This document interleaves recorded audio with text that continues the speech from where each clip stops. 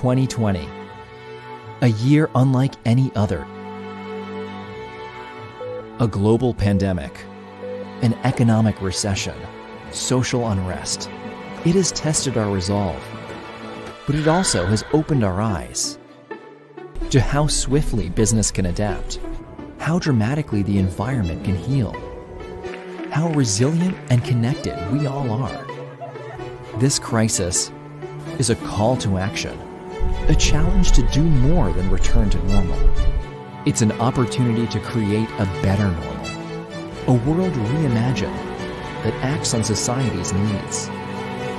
In this new ideal, organizations are more flexible and empathetic, uplifting diverse voices, creating inclusive cultures, supporting mental and physical well-being, preparing others for the workforce of the future, helping them achieve their aspirations, and find their true purpose. In a better normal, business leaders will help rebuild trust in society, deliver solutions through ecosystems and alliances, connect people with technology in ways that amplify both, and engage stakeholders in shared and sustained value creation. In a reimagined world, business and government proactively nurture our planet's health, inspire change among those they influence, and set examples through their actions. Returning to the way of life that existed before COVID-19 would mark failure. This is our chance to repair and reshape the world in a way that works better for everyone. For 175 years, Deloitte has helped people, clients, and communities adapt to and embrace what's next. That journey continues with new challenges, but the same purpose: to make an impact that matters.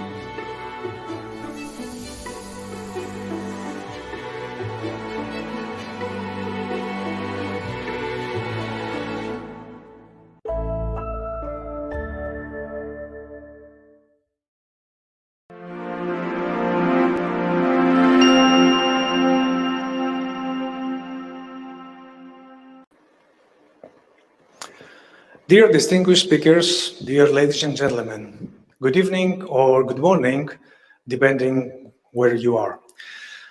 I'm Elias Pertunias, Executive Director of the American Hellenic Chamber of Commerce, and it's my pleasure to welcome you all in the first Thessaloniki Future Thinking Dialogues. An institutional event our chamber is initiating today, aiming to create a platform of reflections and focused discussions on issues related to the developments that shapes the future and the world in which we all live.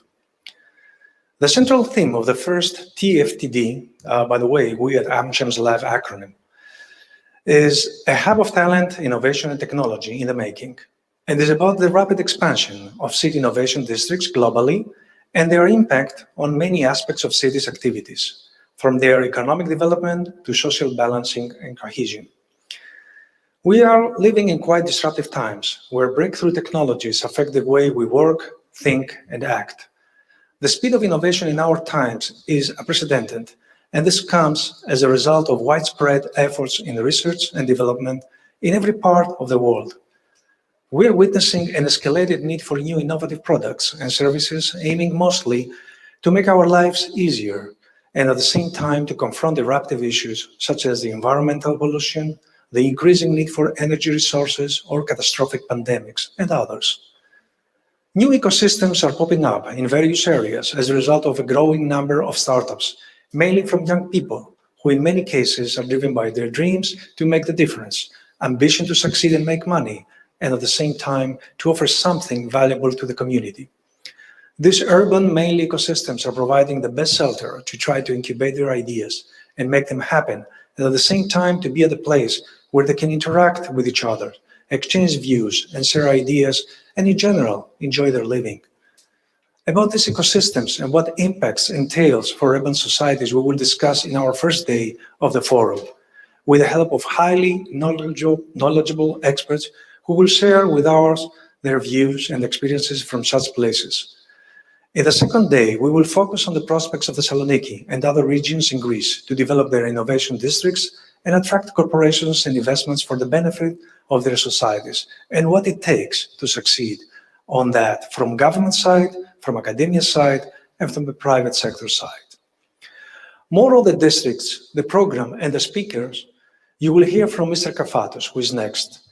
Many sincere thanks to all our distinguished speakers on behalf of our chamber for their participations in the today's event. I would like to say a few words for our chamber and its continuous efforts in fostering entrepreneurship and empowering their networking with the business community. Since the beginning of the economic crisis, we at the chamber are committed through many initiatives such as prize-winning contests, seminars, publication, pitching and networking events in trying to educate young entrepreneurs about the business aspects of their endeavors, the right norms of business governance, and enlighten them about the peculiarities and constraints of the real economy in order to be more prepared and have more chances to effectively compete and succeed. In a sense, our chamber has been acting as a kind of virtual incubator, and we are proud for having carried out so many activities, and it has the potential of many young people with the assistance of our members and sponsors. The innovative and very successful organization of the official US pavilion by our AmCham with the cooperation of the US Embassy in 2018, where 56 corporations and organizations participated, along with our parallel program of 70 small events, was catalytic for the course of the city and the wider region. The city and its capabilities and prospects were effectively revealed then to the international business community, and it was put on their radar to future business endeavor, as it has been happening since then. TIFF 2018 was a perfect ignition for what is happening now in the city, and we at the American Hellenic Chamber of Commerce feel very proud we contributed to that. Ladies and gentlemen, we live in a drastically and rapidly changing world in which we all are called to adapt and operate faster and more efficiently. A world with many challenges being constantly wrapped, which demand solutions and effective confrontation. Science and technology can catalytically help the world to overcome many of the existing challenges and succeed in areas where other policies and actions have failed, such as in confronting impoverishment, inequalities, health, and others, as long as they rely on the values of truth and transparency. Because at the end, research is seeking the truth, and whoever is seeking the truth, he eventually opens the door of perception for others. And in order we help to cultivate these attitudes, we need to develop the right places where cooperation, ideas, and values sharing will flourish. Before I pass the floor to the next speaker, I want to thank our sponsors of our conference, our grand sponsor Deloitte, our sponsors Pfizer and Cisco, and our supporters Alumil, QMG's Group, Logismos, and Margalopoulos and Associates Law Firm, and our Athenian Macedonian News Agency as media partner. Many thanks to my colleagues, Katerina Jagalouraki, Nikos Zavdaroglou, and Fani Zhourou for their excellent work in preparing this event. Many thanks to the US Consulate at Thessaloniki, and particularly to Ms. Lee, Consul, and Ms. Cosmido. Finally, I want to thank you all for being with us today and tomorrow, and enjoy these 2 days, and hopefully you'll be enlightened with what we will discuss here. Now, it is my pleasure to call in the digital floor here, Mr. Vasilis Kafatos. He's Vice President of our Chamber, and also President of, and Chair, and President of the North Greece Committee. Dear Vasilis, the floor is yours. Thank you, Ilya. Good evening and good morning to all of our guests from Greece and the US. It is my privilege and pleasure on behalf of the American Hellenic Chamber of Commerce to welcome you to the launch of the Thessaloniki Future Thinking Dialogues. This year's focus is on Thessaloniki's potential to evolve into a hub of talent, innovation, and technology with international reach. A timely discussion with a group of distinguished thinkers and leaders from all over the world.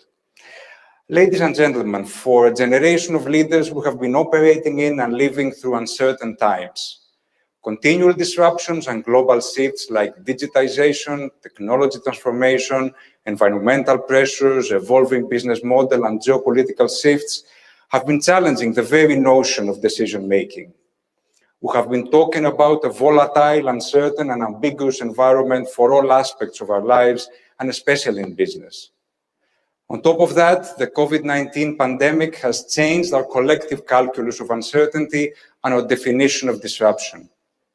The pandemic has accelerated trends that have been incubating for years and provoked radical changes, especially in the way we work, we communicate, and consume.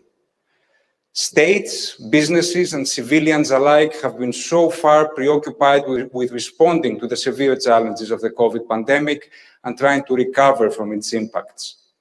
Nevertheless, it is certain that the pandemic shall pass and will be able to thrive in a very different new normal. As ever after a crisis, when the environment is volatile and shifts happen, there are challenges, but there are also game-changing opportunities. It is imperative that Greece and Thessaloniki enter this new era well-prepared, with a bold vision and a concrete plan to take advantage of such opportunities.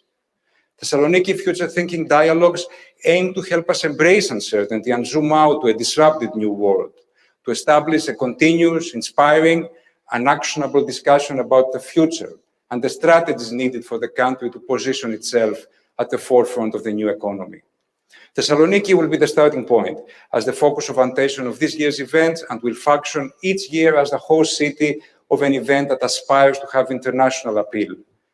During the last few years, Thessaloniki has been nurturing a young, dynamic, and growing technology and innovation ecosystem, strengthened by initiatives like the creation of Deloitte's Alexander Competence Center, Pfizer's Digital Hub, and Cisco's Co-Innovation Center. Starting with the Thessaloniki International Fair of 2018, as Ilias commented, where the US was the honored country, and with the endorsement and support of Ambassador Jeffrey Pyatt, who I take the opportunity to warmly thank for his tireless efforts, Thessaloniki is attracting attention and investments. Thessaloniki combines competitive advantages such as numerous leading academic institutions and research centers, a large pool of young and talented graduates, good quality of life, and a rich history, plus a vibrant and increasingly extrovert society. Characteristics that provide the basis for Thessaloniki to further strengthen its position as a hub of talent and innovation. In the last couple of decades, and as new technologies blur boundaries and geographical distinctions, knowledge and innovation are becoming more decentralized. We are witnessing cities around the world embarking in efforts to cultivate, attract, and retain talent, and advance innovation as a driver of inclusive economic growth. Moreover, we can identify specific trends in the spatial arrangement of innovation through a transition to urban innovation centers called innovation districts. It is widely recognized that innovation and economic growth requires collaboration, communication, openness, networking, and idea exchange. Within that context, Thessaloniki has the opportunity to become one of the next big things in the global innovation scene. Consider the following: large universities and other institutions, academic institutions providing ample talent, and together with top-notch research organizations creating and disseminating new state-of-the-art knowledge and innovations. Global corporates contributing with international knowledge transfer and employment opportunities, startups and entrepreneurs developing new commercial solutions and business models. And all these stakeholders cooperate and co-evolve within a vibrant, open, green, smart, and walkable city, which provides top quality of life, inclusive prosperity, and equal opportunities to its residents. A city that is highly attractive to locals and foreigners alike as a place to live, a place to work, and a place to create. That is a vision of Thessaloniki as a hub of talent, innovation, and technology of international caliber, a vision that needs to evolve into a strategy, a vision that needs focused effort to develop at scale and change the future of the city. In this first of the Thessaloniki Future Thinking Dialogue series, we have the pleasure of hosting distinguished speakers from a variety of fields to offer perspectives on how such a vision can be realized for Thessaloniki. With their valuable contribution, we'll start by zooming out to the future and attempt to demystify key trends and developments shaping our world, such as exponential technologies and the future of work, and to explore the role of innovation. We'll discuss developments and research findings on the emergence of urban innovation districts and explore cities' best practices from Europe and the US.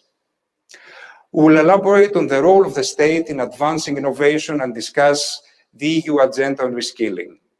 We'll deep dive on education, talent building, and collaboration as the cornerstones of innovation ecosystems, while we will also focus on drivers such as local entrepreneurship, capital investing, and global corporates. We'll discuss the US contribution in developing the local innovation ecosystem in Thessaloniki and conclude with a dialogue with the regional leadership on ensuring inclusive growth for the city. Following our 2 days dialogue, our end goal is to gain value.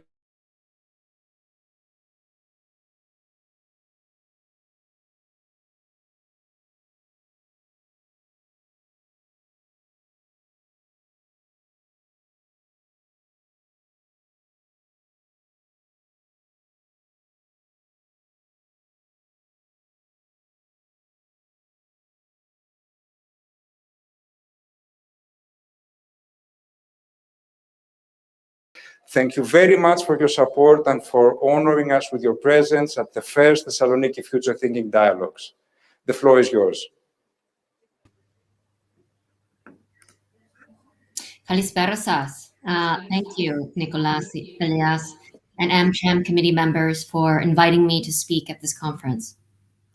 I want to begin by congratulating the organizing committee convening this conference on a very important topic, which is the development of Thessaloniki into a dynamic ecosystem for innovation with significant investments and support from US companies and the US mission in Greece.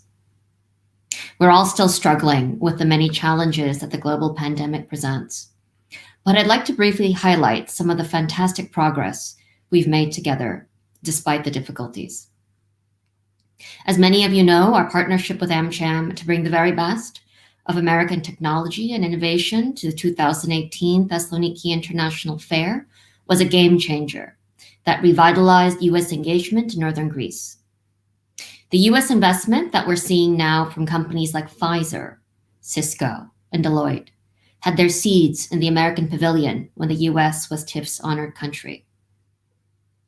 I arrived in Thessaloniki last August at a very exciting time in the US-Greece relationship. Right off the bat, I had the honor of welcoming then Secretary Pompeo to Thessaloniki in the first ever visit of a US Secretary of State to Northern Greece. That's a powerful signal of the investment that the United States has made in Northern Greece and the great potential we see in the city. Thessaloniki is leading the way towards Greece's future as the digital hub of Southeastern Europe. The city has a long-standing tradition of cooperation and understanding with the United States, be it through the educational and cultural exchanges, through technology transfer, through medical cooperation, and much more. The list is endless. Besides its prestigious Greek universities, Thessaloniki has been the home of two very important American-affiliated educational institutions for more than 100 years, Anatolia College and the American Farm School, and it's been home to the YMCA since 1919. We have systematically engaged with educational institutions to unlock the potential of young scientists and entrepreneurs through programs like Code Girls, which offers coding lessons to young girls, or through our Tech Camp for Women Entrepreneurs, which will take place at the Thessaloniki International Fair this September to help women from Greece and the region to grow their businesses. The consulate and the embassy are strongly committed to helping Greek youth gain the skills that they need to succeed in Greece's digital future. Throughout Greece's difficult financial crisis, we've focused on digital skills workshops, offering coding lessons to young girls, mentoring female entrepreneurs, and supporting the Greek startup sector with pitching lessons, exchange programs, and competitions. We remain strongly engaged in this area because we know that teaching entrepreneurship and STEM skills to Greek youth will lead to sustainable economic growth and a stronger Greek workforce. In addition, the Science and Technology Agreement that our country signed in Thessaloniki last September promotes closer bilateral cooperation in basic sciences and cutting-edge research. American companies are responding to the Greek government's reforms and supportive policy signals with real investments that bring skilled jobs and opportunities to Northern Greece. Major US companies, as I've said, like Cisco, Deloitte, and Pfizer, have made the strategic decision to grow their footprint in the city so that they can tap into the city's highly educated young workforce and the market of 30 million people in the Balkans. Together, these companies are committed to training Greece's workforce, reversing brain drain, and raising the country's next generation of digital leaders. Pfizer, for instance, is in the process of constructing the new space, which Ambassador Pyatt will visit this week. The Cisco Digital Transformation and Digital Skills Center plans to promote digital innovation in cooperation with the regions of northern Greece and Thessaly. And Deloitte is employing hundreds of students from Thessaloniki's universities. These three companies, the major sponsors of the conference, are not alone in investing in Greece. Many other American companies, like Microsoft, Amazon Web Services, and Digital Realty, have invested hundreds and millions of dollars in Greece, drawn to Greece's skilled human capital, its strategic location, and its rich natural resources.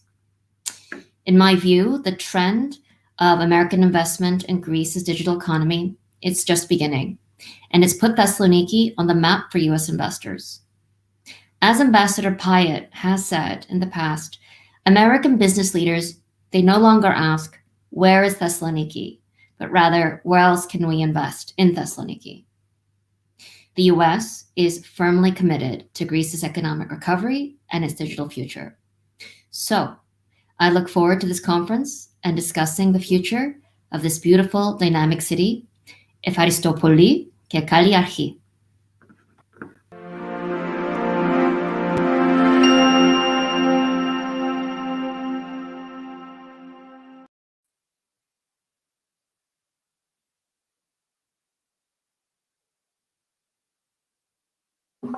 Moving to our first session, we'll try zooming out to the future and open up our minds to a disrupted new normal. Unarguably, we live in an era of unprecedented disruption and exponential change. Radical shifts in the way we work, move, entertain, communicate, consume, and ultimately live had been apparent even before the pandemic, but had been since greatly accelerated and accentuated.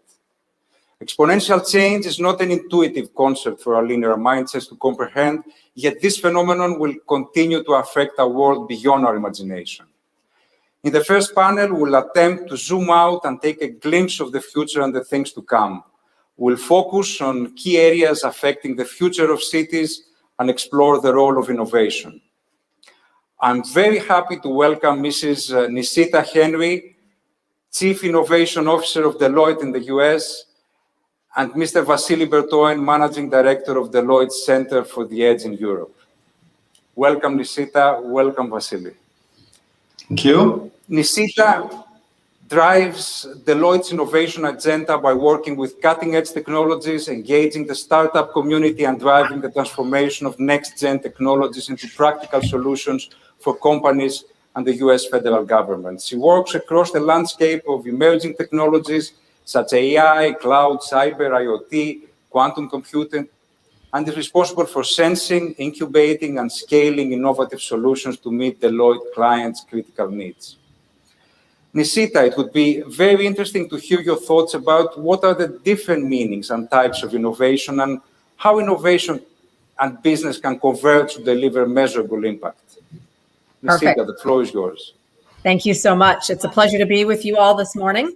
Morning my time, afternoon yours. I wish I could be there in person, but I'm coming to you from Washington, D.C.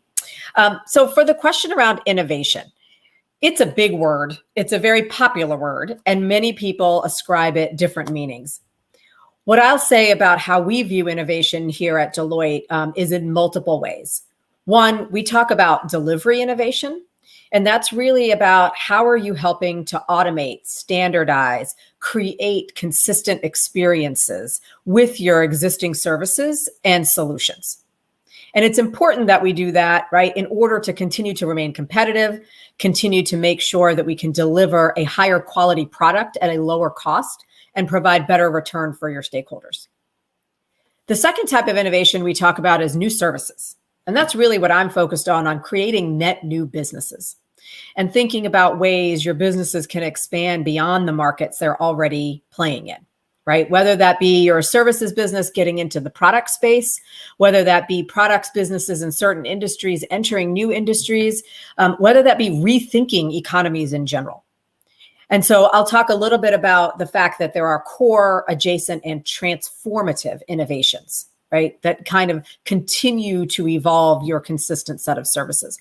Core, right, being things that are small tweaks around the edges, things you need to do to remain competitive. Hey, it's like a consumer package provider, instead of selling you a box of something, selling it to you in 100-calorie snack packs, right? They're continuing to evolve many different aspects of their core solutions.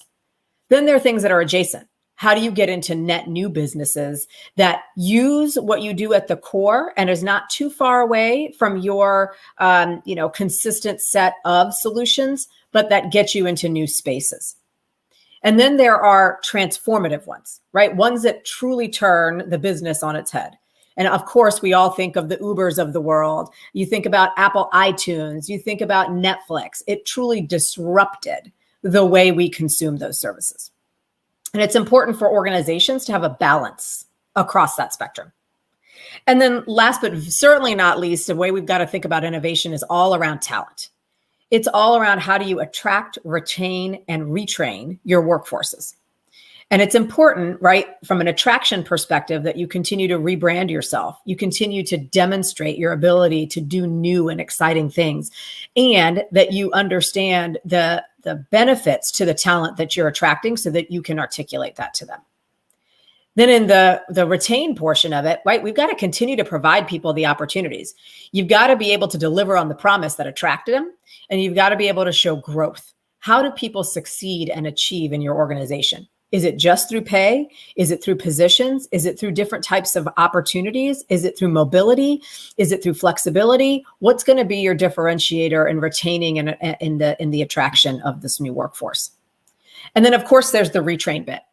We obviously have to be in the business of making sure that we continue to enhance the mindset, the skill set, and the culture of existing organizations.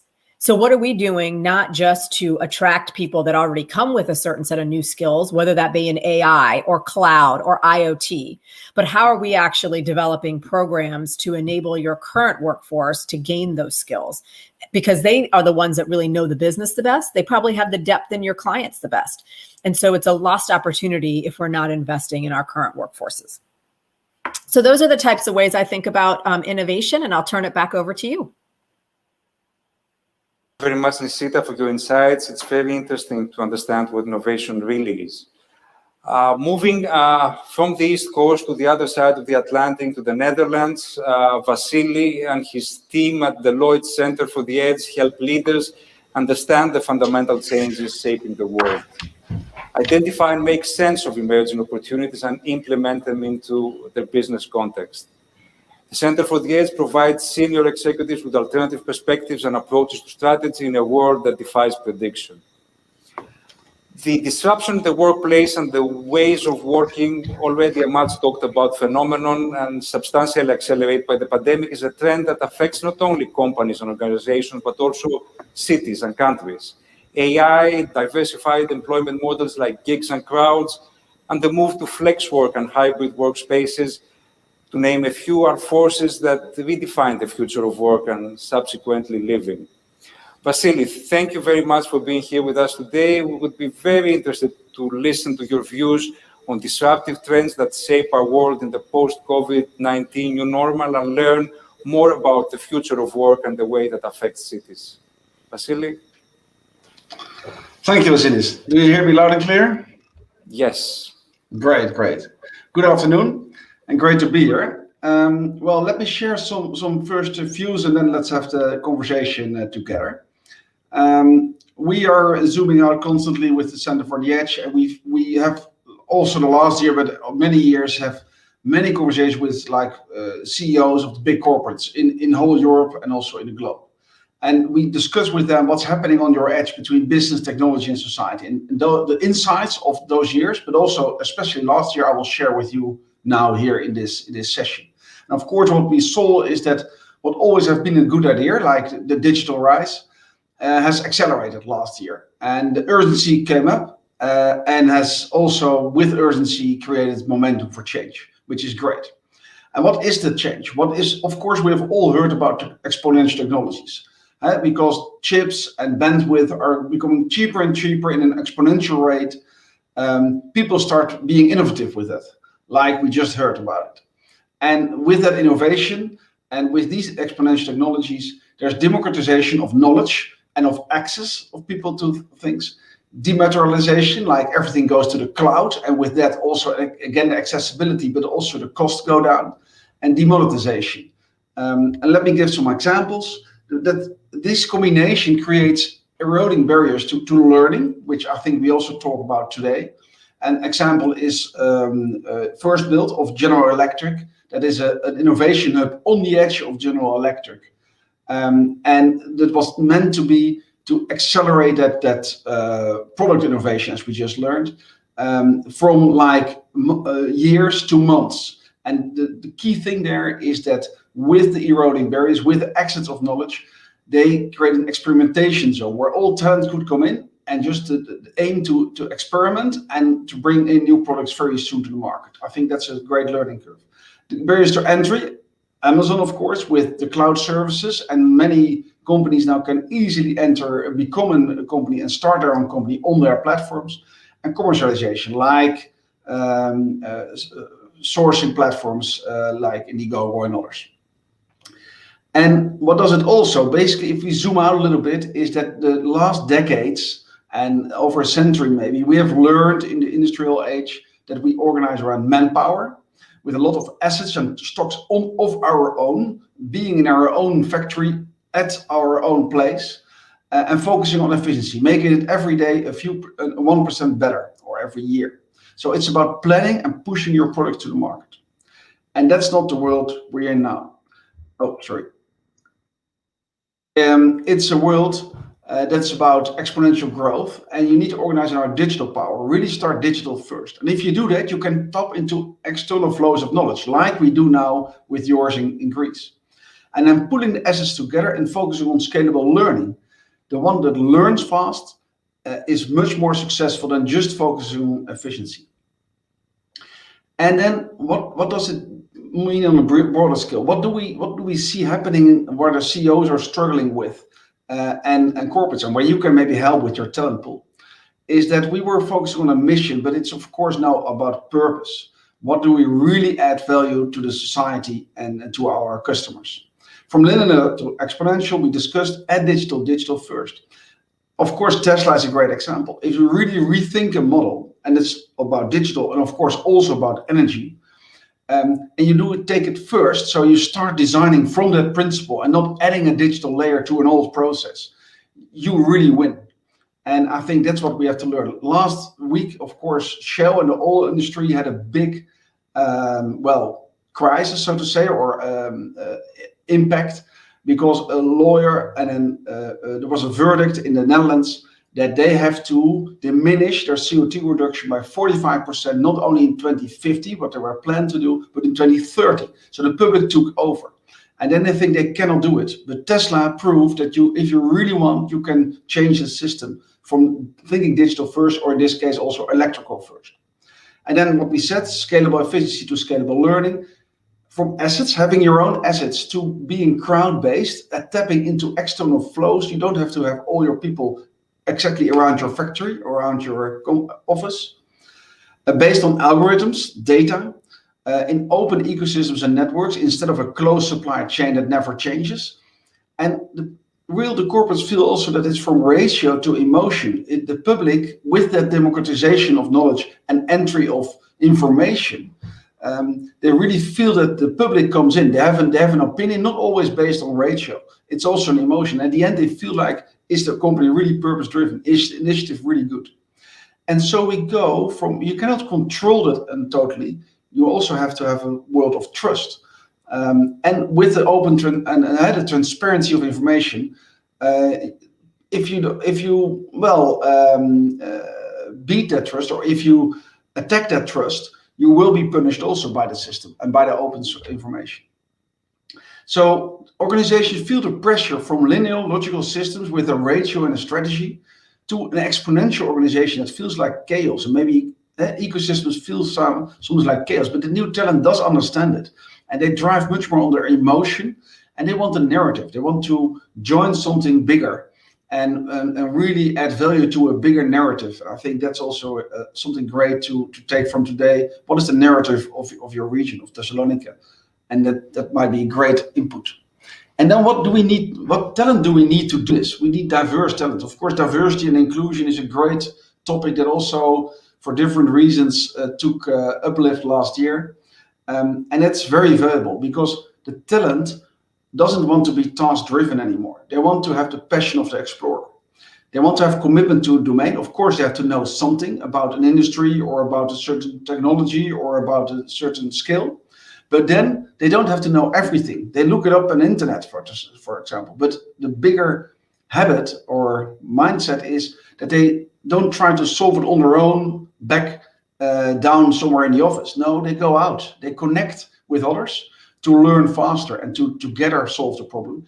And they ask questions. They lose control. They trust others and really are daring to be vulnerable and asking questions. And a big example is the surfing community riding the waves around the globe. And they do it. They are competing. They are committed to the domain of surfing, of course. They are competing, but they also share their moves on movies and others can learn from it. So they also trust that the best talent will step up. And they ask each other questions, although they are competitors. And if we go to the future of work, then we can say it's a few pillars. There's forces of change. I just talked about it. Power of pull, the demographics, of course, longevity, but also you can work from anywhere in the world. And we have learned that, of course, in a tremendous way last year, and they're still learning it. And then we have to rethink work, because if we do like adding digital to the work or adding the new habits of work to our work environment, we will not, it will be a very difficult and disruptive feeling. But if we rethink work, and if we really say like, okay, what does digital first mean? What does ecosystem? What do ecosystems mean? And how can we really apply them? And then transforming our workforce. What is really the core of our company we want to have close by, but what can we also do in different ways and add those passionate explorers to our projects? But then we also need different contracts and different governance schemes maybe, and also reward them in a different way. And that will we have on the right side individual implications. It's like, how do we cultivate passion, lifelong learning? If you want to have scalable learning, how do you really help people to learn lifelong? But also for institutions, for the organizations, redesign it, implement new business practices and models. Like also, it's like a transformation, as we just learned. This is really an innovation and a transformative Horizon 3 sector. And then we have the public policy, and I think that's also important for you for coming days in your conference. What can the government and also others do to really help you in the regulatory space to apply this and to be successful? Like again, what I said, first built in that innovation center, they staff on demand. So when there's a challenge, and they really ask for they define the purpose and the challenge, and they ask for roles. It's not positions, it's no hierarchy. It's about how to solve this challenge together. And they staff for passion. So they don't look at you, what is your career, what is your resume? No, what is your passion? And of course you have to show that you can do something, but it's very iterative and quick learning. And then again, efficiency learning. So if you make a mistake and make an experiment from 1 week, it doesn't work, no problem. It's about the result in a few weeks. Last idea, what I want to share with you, if you apply this, and you apply this to your community or to your organization, please realize it's a transformation. And if your blue organization is your core, these are your edges, the green dots. And that's where you want to work on. And if you immediately start something new and say to the whole core, you have to change, you will experience what a core is. And what we have gained over the last decades on innovation is an immense respect on the power of the immune system of an organization. They will kick you out. And that's maybe also why it's great that Thessaloniki is maybe not in Athens or in where everybody expected it to be when it started, because then you have the space and the opportunity to grow, become a success before everybody starts having an opinion about you. And then over time, we go to the right, the edge becomes maybe the new core. Because you build on success, you attract, like pool-based, more talent, and you grow faster, and you grow on new principles, like I just shared. That's what I would like to share as a starting point, Vasily. Would it help? Thank you, Vasily. Thank you for your enthusiasm and optimism despite the prevailing uncertainty. I've noted down your points on the narrative and on the diverse talent, which we'll discuss later on again. I would like to turn to Nisita, to Washington again for a question. Nisita, I have read that COVID world has a 3 days week, yesterday, today, and tomorrow. Corporates are turning the focus to the short term in order to respond to challenges and disruptions caused by the pandemic. As a result, are companies delaying innovation efforts? Great question. And obviously, the last year plus has been nothing like any of us have ever seen, right? And the impact will continue to ripple, whether it's to our societies, our markets, our businesses, our lives, right? But what we've repeatedly seen is resilience and a determination to truly adapt and thrive in the face of all this change. And it's really helped organizations focus on several things. One, what is their core and what are they really known for? What is the net new market they want to create? And what do they have to do to attract that talent, like I talked about? And I think what's important is they went through kind of a multiple set of stages, right? They had to respond to the pandemic, and that was just hunkering down, right? Hunkering down, making sure they could survive, making sure they could take care of their constituents. And as things started to continue and progress, they realized they couldn't hunker down forever, right? So they had to respond. And how were they going to respond? Either by changing their markets and starting to develop new things like masks and sanitation and air filtration systems they may never have done before, right? So they really took advantage of what was needed in the market. And now it's the thrive stage, right? How are we going to come out of this pandemic better than when we came into it? How are we going to make sure we're doubling down on the future? And so we see organizations, doing all kinds of things. In the manufacturing space, as we all know, supply chains were drastically disrupted, and nobody could get what they needed at the time they needed it. Those disruptions continue to exist. And so because of that, people are rethinking, what does it really mean to be in that manufacturing space? How do we open up the walls of those factories and understand the supply chain from end to end and truly gain visibility and create efficiencies? Using technology like edge computing, using Internet of Things devices, using the cloud to really understand and transform and share data. And in using systems, right, to connect everything together in a way that we weren't able to see it before. And those core underlying technologies that Vasily talked about, right, whether it's AI or cloud or the edge, all of those coming together in a confluence to really transform businesses. And what we really talk about these days is not about backwards compatibility. You talk about your software having to be backwards compatible. It's about businesses being forward compatible. Right? What are the markets going to do? How do you stay in front of it? How do you lead it? How do you stay compatible with the future?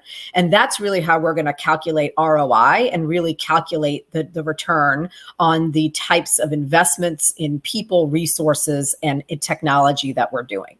So while it may have seemed people were hunkering down, I think that we're really going to go into this decade of continued accelerated and exponential growth because of the innovation technology enables us to create. Thank you, Nisita. I would like to turn to Vasily again to build on his points on the narrative and on the talent. Within the context of such transformational changes in how we work and live, do you think that innovation at the edge is also applicable to countries and cities? Are there opportunities that cities in the periphery of Europe like Thessaloniki can exploit and gain advantage as locations where talent and innovation can flourish?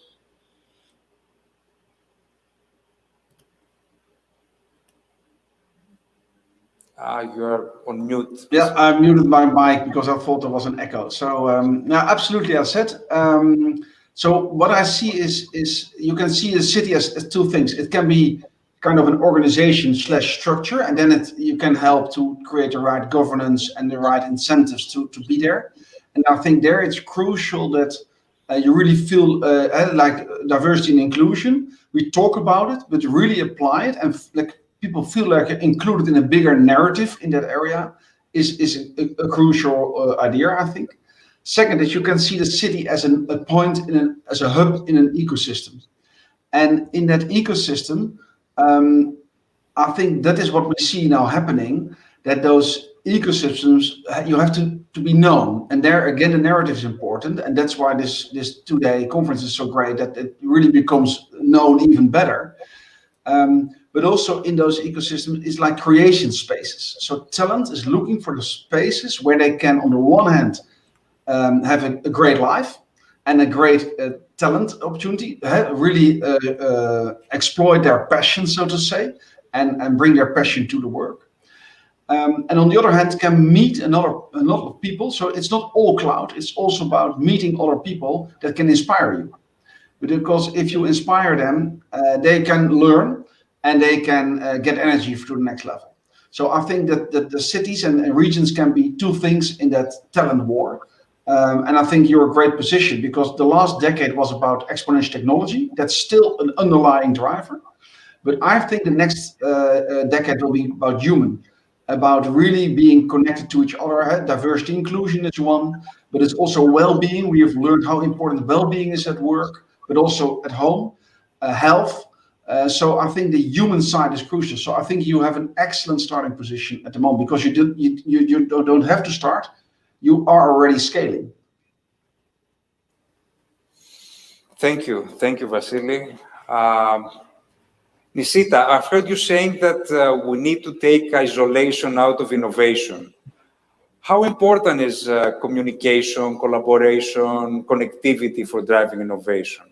Does this affect the geography of innovation, and how innovation ecosystems and assets need to be reconfigured? Yeah, great question. I am a firm believer that no matter how much talent, skill set, knowledge you have within the organization, there's just more outside of your organization than in it. And so the important thing, and Vasily talked about ecosystems a lot, we talk about it a lot as well, is how do you create that ecosystem focused on next new generation innovation and solution? And that may be broad ecosystems, right? You think about the future of health, and we think about how data plays a vital role in that, and how data needs to be transformed and shared between organizations like the insurance companies, the providers of care, the doctors themselves, the hospital systems, the at-home care. And you think about all of the variety of players in that type of ecosystem and how they need to communicate. But then you get down to how do you actually create net new businesses with a certain set of players that can bring unique characteristics for which the sum of that ecosystem is greater than the individual parts. And so I think about in spaces like future of health, and we think about data sharing, and we think about making sure that you have the base of technology that you may get through your providers like Amazon or Google, and you think about the solutions like Epic and Cerner that are really already out there that unite ecosystems of data across health systems. Then you think about, hey, there's research organizations. There are organizations that are providing the care. How do they share data more efficiently so that that research can be used at the point of care faster to help people out of this crisis at a quicker pace? And so how do you curate those ecosystems is one role. How do you become a part of those ecosystems and be a player in that ecosystem, right? There's many different roles that you can play. And I talked about manufacturing earlier, and I'll give an example of an ecosystem we're actually putting together there, which is a combination of people that play on the technology space, in the industrial product space, in the operational technology space, and in the startup VC ecosystem as well, where we're creating kind of that factory of the future, right? With players like Amazon, with players like SAP that have the back end supply chain systems, players like Siemens that produce industrial equipment, and many, many, many startups that are helping us to understand how to secure data across the edge and to the cloud and back. Many others that are helping to actually implement different technology that enables communication across various factories that are global. right? So Vasily, you made the comment, right? Geography. Geography isn't a thing anymore. We've shown that technology has broken down the barriers of geography, but now we have to more efficiently share across those geographies, create opportunities across those geographies, and use ecosystems to bring the best of all of us to solve those problems. So that's really about taking isolation out. It's really about using that ecosystem, focusing on the business problem at hand, because technology for technology's sake is cool, but it's not helpful. So how do we actually create the understanding of what problem we're solving and have a win-win for all players in that ecosystem so that we're working towards a common goal? Thank you, Nisita. I value your point on the fact that we have no borders. That's also true for talent. So I would like to turn to Vasily in order to deep dive a little bit on the talent issue. As work changes, the kinds of talent and the roles that talent will need to perform are changing as well. What is the makeup of the future workforce, taking also in mind the radical different mindsets of new generations? How can cities position themselves globally as hubs of talent and manage to nurture talent, which undoubtedly is one of the major pillars for innovation and ecosystems? Yeah, so in our perspective, and what we also see at Deloitte, of course, it's a very, like 50% of the people are 30 or younger now. And so they suffered really in the pandemic, not because of their health issues, sometimes if they had bad luck, but most of the time because of the other side of isolation. It's a different isolation, but because they were not connected. And if you change that to the opposite is, why do they want to go to work? Because they, at many organizations, that they love the job, they love the intellectual challenge, but that's maybe 50%. They really want to connect. They want to connect with each other, to inspire each other, to feel included, to feel like being part of a bigger group, but also a bigger narrative, and to really be part of a bigger meaning, to make an impact that really matters to them. And so I would say the new contract is that we are not expecting them to serve their contract. Of course, at the end, you have to make an agreement, and of course, there might be a point that you discuss about it, but at the end, they really want to be part of a bigger goal, a bigger purpose. And if you can bring that to them, then they don't talk about the hours, and they maybe have the freedom to operate in a more, we think like it's a free way. When the weather is nice, they go out surfing. But at the end, they're dedicated to make something happen. And that's a much bigger value, I would say. And if we really cherish and acknowledge that they are in there for their passion, I think then we can do great things together. But then we have to really open up and let go control on other sides. That would be my basic concept for the content. Of course, you can bring that down to KPIs and to contracts and to arrangements. They are less interested in cars and more in having a budget to use for their own freedom, or maybe to take a few months off. But those are the details. These are the general concepts. It's an answer to your question, Vasily, because I think that's also connected to what Nisita says, is that if that's where ecosystems meet each other, when they really feel like, because you cannot hide if you're not truly passionate and authentic on what you want, and ecosystems recognize that. That's where they, at the end, really connect. Of course, you can connect on a contractual level, but at the end, they connect on a, it's more freedom. So you have to connect, you have to trust each other that you are in the same direction, to build on Nishita's point. Thank you very much, Vasily. Nisita, based on your global perspective and experience, what trends are you seeing with how organizations are applying emerging technologies to shape business strategy? Perfect. So I think they fall into three macro categories. The first one we call the heart of the enterprise, right? So they're really trying to figure out, how do I use technology to amplify my enterprise? How do I use it to modernize? And what's going to be the source of competitive advantage for organizations? And it's also a threat, right, to ongoing survival. So we've got to look at it in both of those ways, right? And as a result, the distinction between corporate strategy and tech strategy is blurring, and they both have to inform each other. And I think that's very core to how people are applying emerging tech. It's no longer on the side of the business or the CIO's job. It's the business's job. It's the CEO's job. It's the board's job. And so that conversation really sparking an understanding of what is our future and how is tech going to shape it. The second trend we really talk about is at the intersection of data and security, right? Obviously, organizations have large and larger volumes of data that are truly untapped, right? Because the trend has been collect as much as you can. Forget about whether it's important or not, but collect. Now we've got to figure out, well, what is important? How do we separate signal from noise? How do we truly use that data to drive insights into our businesses and into our clients' businesses? And so really scaling machine learning modeling, decision-making, and security automation is incredibly important. And that security piece, right, cannot be an afterthought. It has to be designed up front. It has to be thought of up front, and it needs to be part of the solution as opposed to part of the door that keeps people out. Because at the end of the day, as we talked about ecosystems, you have to share that data to get value out of it. The key is, how do you share it safely?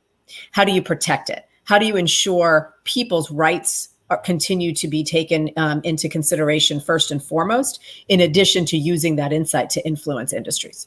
So that's a lot of what's there. And I'll add to the security, the ethics piece of it. We talk a lot about tech ethics, and just because technology can do something, we really have to ask ourselves, should it do something?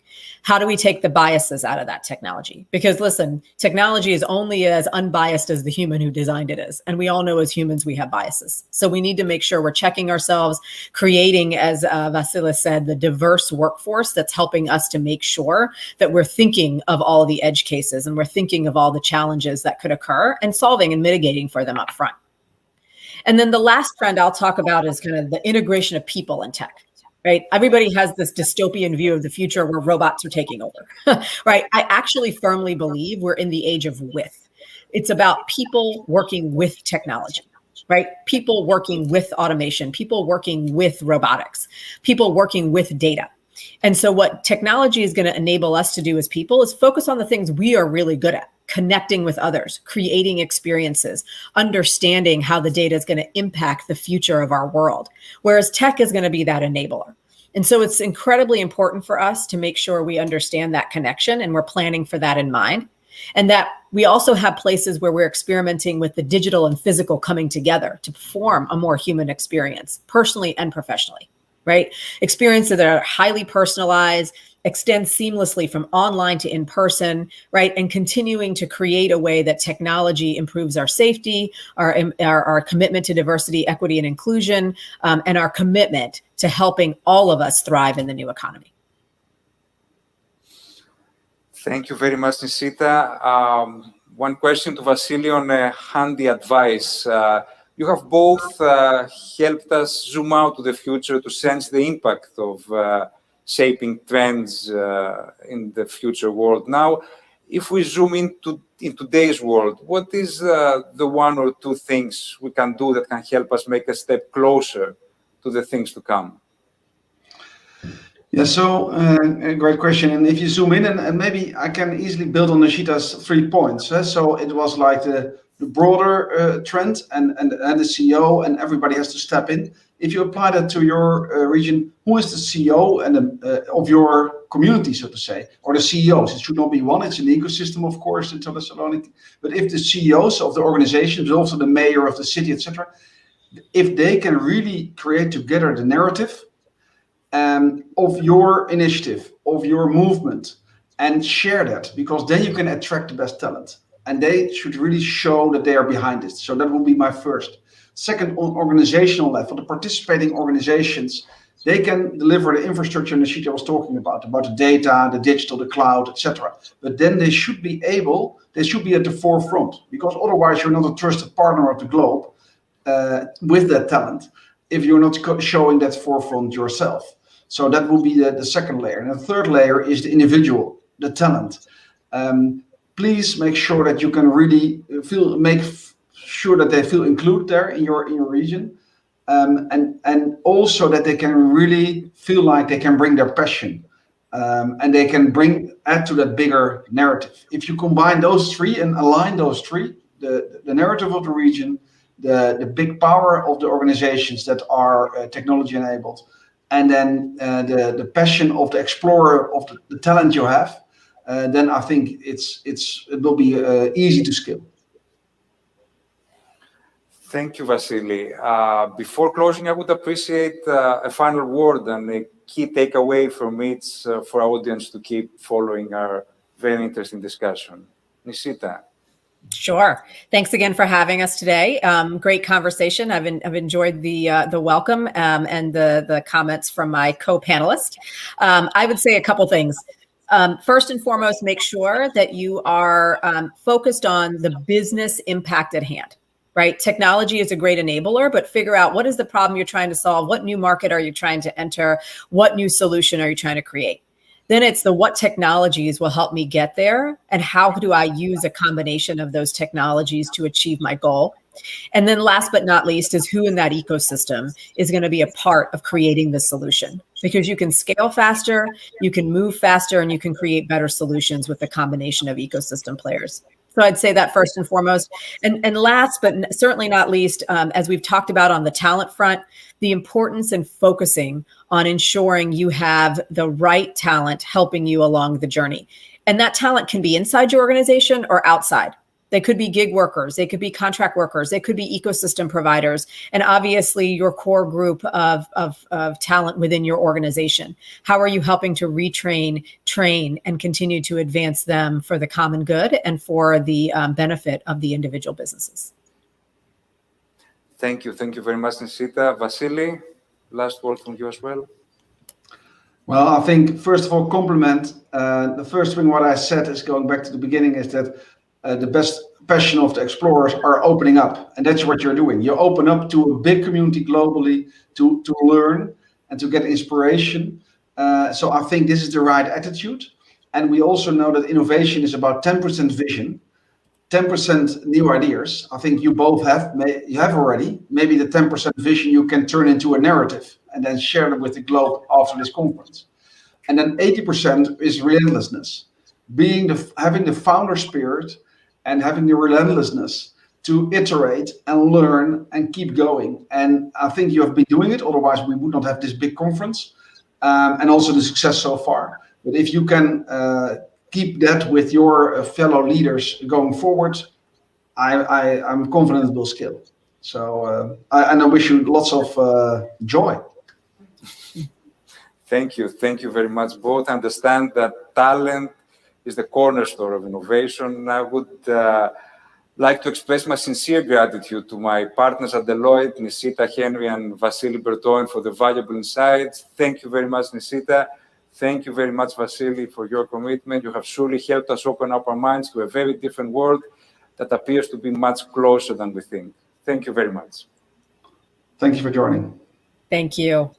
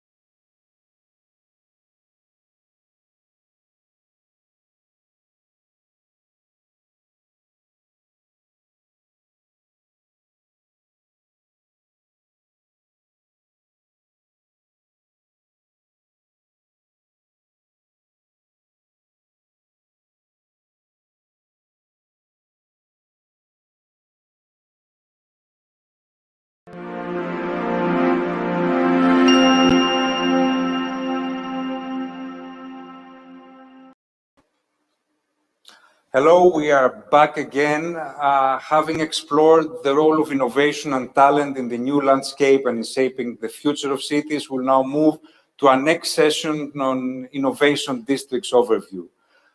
Over the past 2 decades, we are witnessing a clear shift in the geography of innovation, a transition to urban innovation districts, from the development of Silicon Valley and the Research Triangle Park to Kendall Square in Boston, to 22 at Barcelona and the Cortex Innovation Community, among others. By conservative estimates from the Global Institute of Innovation Districts, there are now more than 100 innovation districts emerging across the globe. These districts are physically compact, mixed-use, vibrant urban areas where all innovation ecosystem stakeholders connect and cooperate, formally or informally, to create innovation. We are honored to have today with us Mrs. Julie Wagner, President of the Institute of Innovation Districts, who is one of the first persons to recognize this trend, and through her research work at the Brookings Institution and the Global Institute of Innovation Districts, has contributed extensively in understanding and advancing the concepts of innovation districts and how innovation advances the prosperity of cities. The report, The Rise of Innovation Districts, co-authored by Bruce Katz, and her continuous research on innovation districts has been hugely influential.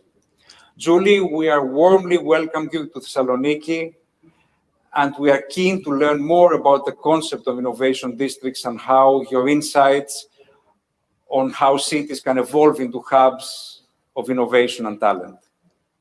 Thank you, Julie. And thank you very much. It's a pleasure to be here. You're sort of walking into this wonderful world of place-based innovation. I know there's a lot of discussion around how the world is flat and how, with COVID, people are collapsing back into their homes. I think what we're going to find is still the power of place and the power of connecting people in place.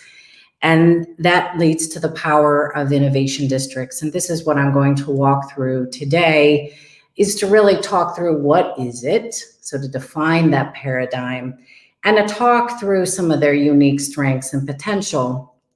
And I see the power of doing this for your event, because in looking at your lineup for the next 2 days, there are a number of people that are going to talk very specifically, very distinctively about specific components. And so I want to try to provide that broader frame, if you will, to support that discussion, which what we're really looking at is this important collapse back, if you will, of innovation back into cities, valuing the proximity and place, and realizing that there is an agglomeration effect to leverage. And so this is what I'm going to talk through. So let me start. I think it's helpful to have a definition. Both Bruce Katz and I, in the Rise of Innovation Districts paper for the Brookings Institution, we did come up with a very simple definition. It's in no way academic, but it's helpful because it captures the essence of what they are. So innovation districts are a geographic area where anchor institutions and companies cluster and connect with small firms, with startups, with business incubators, ... That list goes on. This is your business proposition, your economic actors that come with a really strong set of strengths and capacities that make this area unique from many other economic hubs in a city and a region.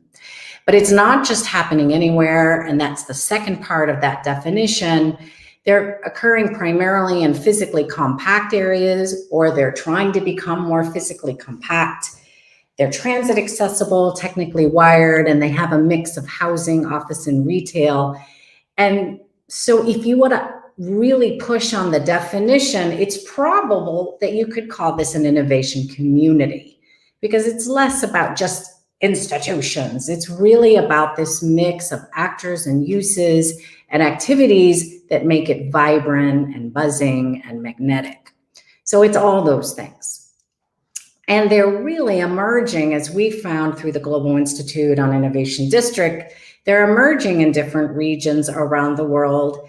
And they're also happening in sort of different parts within the city or just outside of the city, but really harnessing very distinctive strengths and assets.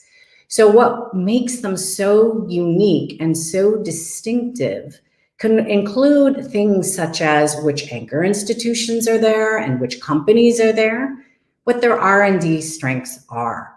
Could it be in biomedical and health sciences and they have a predominant strength there? Could it be in engineering and environmental science, robotics, AI, machine learning? Could it be in 20 areas? Could it be in just 2 areas? Could it be in an area where there's a lot of land to develop, and so the reconceiving of a place is a very different kind of proposition than one that has to do a lot of adaptive reuse given the limited amount of development space available?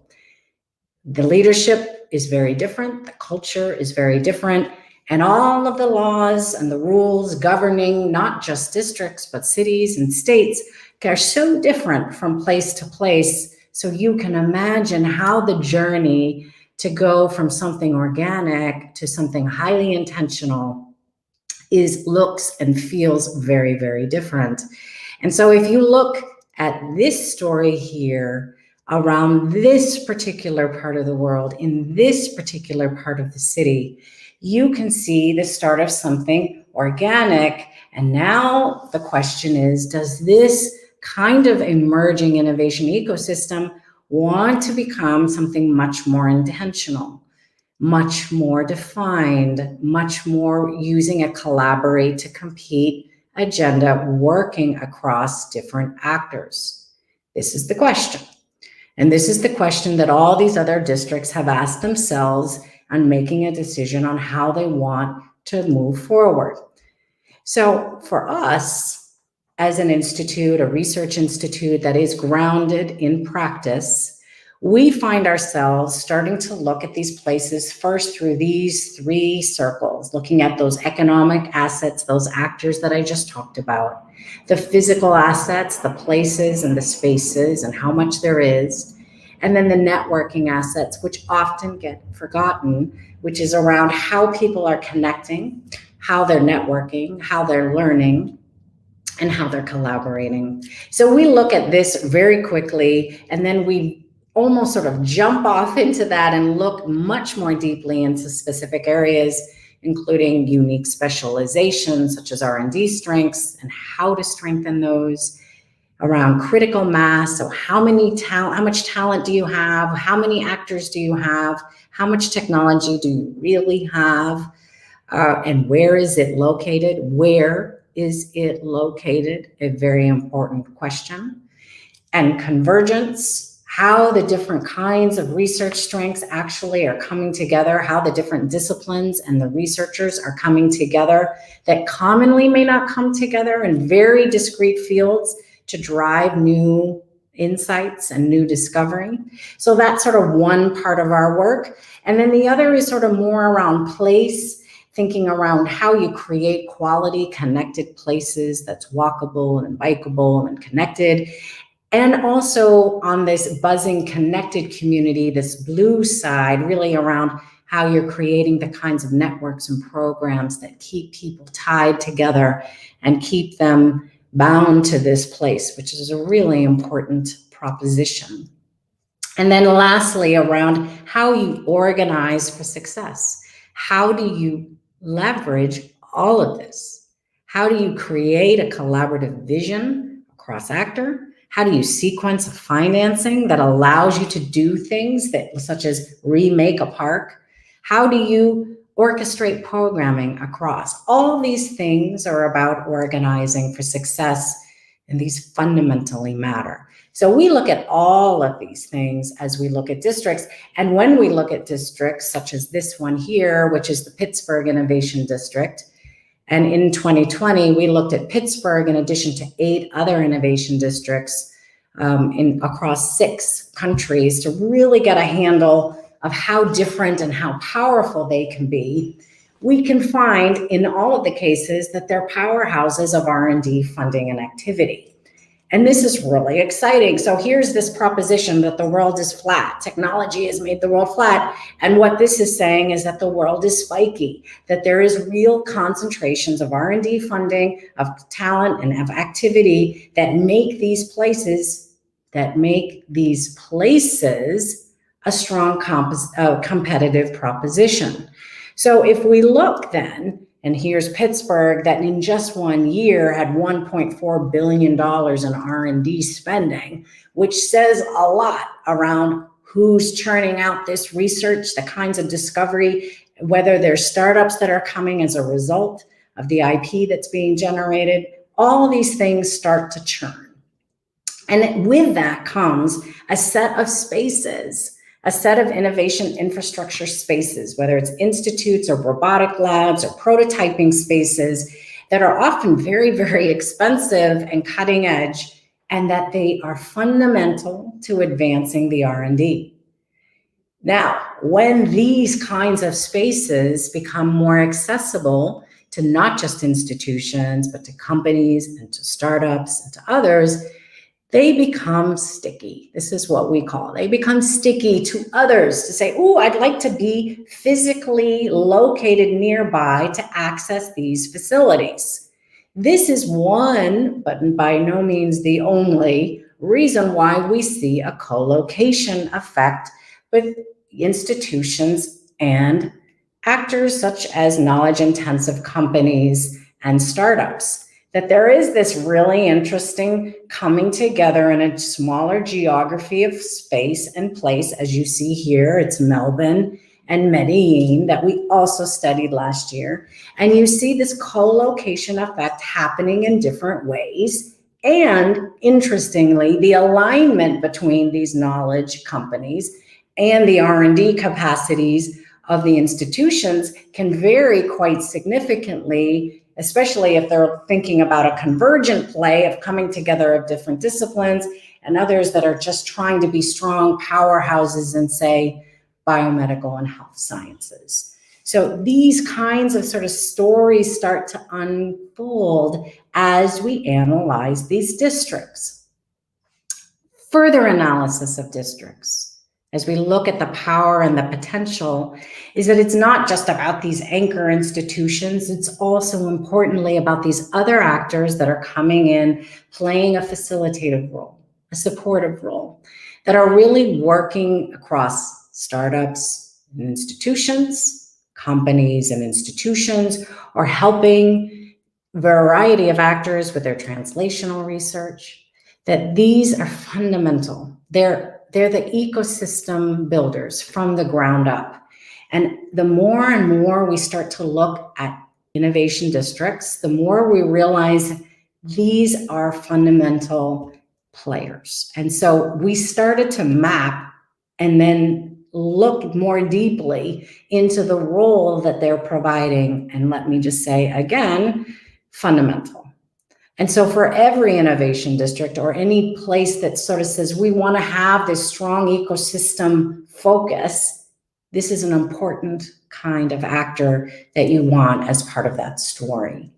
But so is place. Place also matters, and not all of these innovation districts are highly magnetic and highly mixed yet, but they're wanting to get there. So they've done and created these integrated plans, these master plans at the district level that think about how you create the kind of mix and the kind of activity all along the way as someone walks in the journey that they are supposed to experience, as well as this sort of integrated work at the building level, that the mixing of activities and users and spaces even within one building can be powerful, can be fundamentally powerful in creating a center of gravity that draws a lot of different people, like and unlike people, together from 7 a.m. to 10 p.m., that kind of a mix. So looking across scale also matters. Now, I want to move on, just in the essence of time, to something that is fundamental to the story, and that's around place-based innovation advancing place-based equity and inclusion. Now, if you look at this map and you look at the part that's yellow, just the solid yellow outline, that solid yellow outline is an innovation district. This is one in the United States. And then the dotted or the dashed yellow line is an area that's called a promise zone that has high levels of poverty.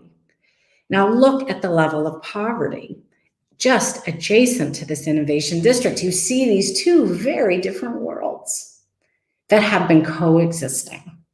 So the question really is, how do you create and support the growth of one that also supports and creates the growth of the other in a way that is authentic and in the way that is truly helping to grow the kind of equity that is needed more than ever? And so it's driven a subset of districts to really drive this space. And we're not there yet. I think there's still quite a bit of work to be done. In fact, our institute is going to be real focused on this over the next year and a half, which is to really look at all the different kinds of strategies and programs that really focus on this kind of place-based equity and inclusive growth evolution. And there's a set of strategies, place-based, people-based, actor-led, that fundamentally play a role in all of this. Now, districts are not going to be the solution to all of this, but they have a fundamental role. And there are many places that I have visited that simply should be copied. Like some of the work that they're doing, others should just take, plagiarize, use, and adapt to their local context, obviously, but to really apply the lessons from elsewhere. So these are the things that fundamentally matter, as well as making sure that you have the financing that allows you to do that. It allows you to create the kinds of programmings and the training and the educational opportunities that we're talking about, in addition to the kinds of programs and the kinds of places that matter. So it means thinking creatively about how to have a growing set of actors that help with a diversified financial portfolio. This is not easy. And there's a number of districts that have been at it for a long time that are still finessing this model. And so this is one thing that we're working on with a set of districts, because we believe that in order to ensure not just their growth, but their sustainability, they need to have revenue generating models that allow them to continue to move, to have the programming, to have the types of staff that will support the kind of inclusive growth work, et cetera, et cetera. So this matters, as well as how you're organized. So many of these districts, so these are some of the 9 that we looked at last year, as you'll see, many of them are organizing themselves for success. They're saying we have to work together as a collective in order to reach our new ambition. So some are creating not-for-profits, others, cities that are harnessing it, followed by specific kinds of committees. Others have public-private partnerships. There's different models. And they all have different reasons for wanting to have different models. But bottom line, what they're all trying to do is figure out how can there be a space where some of these leaders and the teams that build as a result come together to forge a future. And this is the kind of local-based empowerment that we're talking about, and why this work is so interesting from both a researcher and a practitioner perspective. So I close with these last 2 slides to say, first off, that organizing for success is fundamental. A vision is critical, and KPIs, absolutely. But if you're not organized and thinking through how to orchestrate this, you're going to end with just a lot of dreams. And so the realization of this requires all these kinds of someone thinking about these, about the people, the governance structure, the deals, the policies that need to change, how the land is to be transformed, how are you going to have value capture? All of these things matter. And so I think my last slide, and I wanted to part with something that I feel very passionate about, is that, COVID has let us know that this world is increasingly challenging, and we're losing lives every day, every minute. We need people, we need places that are on the front lines of change, that are willing to work together in different ways. And so innovation districts have the assets and the attributes and the actors to drive new ways of economic growth and inclusive growth. Our analysis is definitely demonstrating that. But given COVID and given cancer and given climate change, they're also the kinds of economic hubs that have the potential to solve some of our world's most vexing problems. And so I encourage you to really lean into this model and to learn from your peers, many of which are going to be here over the next 2 days, to take this to the next level. Thank you. Thank you, Julie. Your insights on the development of innovation districts are surely very helpful to Thessaloniki and the journey that the city is embarking. We'll be listening to best cases from other cities you have mentioned later on. I would like to ask you a question to deep dive on the outlook of innovation districts in the new normal. As already discussed in our previous panel, the COVID-19 pandemic has been a catalyst for fundamental changes in the way we work, communicate, connect, and collaborate. As we rapidly move towards borderless digital business and social ecosystems, are place-based innovation districts still as important? Well, my short answer is yes. My longer answer is that it's complicated. So I think there's a whole new set of trends that we're all trying to understand. So this work at home, how long are we going to stay in this? Is there going to be a truly hybrid model? Is that model really going to work? Is there a value of going back full time?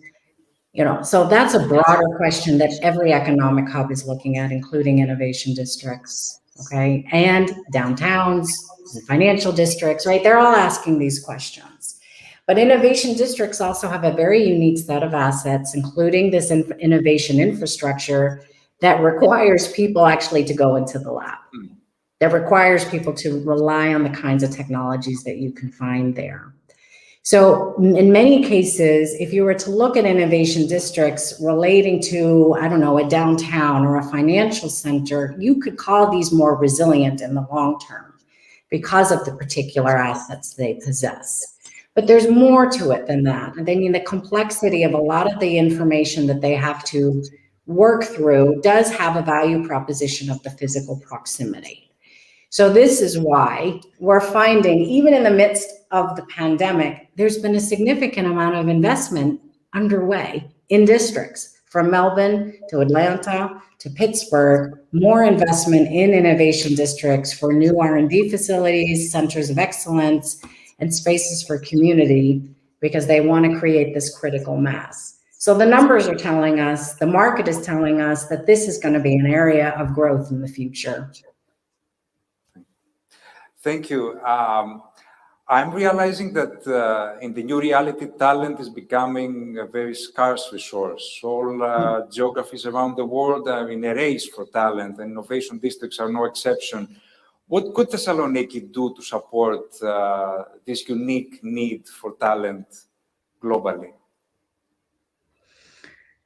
So, I learned from a lot of the districts on the ground. I mean, I'm a listener as much as a researcher and a practitioner, and I start to take a lot of the insights that a number of districts have been applying since, early 2000s around talent. And there's a lot of different strategies, right? Some can have very strong talent attraction strategies. The stronger and clearer they are around their unique specializations on R&D, the more attractive it can be for talent to come, because they know they're going to have a pool of very similar thinking types of workers. This is one strategy.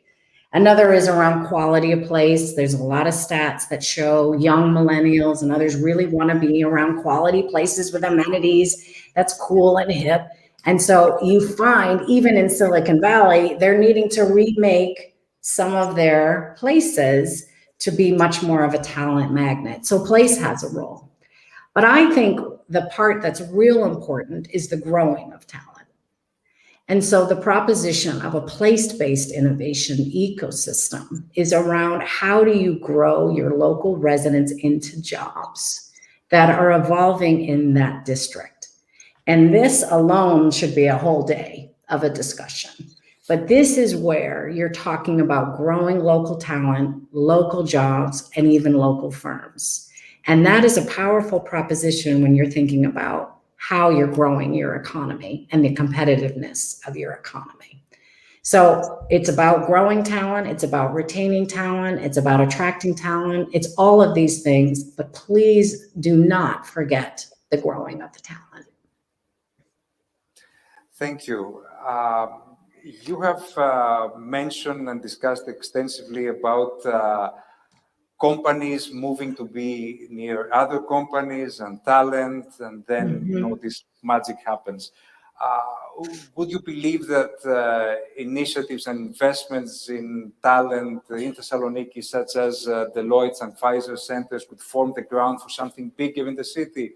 What more needs to be done? What could you advise to the local stakeholders in relation to their effort to establish Thessaloniki as a hub of innovation and talent? So most of the innovation districts evolve organically.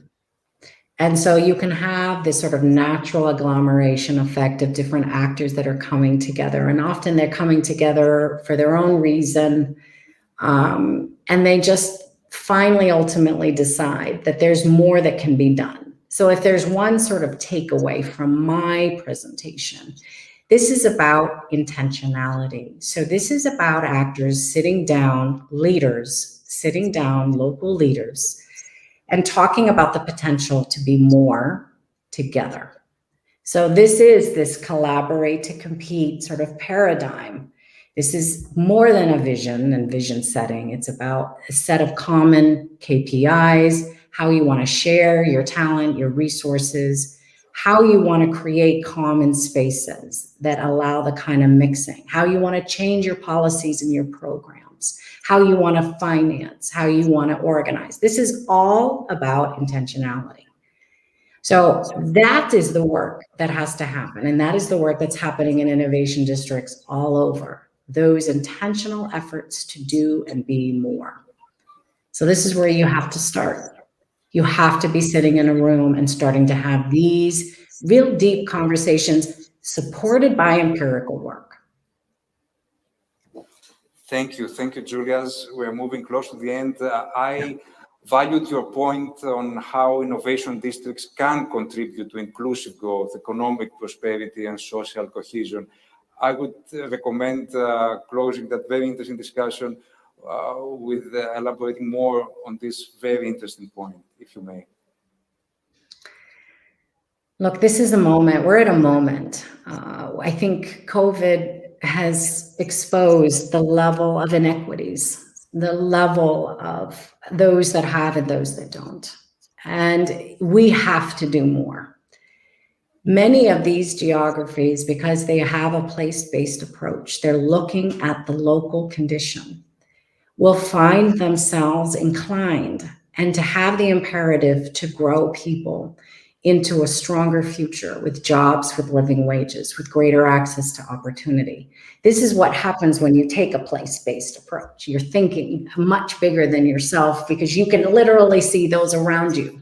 And in many cases, you'll actually see those just across the street that have much less. It drives an imperative, and it's a powerful imperative to do more.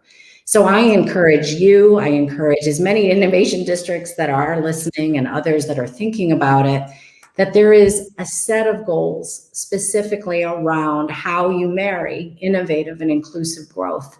And there are districts that are playing with this composition and this sort of marriage of these two things together. And it's a powerful combination, and this is where we must go. I feel very strongly about it, and I think this is where you and all the different districts and different regions are going to find themselves at some point, whether it's today or in the year.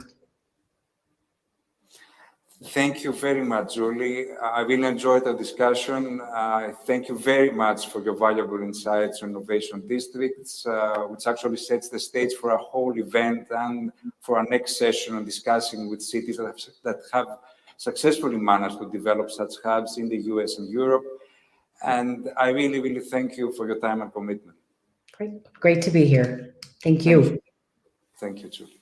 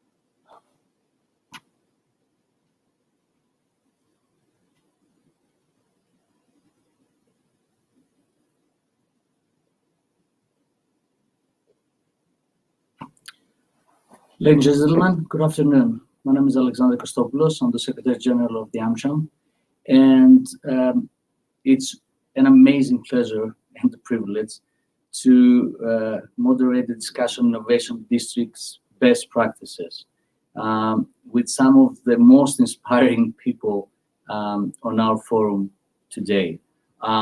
We have with us Stas Kaysen, Managing Director of Cambridge Innovation Center, Ces Admiral, Business Development Director, High Tech Campus in Eindhoven, and Sos Burns, Senior Manager, Financial Advisor at Deloitte from Rotterdam. Unfortunately, Matt Bergiser from the University City District in Philadelphia couldn't be with us today. We most certainly look forward to welcome him in another event. It's time to carry on the discussion from where Vasilis left it, and to see how these amazing places, innovation districts, in these role models for the rest of the world, Boston, Eindhoven, and Rotterdam, were able to generate this amazing environment that sparkles growth and creativity. Without further ado, I would like to welcome Stas, Ces, and George, hoping that I'm pronouncing the names correctly. And to invite, first of all, Stas from the Cambridge Innovation Center to share hopefully in a nutshell, his overview on that amazing thing that they have created there, and an overview of how innovation districts can reshape our markets and our lives. Stas?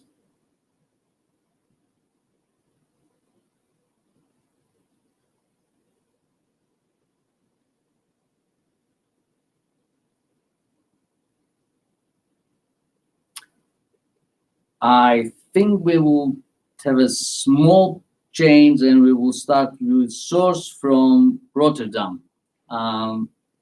Again, however, Rotterdam is still one of the most vibrant examples of this amazing innovation districts discussion. So again, welcome virtually in Thessaloniki, and looking forward to your overview.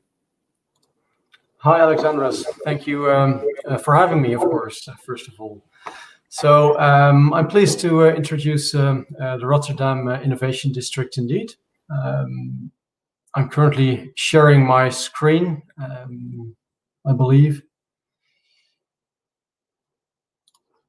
Yes, there we go. Thank you. So this is the Rotterdam Makers District, and my name is George Burns. Please call me George. That's the English version of my name. It typically goes easier. So I lead the Deloitte Real Estate Economics in the Netherlands. I focus on business cases, campus and ecosystem development, location strategy, and economic impact assessments. And since 2009, I've been working with the City of Rotterdam and the Port of Rotterdam on developing this amazing area, the Rotterdam Makers District.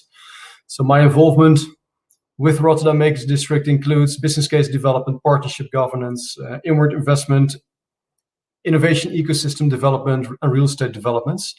So a pretty broad spectrum of advisory services that I've delivered here. So let's move on to the Rotterdam Makers District. So as you can see on the screen, the Makers District comprises of the areas RDM Rotterdam, located at the south bank of the River Maas, and the Merwe-Vierhavens, or M4H, which is typically easier for English speaking people, located at what we call the west bank of the River Maas. So the Makers District has a strong maritime and industrial history. Today it's becoming a vibrant hub actually for innovative manufacturing. And I'm glad to have the opportunity to open up the Rotterdam Makers District and share some insights, especially because this was formerly a very typical and raw industrial and maritime area, and today it's transforming to this vibrant space. I'm really excited about it, and I'm hoping to share some of that excitement with you.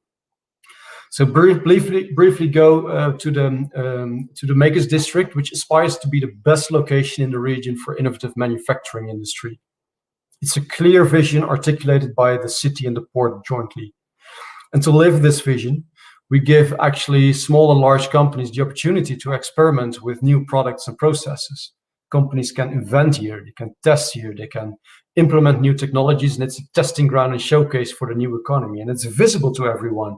It's visible for the people of Rotterdam. And the added value is that the Makers District has to offer is not just the physical space, but that of the business climate that encourages and boosts collaboration and entrepreneurship.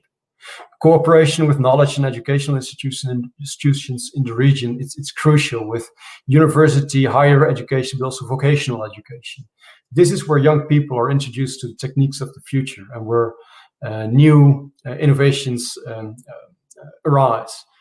So basically 2 areas. RDM on the South Bank is the hotspot for innovation in the port. It is home to education and knowledge institutions, basically, which allows for the creative crossovers that I just discussed.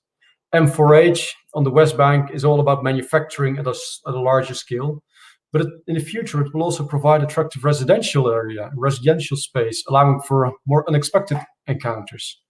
So in the Makers District is working hard to integrate the community of successful and innovative entrepreneurs with a broader regional innovation ecosystem. So what I would like to, I'm keen to share is some lessons that we learned whilst developing the Rotterdam Makers District. Innovation District development, I think Julie also mentioned that, is a long-term process. In Rotterdam, public involvement from the city proved to be pivotal for its success. And this page presents 5 selected lessons that we learned whilst developing the Rotterdam Makers District. So the first one around setting a long-term vision for development. Not so much for, both for physical development as well as the ecosystem development. Not so much to set a fixed dot on the horizon as a specific target, but to articulate a direction for development, providing an anchor point for stakeholders and partners to co-invest and to start working with you on the development of the ecosystem. The second one around connecting the innovation district with the city's DNA. Embed the innovation district in the regional ecosystem so that all partners and parties in the region can benefit and jointly can spur future developments, including with possible launching customers for the ecosystem. For instance, in Rotterdam, the Port of Rotterdam, one of the leading ports in the world. Connect with adjacent neighborhoods and allow that population to benefit from the emergence of the ecosystem as well. There are some poorer neighborhoods adjacent to the innovation district, and connecting them allows for a more equal spread of value. The third one is really about initiate content-based programming, what we do. So connect the wider ecosystem again, including startup funding. Rotterdam organized and facilitates a local maker district programming for companies, education institutions and the likes that are located specifically at the Makers District, but it also connected the Makers District with programming done by Rotterdam-based Cambridge Innovation Center, of which Stas Geyser will probably explain a bit more, CIC. It's critical here is not to drive this from the city hall, from a public entity, but let the ecosystem partners drive and deliver this themselves. They know best what they require, what their focus is. The fourth one is around initiate and drive strategic real estate developments. This is really from a physical perspective. Identify the developments that have the potential to catalyze other developments and actively stimulate these developments to make sure that the area is growing with the ecosystem itself. And the fifth and last one is to organize public-private cooperation for delivering value in the development of the ecosystem. We believe that the city should take the lead in order to kickstart the project or the process, but it's critical to involve partners to allow for a smooth transitioning towards some more private involvement down the road, and actually let the ecosystem drive their own development. So these are 5 lessons that I wanted to share with you, Alexandros. And the Rotterdam Makers District is rapidly turning into a vibrant business area with housing, a wide range of facilities, culture and events as well.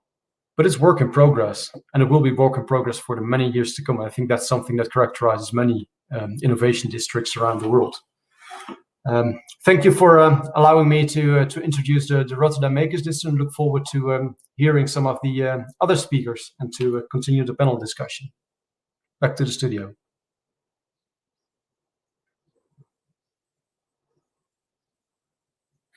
In the beginning, I would suggest, since we overlapped the initial listing, to stay in Europe and invite CES Admiral from Eindhoven with us to give us as well his overview on what exactly is happening in Eindhoven and how the innovation district there has sparkled that creativity and change that we all look forward. CES, if I'm pronouncing the name correctly. I think you have turned off your mic. Yes, thank you. This is why I think we need the innovation districts to leave behind us the torturing of virtual calls and sessions and get together once again physically. Yes, thank you for. Thank you, Mr. Kostopoulos, for inviting and to give me the opportunity to explain something about High-Tech Campus. My presentation is in your hands, so I would like to ask the director to change the slides. I want to explain something about the southern part of the Netherlands called Brabant, and we're nicely positioned in the western part of Europe, close to big cities like Rotterdam, the former speaker, but also close to Düsseldorf and Paris and London. And just to explain something about Brabant, there is a population of 2.5 million people, and it's in the southern part. Can we pass on to the next slide, please? And next, yes, please. And Brabant is particularly known for its R&D activities. So 50% of the research money that is spent in the Netherlands originate in the province of Brabant. And as a matter of fact, as a consequence of that, we have the highest economic growth in the Netherlands for already many years. Can you show the next slide? Probably you know that Philips originates from Eindhoven. ASML, a very famous manufacturer of semiconductor equipment, originates from Eindhoven. Also, many important tech companies like Philips Lighting, Signify, and NXP are located in this place. And what I want to explain you how we have organized our high-tech campus. So the next slide, there you see the picture of what the high-tech campus is. Actually, it is a square kilometer of very innovative companies located all together, very close to the city of Eindhoven. You can see on the photograph. And I want to explain what the past, present, and future of this area is. Can we move on to the next slide? So we were founded by Philips. Philips located its long-term research organization over there, and we changed to an open innovation district in 2005. And we introduced open innovation as one of the first in Europe, being helped by a lot of Harvard professors. And we grew from only one location, Philips Research, to 230 companies right now. And we changed from application areas. First, we started with high-tech hardware developments. And now we are also focusing on software and especially AI activities. And can we move to the next slide? There we can focus on the key characteristics of the campus. Already explained, over 230 companies are located over there. 12,000 smart people work here, and it's a very international location for two main reasons. First of all, the companies, they recruit on international level because they want to have the best people, not from a specific nationality. And second, we promote diversity because out of diversity come the best ideas. So we want to have multi-talents, talents both in the technical sense, but also in economics and also in engineering. But also, for instance, especially when you talk about AI, we need people who graduate in law schools. So it's very important, the mix of the people working here is as broad as possible. So can we move on to the next slide? We started with the concept of open innovation as introduced by Henry Chesbrough. And we have a nice mix of companies, multinationals, already mentioned companies like Philips, ASML, but also IBM, Intel are there. Small, medium enterprises, often in the role as a supplier or partner to those multinationals. We have research institutes like IMEC from Belgium or TNO from the Netherlands. We have service companies. So think about patent offices just to make life easy for the companies located over here. And last but not least, quite a big number of startups.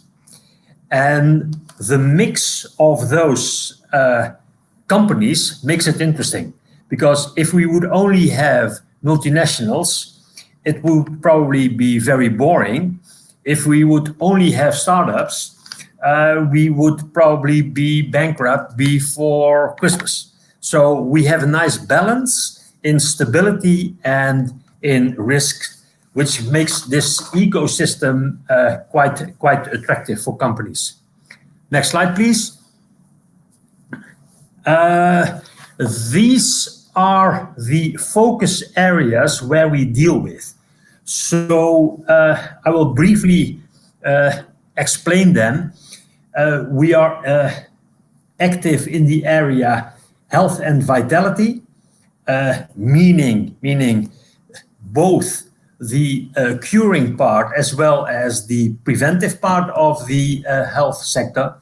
We have smart environments and connectivity as application area, sustainable energy and storage, and also, and more from the last year, we have added software and platforms, and of course, very important as a future new technology, applied intelligence. So everything that has to do with artificial intelligence. We've also set up, in cooperation with some big companies, an AI innovation center to stimulate AI technologies overall the campus. And my last slide, I will show you that it is very stimulating to have at the heart of the campus a central building where all social activities take place. So in all the individual buildings, there are no restaurants allowed anymore. So the restaurants are all located in this building. You see it in the picture. It's centrally located, and people like the concept because there are no restaurants or catering facilities in the buildings anymore. It's all concentrated in the central building. So this stimulates people to meet other people during lunchtime or during drinking a cup of coffee in the Grand Café, or when you're in the conference center, you can easily meet new people. And this is a very nice concept to stimulate people to contact other persons, and that's the first step for cooperation, of course. So this is my first introduction about the campus. Maybe we can discuss the concept in more detail when we have the discussion afterwards. Thank you. Most certainly we will. Thank you so much. I'd like to move quickly, since we moved beyond the original listing, to Stas Gayson, Managing Director of Cambridge Innovation Center in Boston. Again, to give us an overview of what exactly is happening in Boston and how they have managed to create such an amazing environment there. If you're ready, Stas. Good afternoon. Welcome to Thessaloniki. Thank you. Thank you. Looking forward to being able to do these in person. We do too. So thank you very much. I think it's important. I wanted to have this conversation without slides, because I wanted to talk a little bit about the human element of what it means to build an innovation ecosystem.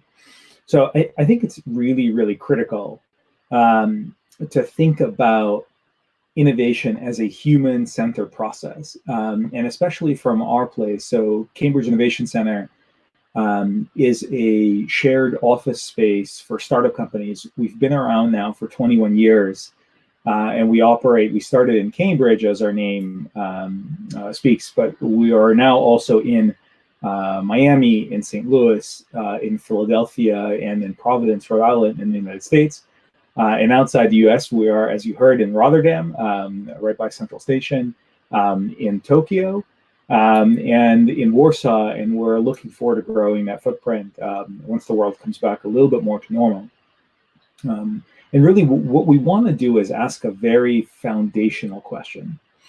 How can we build the physical infrastructure for innovation layered on top with the social infrastructure for innovation in a way that allows people to go from idea to early stage product in a successful way? And for us, this is a business that operates a physical space, but that physical space is not in itself the product, because anybody could build an office. It doesn't take something. Anybody could walk into our space, take a lot of photos, and build something that looks a lot like our space. And over the last 20 years, some people have. But the critical missing element is the human element. And it's easy to talk about, but hard to do. So I want to talk about why that impacts us. But I think first it's useful to think about a certain kind of framing about what actually is innovation, and what's the difference between the person with the really crazy idea and the person who's taken that crazy idea and turned it into something that is a company, and that innovation is then brought to the world. So I remember when I founded my first company, people would often come to me and they would say to me, how did you come up with this idea? And it's fascinating because it ultimately is the wrong question. And I think a lot of the construction of innovation ecosystems is about finding the right answers to the right questions. And it starts with asking the right question. So the right question for an innovator is not, how did you come up with the idea? Because frankly, while it's usually a great story, and oftentimes the story is embellished, sometimes involving garages, and all sorts of other things. The truth of the matter is, it's not that important how you come up with your idea. In the same sense that if you think about this from the perspective of somebody who's married, it's not that important where you met. It's a beautiful thing to talk about, and you say, I met my spouse in this place. But the fundamental element of marriage is, how do you work on the marriage? How do you make it work every day? And similarly, the fundamental thing about innovation is not where did you have the idea and how did you have the idea, but how have you taken that idea and made it an idea not only yours, but also an idea of other people, the people you brought into the company as investors, the people you brought into the company as colleagues, the people you brought into the company as partners, the people you brought in the company as suppliers, the people you brought into the company in the ultimate most important question is as customers. So how have you taken your crazy idea and made it something valuable to others, solved the problem that they have, and continue doing it at a bigger and bigger and bigger scale? And that's ultimately the question of innovation. It's not, did you come up with the idea? How did you come up with the idea? Or what was the idea? It's, did you make the idea relevant to other people? Did you engage them on the journey? And did you scale it to be relevant? So that's the question that we want to ask around when we're thinking about building innovation ecosystems, is how do we incentivize not only the ideating, but how do we incentivize the process of ideation to reality and reality to scaling? And that is a combination of business mindset, venture capital, and also the idea that you're plugging other people into the journey for whom the thing is valuable. And this is often the thing that gets missed, that the customer is the first person to whom the product is marketed. It's the first person to whom the product is sold. But it's ultimately the only person to whom the product is valuable. And that's something that gets missed in the creation of innovation ecosystems. So what does all of that have to do with building physical office spaces? So we think about physical office space as the place in which these interactions are moderated.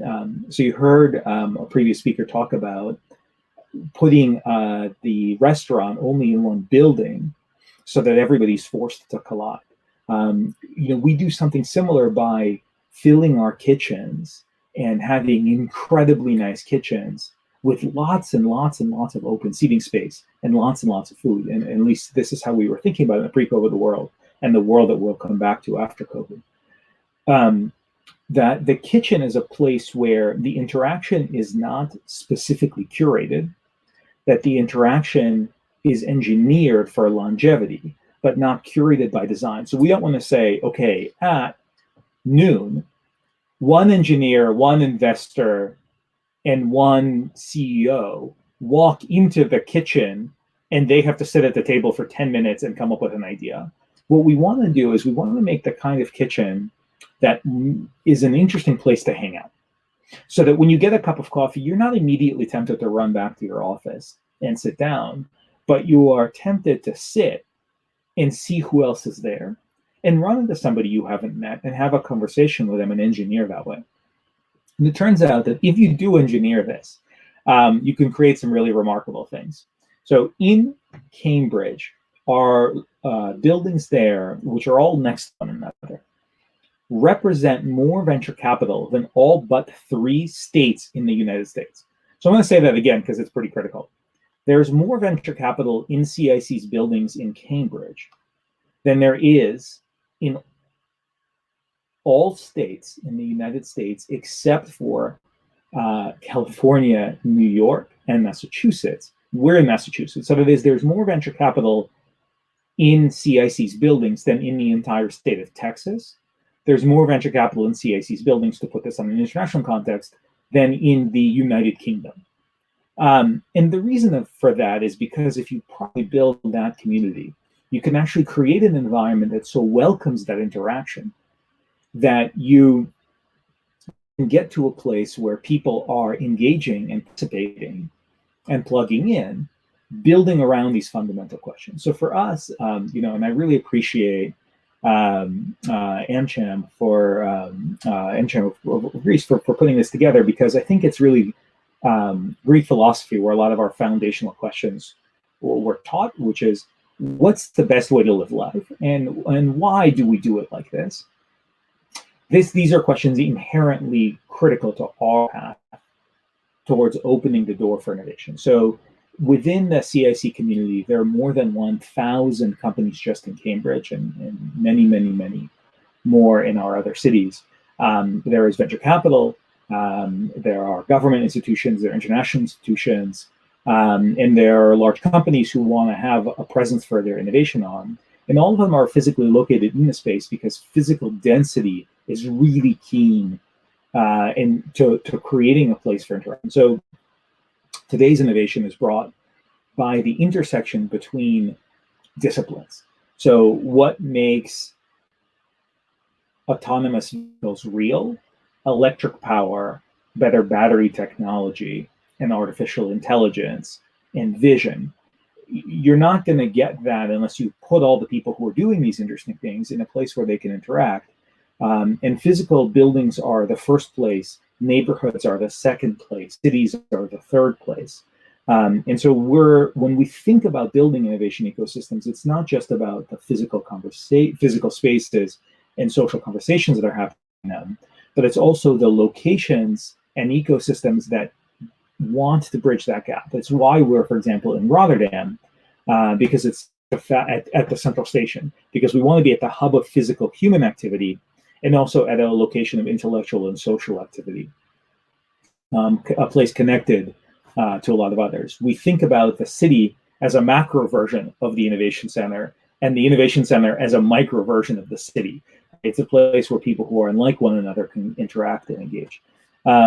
So I think with that, I just want to close on saying that the journey of the entrepreneur, the one that we're trying to engineer for, is really the journey of a very, very crazy person who has an idea and then engages other people in the realization of that idea and turning that idea from concept to reality to scaling. And that when we're thinking about building our innovation pathway, we really want to think about how do we encourage the idea stage, the reality stage, and the scaling stage. And so how do we help people generate the idea? How do we help them bring in others? So that is co-founders, partners, customers, employees. And how do we help them scale? And that usually means partners like large multinational corporations, whether they're partners, co-sellers, or customers. That's the journey we're trying to encourage when we build our innovation ecosystems. And we're trying to help these crazy folks convince others and then sell to the world. So that's the kind of the innovation journey. It happens a lot in our spaces, but ultimately that's how the key point in innovation ecosystems is enabling that path by asking the why questions along the way and helping that really crazy person become a little bit less crazy and a little bit more connected by realizing and then scaling the venture. So with that, I want to turn back to the speaker. Thank you for inviting me here. Really honored and excited for these conversations and looking forward to your questions in the chat. Happy to talk through and talk a little bit more about this. I have a huge passion for this topic and I'm really excited to be here. Thanks so much for the invitation. Stas, thank you so much. I remember a few years ago, we had the privilege to visit CIC in Boston. It was an amazing experience. I have tons of questions. I think I will hijack the rest of the forum and discuss only with you three. And it will be a fascinating thing to do. And then everyone will hunt me down. My first question actually it goes to all of you. Just before our session, we had Julie Wagner with us, and she mentioned that one of the most important challenges with regard to innovation districts is to be able to take all the local leaders, in this case, and agree how they will join forces to achieve more and grow more together. So my question is, given your experiences, how difficult it is for all those different mentalities that can be found in local leaders to come together and join forces into sort of a manifestation of we will achieve more together rather than each one separately. I don't know, whoever wants. Stas, since you are the last. Sure. Yeah, maybe I'll let me just say 30 seconds. I actually think it's okay for people to disagree. In fact, the best entrepreneurship comes from people who say what everyone else is doing is wrong. Let me go do a thing. And for the leaders to support that is critical. I think there's a piece to this that's a fascinating one. In Boston, one of the things that has made Boston so special in terms of developing an innovation community, and something that we look for when we grow to places around the world, is an individual willingness to first do and then ask, what will this do for me? And in the best places, people don't ask that at all. They just assume it will work itself out.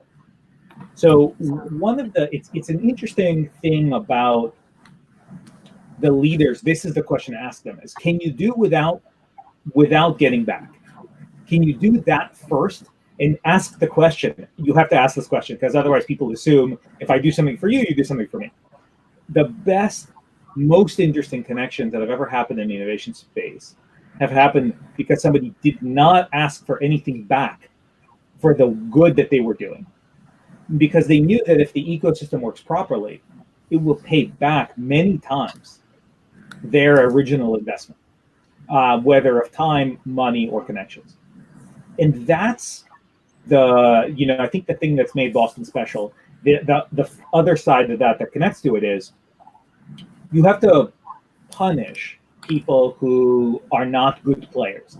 So if somebody cheats, if somebody doesn't tell the truth, if somebody is a bad actor in the ecosystem, the way to do that is to not include them in the conversations. So you don't have to do anything harder than that, but simply don't include them. And so you want to include the good and not include the bad. And then when you do that over a series of cycles, you'll filter for the best. And then that ecosystem ends up working. So you don't need to pre-agree. You just need to create benefits for good behavior, penalties for bad behavior, and then run the cycle.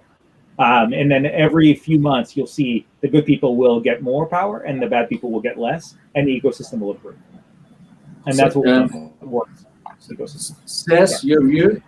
Was it that difficult in Eindhoven? Yes.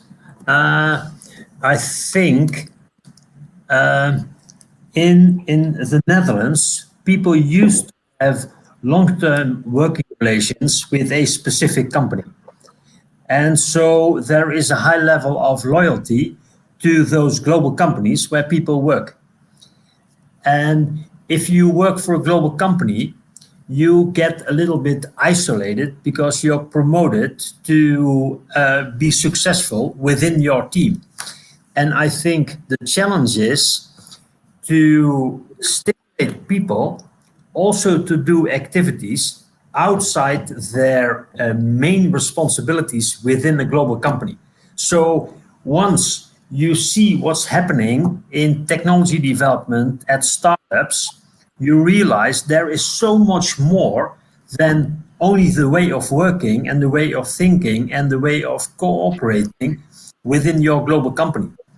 And I think when we stimulated people working for global companies to be able to contact within the network, to be in contact with young people that work in startup companies, they realized, hey, my world is getting too small. I should do something extra to get motivated from those young people working at startups. And I think that's a key to sharing information and to be part of a real active ecosystem. That's our experience, I think. That's true. George, Yes. Rotterdam, out of that slide that you showed us, seems such a huge project. Was it difficult to bring all those stakeholders together? Definitely, it's a huge project or process, like you mentioned. Indeed, I think it spans a couple of 100 hectares of area. It's different than the concept, of course. Stas is running Cambridge Innovation Center.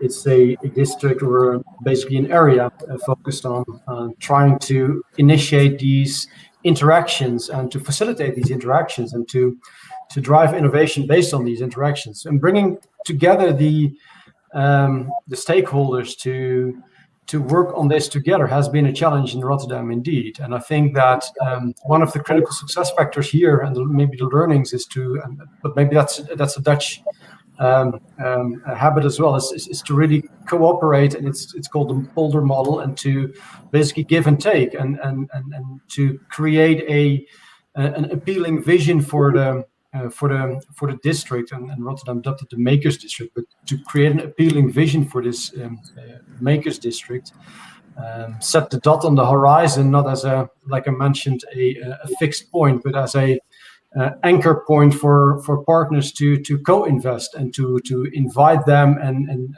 to co-invest and to work with you on further developing the region. And like Stas mentioned, join us or please do join us. And if you don't want to join us, fine with this. You don't have to agree, but we'll end up with the ones that want to work with us the most.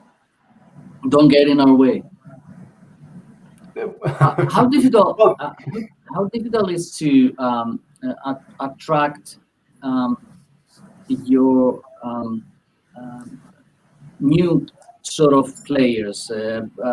Says you mentioned about a number of multinational companies that have embarked on the journey of Eindhoven. I'm sure this is the case with Rotterdam and the Boston as well. So moving from the initial group of principals, is it solely a situation where people are just knocking on your door because they see the potential, or there is an approach on how to attract potential new players? No, we have to work quite hard to be successful. So sometimes we're helped because people knock on our doors. You're right, but in general, I think because of the mix of companies we have several successful cases that attracts again both multinational companies as well as startups. And we closely work together with the University of Eindhoven, so including the network of the global companies, we have quite an impressive network on a worldwide level. So we can easily be in contact with interesting companies that are active in our application areas. And that's the main source of leads and prospects for us. And of course, we always are very eager to be in contact with startups that fit in the ecosystem, meaning we can add value for those startup companies, and we can demonstrate they can be more successful here than in any other place in the world. That's typically also what is happening in Cambridge Innovation Center. Of course, you try to make a location where companies can be more successful than any other area within let's say a couple of 100 miles, and then you can be very attractive for companies. Thank you, Stas. On attracting new players, principals that can add value to the ecosystem, what is your secret? There's not much of a secret. I think if you think about it from a perspective of the area, it's very useful if you have a very good research university, like across the street from you. For example, let's just hypothetically call one MIT. If you were to pick any three letters, for us, in Cambridge, that's been very helpful. Or let's say, for example, if somebody built a massive hub train station that's a few minutes from the airport and they just happen to call it Rotterdam Central. Just hypothetically, again, we're speaking. So look, there are structural elements that are absolutely critical, and we choose our locations based on not only what we ourselves will build, but what other partners in the ecosystem have created, whether they're university partners, government partners, or structural things like railway stations that are done by governments or kind of other similar actors. I think what's been very helpful for us in terms of talking with I think about them as scaling partners, government funds, large corporations who can kind of plug into innovation and say, okay, you have a really good idea. Is it okay if I help you sell this thing halfway around the world in a place where we know the regulations, but maybe you don't? Or can I take this technology and can I adopt it in a product that I have? Because this concept is very useful. You may have a good AI concept, but let's apply it to looking whether fruit has fungus so that we can figure out automatically if fruit going down an assembly line before being packaged is good or bad, so it doesn't spoil the whole batch. Being able to kind of make those connections is very valuable. For us, we found that large corporations are actually incredibly hungry for new ideas because, as we've seen, for a lot of large companies, they have trouble generating new ideas. They're incredible at engineering, scaling, making more efficient the production of what they're currently working on. So doing something that they're currently doing 5% better is incredibly easy for them, and it's what they work on every day. But coming up with something that is completely different is very difficult because every process in a large company is, how do we do the thing we're doing better, faster, cheaper, in more places? That doesn't say, what if we were doing something else completely? And so we found that multinationals and kind of their large-scale scaling partners are super interested, but they have to see what's innovation, and they have to see where the innovation is real. So part of our job is to also showcase what's happening. And again, I think this is where there's a lesson for Thessaloniki. How do we show the world what's happening here? And that's the lesson for every innovation ecosystem, because until you know, you don't know. And then when you have that, what Seth was talking about a bit is part of it is a consultative conversation. So even when somebody knocks on your door and they say, we want to be here, you ask them why and how could we make your state valuable? And that's whether you're the innovation center or the city or the district. Because if their state is valuable, they'll tell everybody. And if it isn't valuable, they'll also tell everybody. And so you want to make sure that you're being helpful, not in looking at the long term is, can I give value to my partners so that they say, this is the place.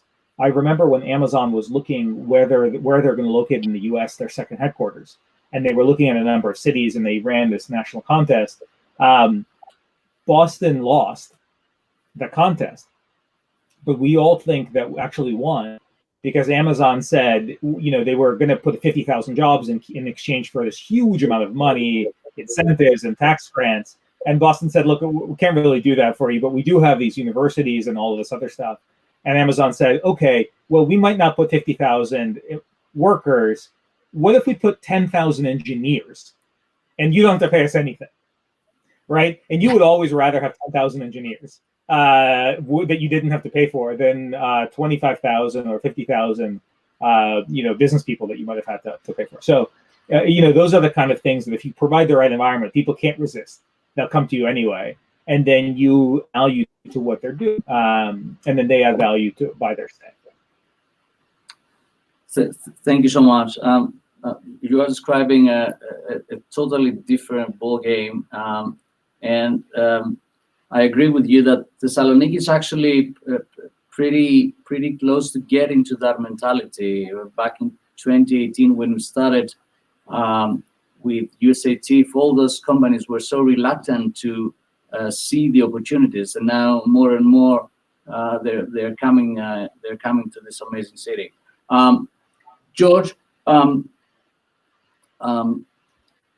how, given the similarities between Rotterdam and Thessaloniki, of course, the difference in scale as well. What would be the biggest challenge that you see for a regional, smaller city like Thessaloniki to cultivate an innovation district in an internationally competitive manner? Mm-hmm. Yeah, thank you. That's an interesting question indeed, and I think that building on Stas's comments just a few minutes ago, I think that the greatest challenge here, especially for a smaller regional player, which is Rotterdam too, which we had the same challenge with, but is to really showcase your examples and showcase the success stories and tell the world to what can be done in Thessaloniki and what has been done in Thessaloniki. And, you only know till you know, like mentioned before. So I think that's the biggest challenge here for Thessaloniki is to showcase and to let the world know that what cool stuff is happening here. That's really the trick. And from a attracting companies perspective, indeed, it's on the one side selling the ecosystem should sell itself. So the launching customers and the startups should. If they are the ambassadors of the region, then they will tell the story of the Thessaloniki ecosystem vividly.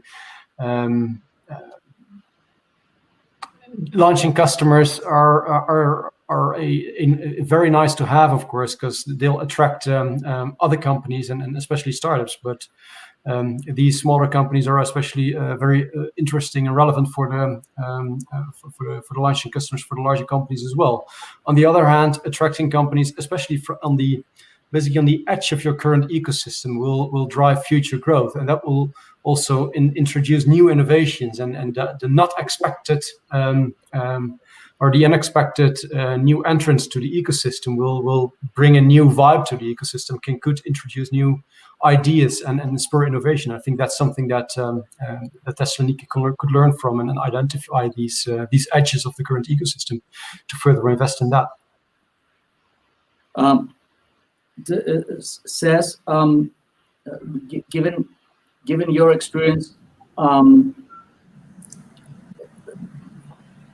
is the collaboration with the broader region around Eindhoven something that was an easy task in the sense that Thessaloniki stands in a unique location that can attract opportunities, talent, and ideas from a broader area around them, not solely from Greece, but also from other neighboring countries as well.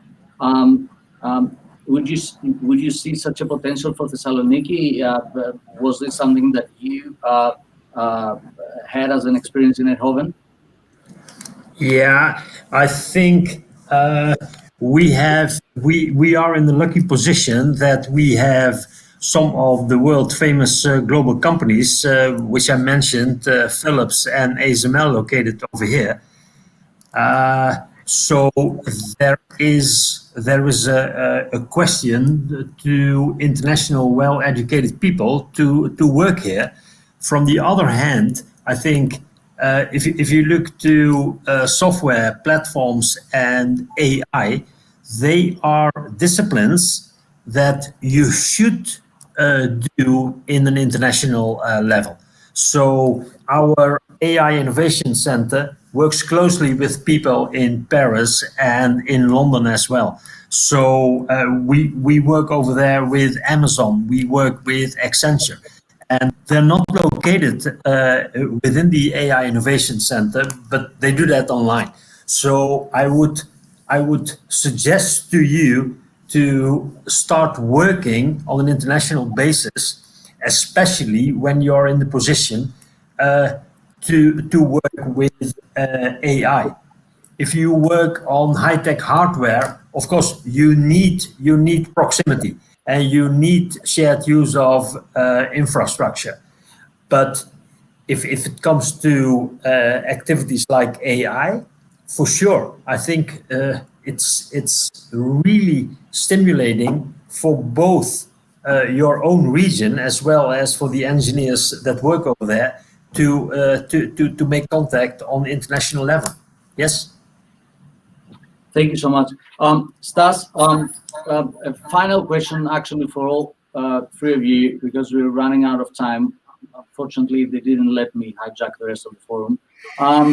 So my question has to do with creating a broader growth for the community, not only for those inspired, super creative, talented, highly empowered people that will directly be part of the innovation district or the innovation center, but the broader local community. Do you see in Eindhoven, in Rotterdam, in Boston, or in the other places of CIC that positive impact in the local communities, especially in a period full of immense challenges?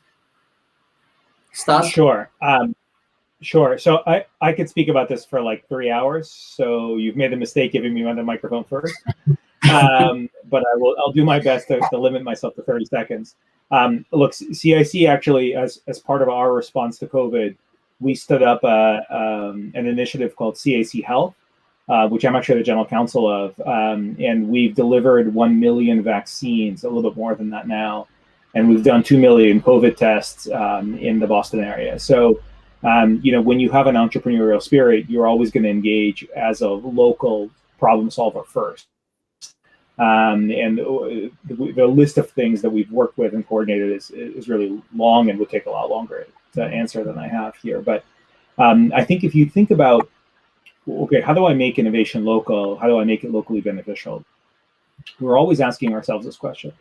And one of the critical answers has to do with how do you keep innovation to stay, as opposed to your company is formed in your area and then goes and grows somewhere else. And of course, I don't need to say this, but out loud, but it's well known that there are a lot of very promising Greek startups in New York and London. And so how do you keep them in Thessaloniki? And I think the answer, by the way, is that COVID has taught us that we can work from anywhere. And so that means that you can actually keep your company wherever you want it to, as long as there's a reason. And so for me, that says that when you have to make your ecosystem two things: easy to get into and hard to leave. So I have to be able to come and get my company to get going very easily, but it should be so amazing to stay here that I don't want to go. If you try to keep me, entrepreneurs will find their way out of any kind of handcuffs you put them into. But the one handcuffs they don't want to leave are good people and a good place to live. So if you're making a place if you make a place that's easy to get into and hard to leave, people will come and they'll stay. And then the other piece of that is invest in people who are local and help your local companies find local talent.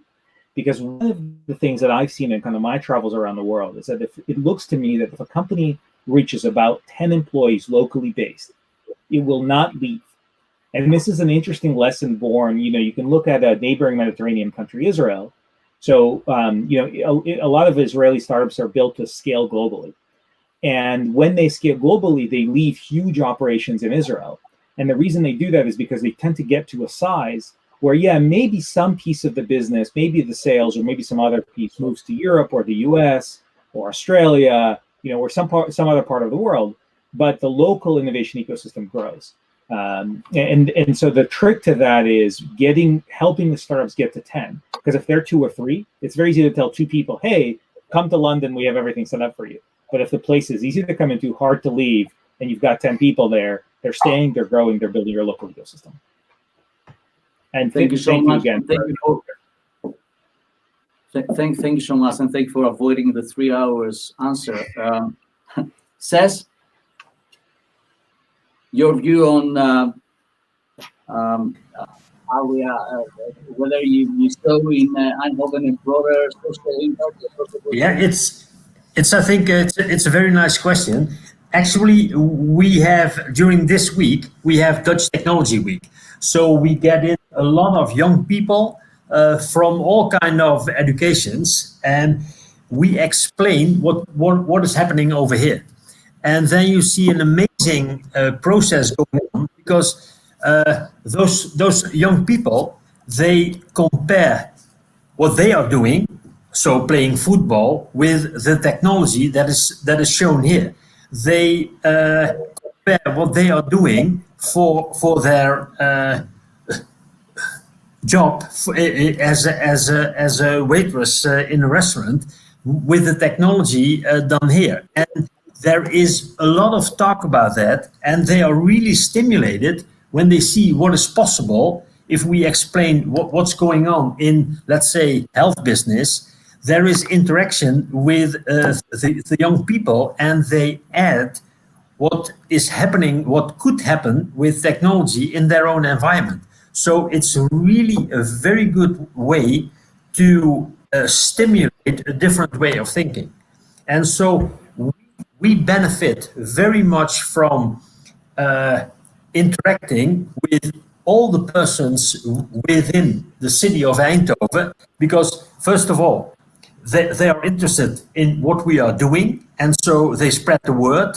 But second, they also themselves, they create a different way of thinking about their own activities. So it's a really nice process to involve all kind of persons from the broader area with technology, because they like it. Thank you so much. Sometimes to explain. Thank you so much. George, your 30 seconds question, because they have started to throw things on me. Thank you. I'll keep it short indeed, and I'll take a more a public side perspective on this, because companies are doing a great job on this, but I think it could even thrive if public policy is in place that creates a backbone of services with local involvement. And in this sense, to Rotterdam, for instance, is actively stimulating involvement of local entrepreneurs in the Makers District, from high-tech startups to selecting local catering and transport services. I think the city or the public entity governing the governing entity could play a pivotal role in here and could actually facilitate this spread of wealth over the region, and to make sure that there's a social perspective on this as well. Thank you so much. I have to, since I have you all on camera, I have to make you promise me that next time we will meet in Thessaloniki in person to monitor and value our progress, how we will have built this amazing new innovation district, Thessaloniki. Thank you so much, Stas, Ses, and George, for giving us the opportunity to learn so much about Boston and Eindhoven and Rotterdam. I'm so sorry that Matt could have been here with us to speak with us about Philadelphia as well. Thank you all so much for participating in that session, and I apologize to the next session for getting a little bit late in starting off. Again, thank you so much. Have a nice afternoon. Thank you. Thank you.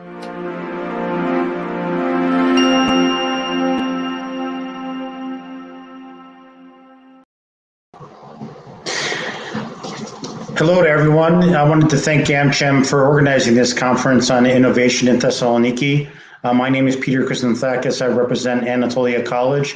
We're excited to be a member of this development as the premier nonprofit private educational institution in Thessaloniki. We have a major role to play in all of our academic divisions. And today we have a former trustee with us who gives me great pleasure to introduce. Jamie Merisotis is a globally recognized leader in philanthropy, education, human work and talent development, and public policy.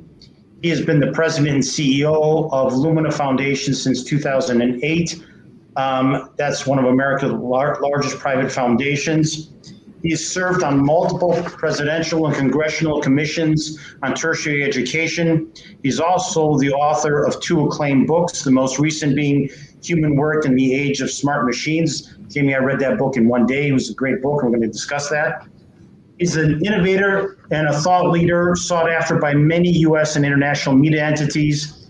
His writings have appeared in many media outlets, including the Washington Post, the Wall Street Journal, the New York Times, and others.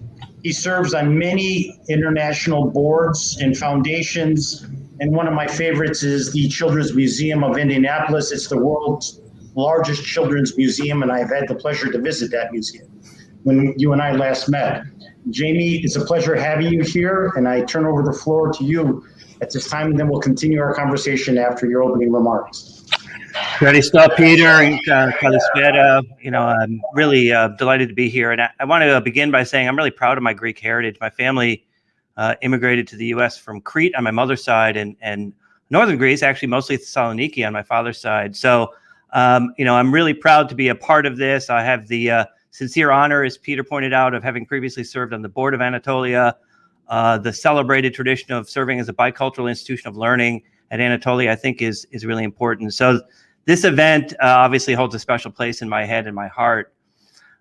This first Future Thinking Dialogues, I think, is a fitting series for the American Hellenic Chamber of Commerce, because I think you're focusing not only on today, but also on tomorrow. And I've noted some of the important work that the American Hellenic Chamber has already undertaken. For example, the Women in Business Committee's recent bicultural webinar on the effects of the pandemic on women in the workforce and the importance of well-being. My own career has been global, working as an advisor in the U.S., in Southern Africa, Europe, and other parts of the world. And it's always focused on making this learning and working intersection more inclusive to literally serve more people better. And I'd note that Greece is one nation that's done reasonably well in the race to improve talent to meet rising demand. If you look at the 2018 OECD report called Education for a Bright Future in Greece, Greece has improved the educational attainment of 25 to 34-year-olds over the last decade, with 41% of this cohort having completed tertiary education, which is roughly in line with the OECD and EU 22 averages. The report goes on to say that high-quality education is a key for boosting well-being in Greece in the future. Similarly, improving higher education is Lumina Foundation's mission. Our mission is not international. It's solely focused on the U.S., but we take our global responsibility seriously, and by that I mean the responsibility to learn from others and to contribute our knowledge to our partners and friends around the globe. In 2008, we began working as a national advocate and catalyst for the goal that 60% of Americans have a high-quality degree, certificate, certification, or other credential by 2025, a number that stood at 38% at that point. Today, while we still have a way to go, we stand at 52%. In other words, Americans have earned 12 million more credentials net than when we started. I believe that creating learning that's accessible, that's lifelong, and that prepares everyone for a rapidly changing global future is imperative, which in part is what drove me to write that recent book that Peter mentioned on human work. And as I worked on the book, I concluded that there's a question that we all need to answer that's getting more urgent every day. And that question simply is, why are we as nations, as communities, so focused on this thing we call education? What's it really for? And, pondering that question started me on an exploration of the work of the future. And I say work of the future rather than future of work, even though many people use those terms interchangeably. I prefer work of the future because I think we have to acknowledge that learning is important and work matters. And when people say future of work, I think at least some of them are questioning the basic idea of whether work itself is important or meaningful. And I think they're wrong. And here's why. Over the last decade or so, I've seen an almost obsessive focus on the so-called future of work in the international media and academic studies and books and in policy discussions. And frankly, most of them fall into what I've been calling the robot zombie apocalypse camp. The dominant narrative is one where there's massive job loss, fueled by rapid advances in artificial intelligence. But at the end of the day, we know that technology's always played a role in both job creation and job destruction. It's possible that technology could very well create millions of new jobs, as it always has in the past. But that doesn't mean that things are not different this time, because they are different. And we need to pay attention to how and why they're different, because the work of the future will change almost everything we take for granted about jobs and employment. And I think it has enormous implications for what we today call higher education at all levels. What's different is the tasks that humans will need to perform, as well as what people expect from the work that they're performing. Now, think for a moment about what happened to jobs in the US, Europe, and around the world before COVID. For decades, we've seen an enormous increase in the demand for skills across almost all occupations. And here in the US, this shift was accelerated by the Great Recession of 2008-2010 and its aftermath, and is continuing today. The most obvious impact has been an increase in the value of university or college degrees. According to the Georgetown University Center on Education and the Workforce, more than 5 million jobs for Americans with a high school education or less disappeared and never came back. Meanwhile, jobs requiring some college or an associate degree took a hit during the recession, but then grew steadily. Those requiring a bachelor's degree actually went up during that recession and have continued to rise for the last decade. Indeed, in March of this year, there were over 900,000 new jobs created in the US, but only 7,000 of those 900,000 new jobs, less than 1%, went to people with only a high school diploma. It's also worth underscoring that the number of good jobs, those that pay meaningful wages and offer things like healthcare, retirement, and other benefits, has been shifting to people with higher levels of education for a long time. In total, the number of good jobs has increased and continues to do so, but not everyone is benefiting. Those with only a high school education are being left behind. So these trends explain why the US economy can look so strong on average, but leave many people feeling like their standard of living is deteriorating. You know, they feel that way because it's true. So most of these conversations about the future of work, I think, largely overlook or understate how less skilled workers, including here in the US, many Black, Indigenous, and workers of color, are being disproportionately impacted, particularly in industries like healthcare, retail, and hospitality. Of course, these are the very people who've been hit hard by the pandemic. So while there will be, I think, many good jobs to be had in the coming years, they will be different jobs, and they will require higher levels of knowledge and skills across the board. All jobs are changing, and people need to change along with them or they'll be left behind. So as technology advances, we should assume that any task that's repetitive and predictable, mental tasks as well as physical ones, will eventually be performed by a machine. So, you know, at its simplest, human work is the work that only humans can do. In other words, it's work in which the people performing it are actively engaged in responding to their environments. Because the landscape for human work is dynamic, it isn't repetitive, and it's much more difficult to automate. Artificial intelligence and other technology gives machines the ability to learn through speed and repetition. But the harder it is to discern patterns and nuance, the more likely it is for humans to be able to do it. The most unpredictable environments, of course, are those created by other humans, which is why so much human work involves interacting with people. Human work is rooted in our intelligence, our drive, our values, all things that are different than what machines possess.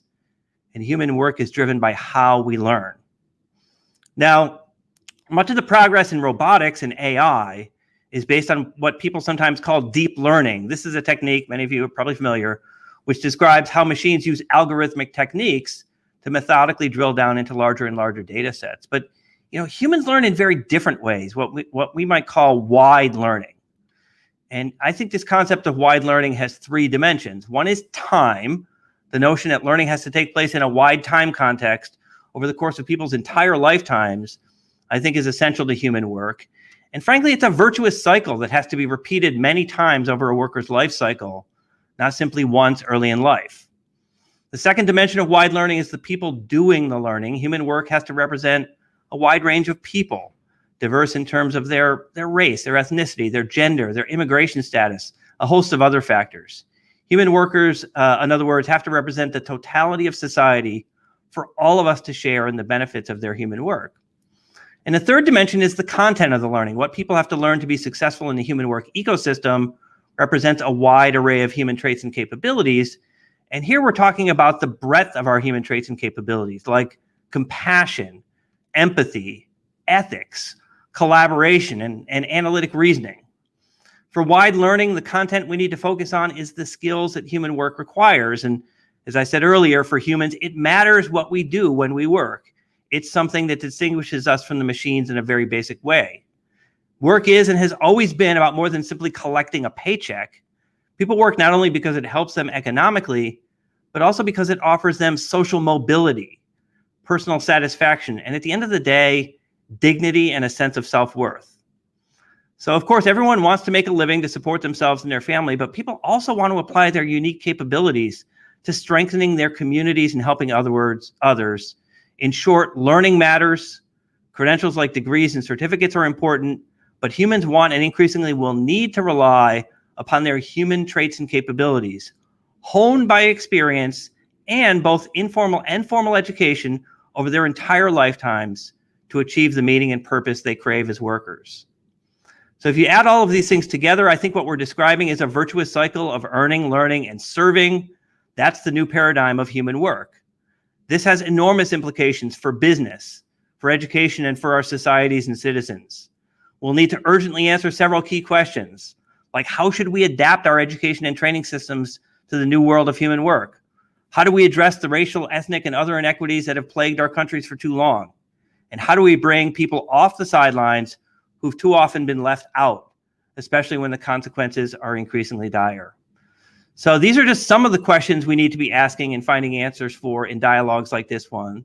So let me end there and thank you for the opportunity to be with you, and I'm looking forward to the questions and comments.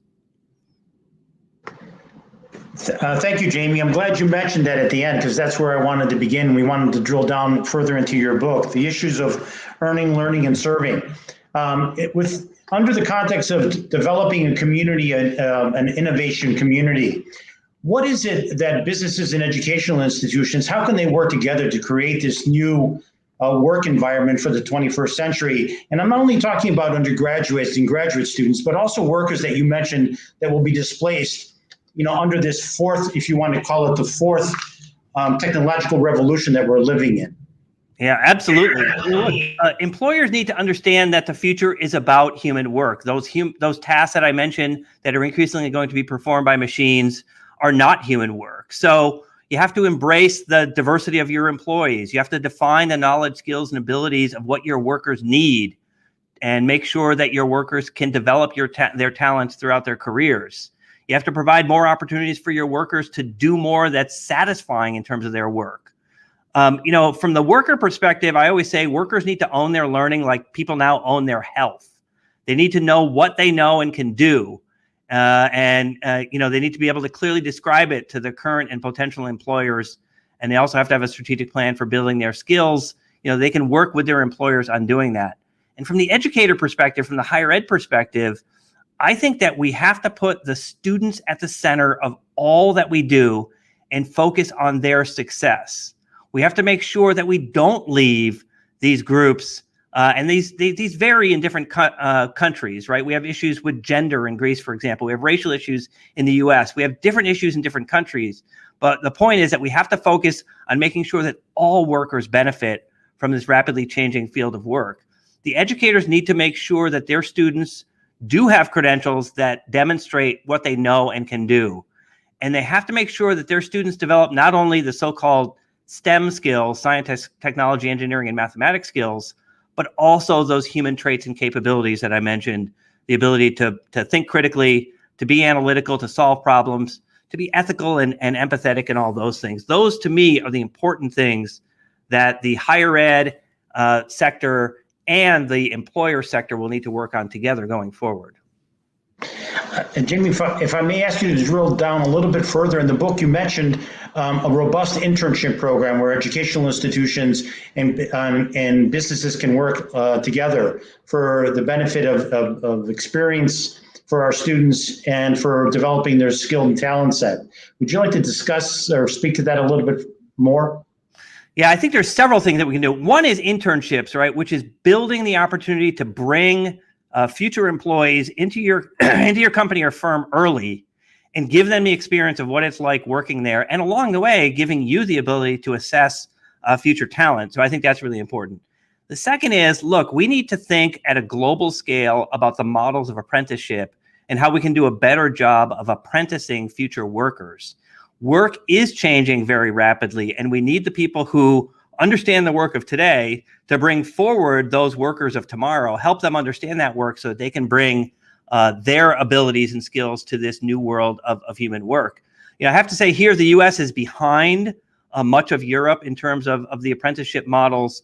And in particular, I think we need to focus on apprenticeship, not simply as apprenticeship from the perspective of what people used to call the trades, the hands-on fields, but also things that require a professional skills and opportunities. So we're seeing growing use of apprenticeships in the business sector, in finance, for example, in the U.S. We're seeing it in the medical field. in a growing sense. And I think those apprenticeships combined with the internships are the hands-on practical experiences that you need to be able to adapt to this rapidly changing work of the future. If I may, for the last topic of our conversation, switch to or focus on the third element, service. What I found interesting in the book is, how you work in the soft skills that you talked about, but really an ethical society, one built around service and helping build a more robust and fair society and democracy. I would ask you to address that concept of your book as well.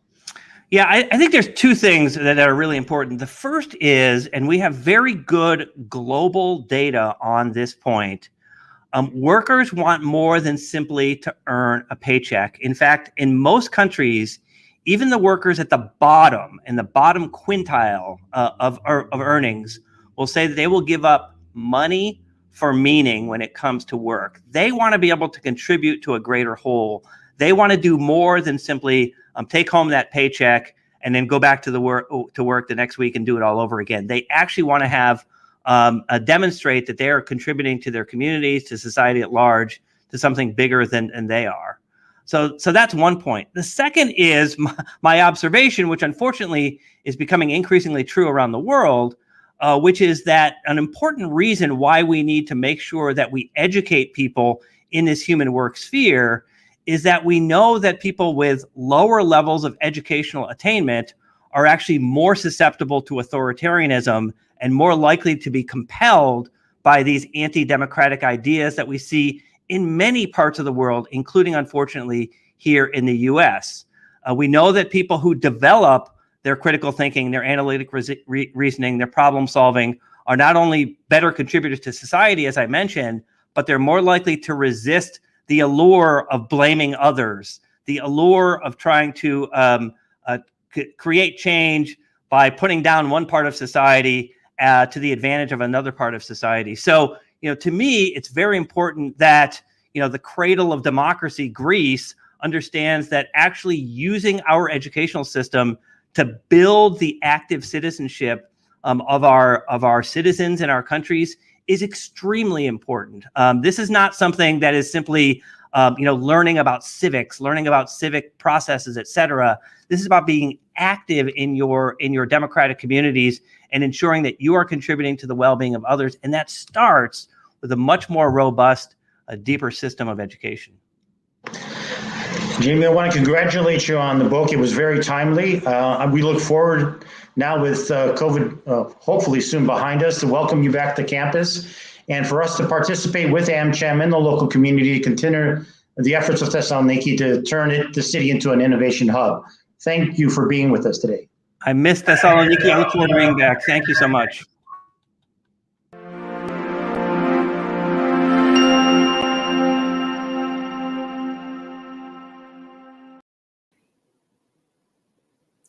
Good evening, ladies and gentlemen, and welcome to this session discussing the Netherlands' good practice in incubation development and implementation.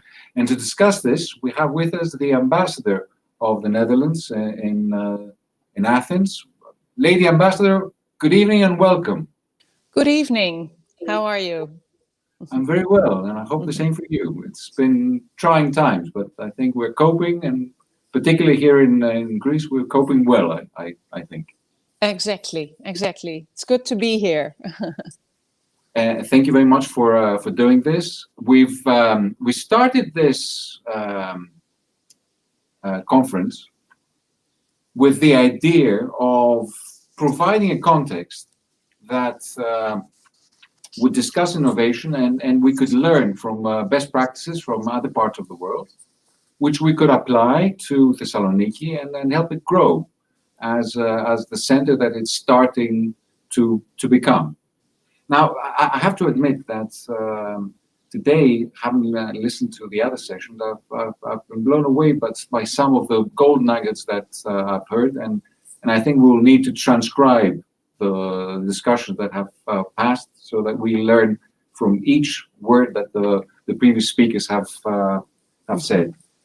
It's been tremendous, and I'm really looking forward to our session, particularly because I'm impressed by what Holland has done. I mean, out of you saw we spoke about innovation district, and 2 out of 3 were in Holland, Rotterdam and Eindhoven.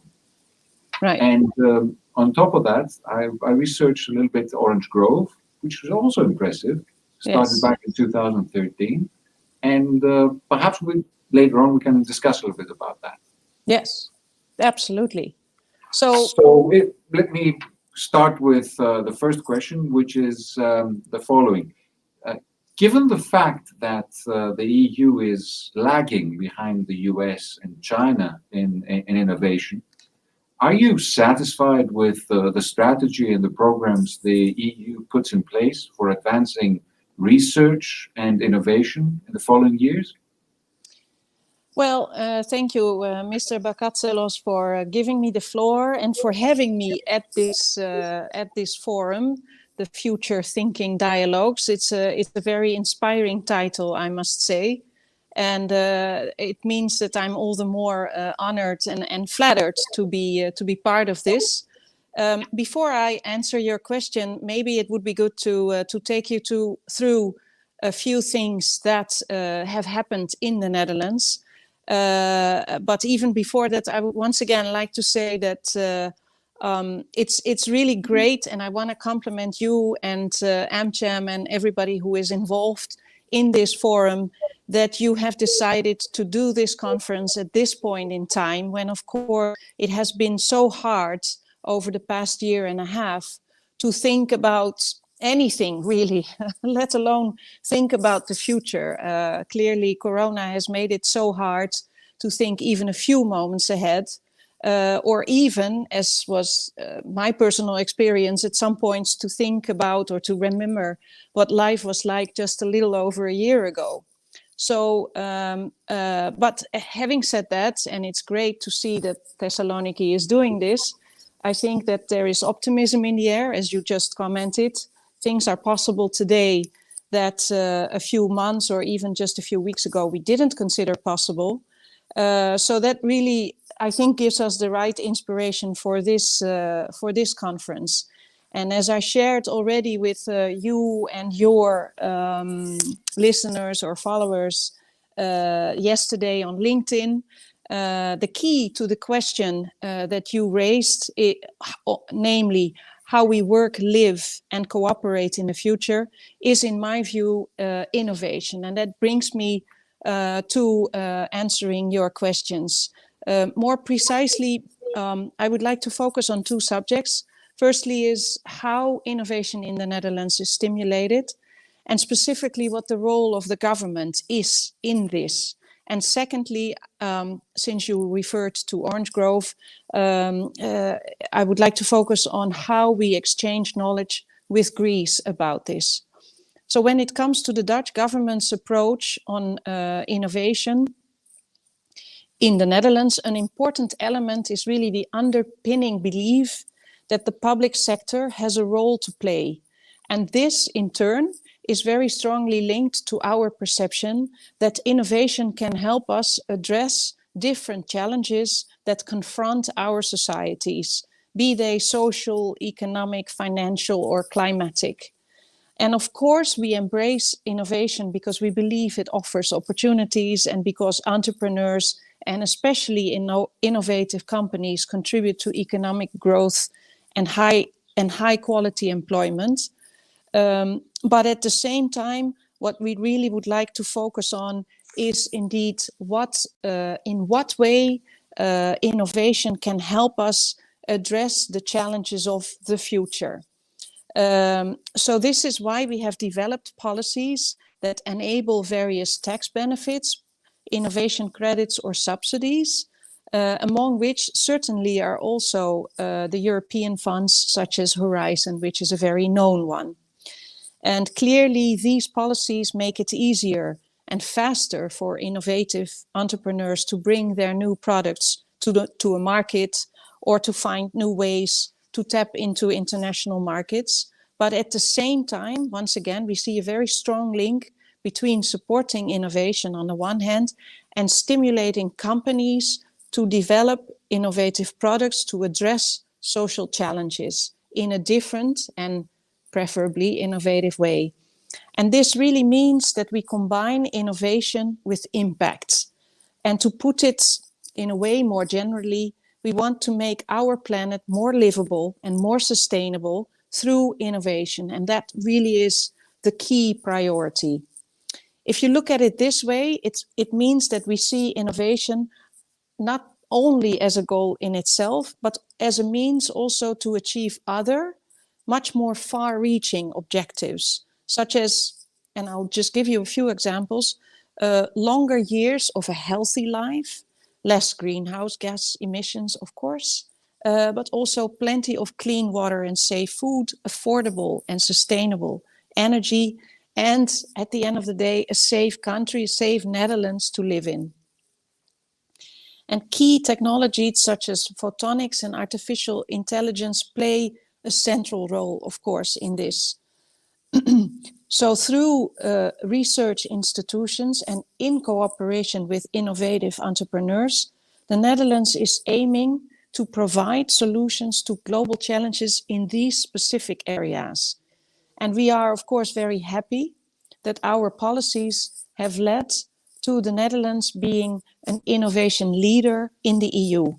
More specifically, we are one of the 5 countries that have been labeled as such, based on the European Innovation Scoreboard 2020 of the European Commission.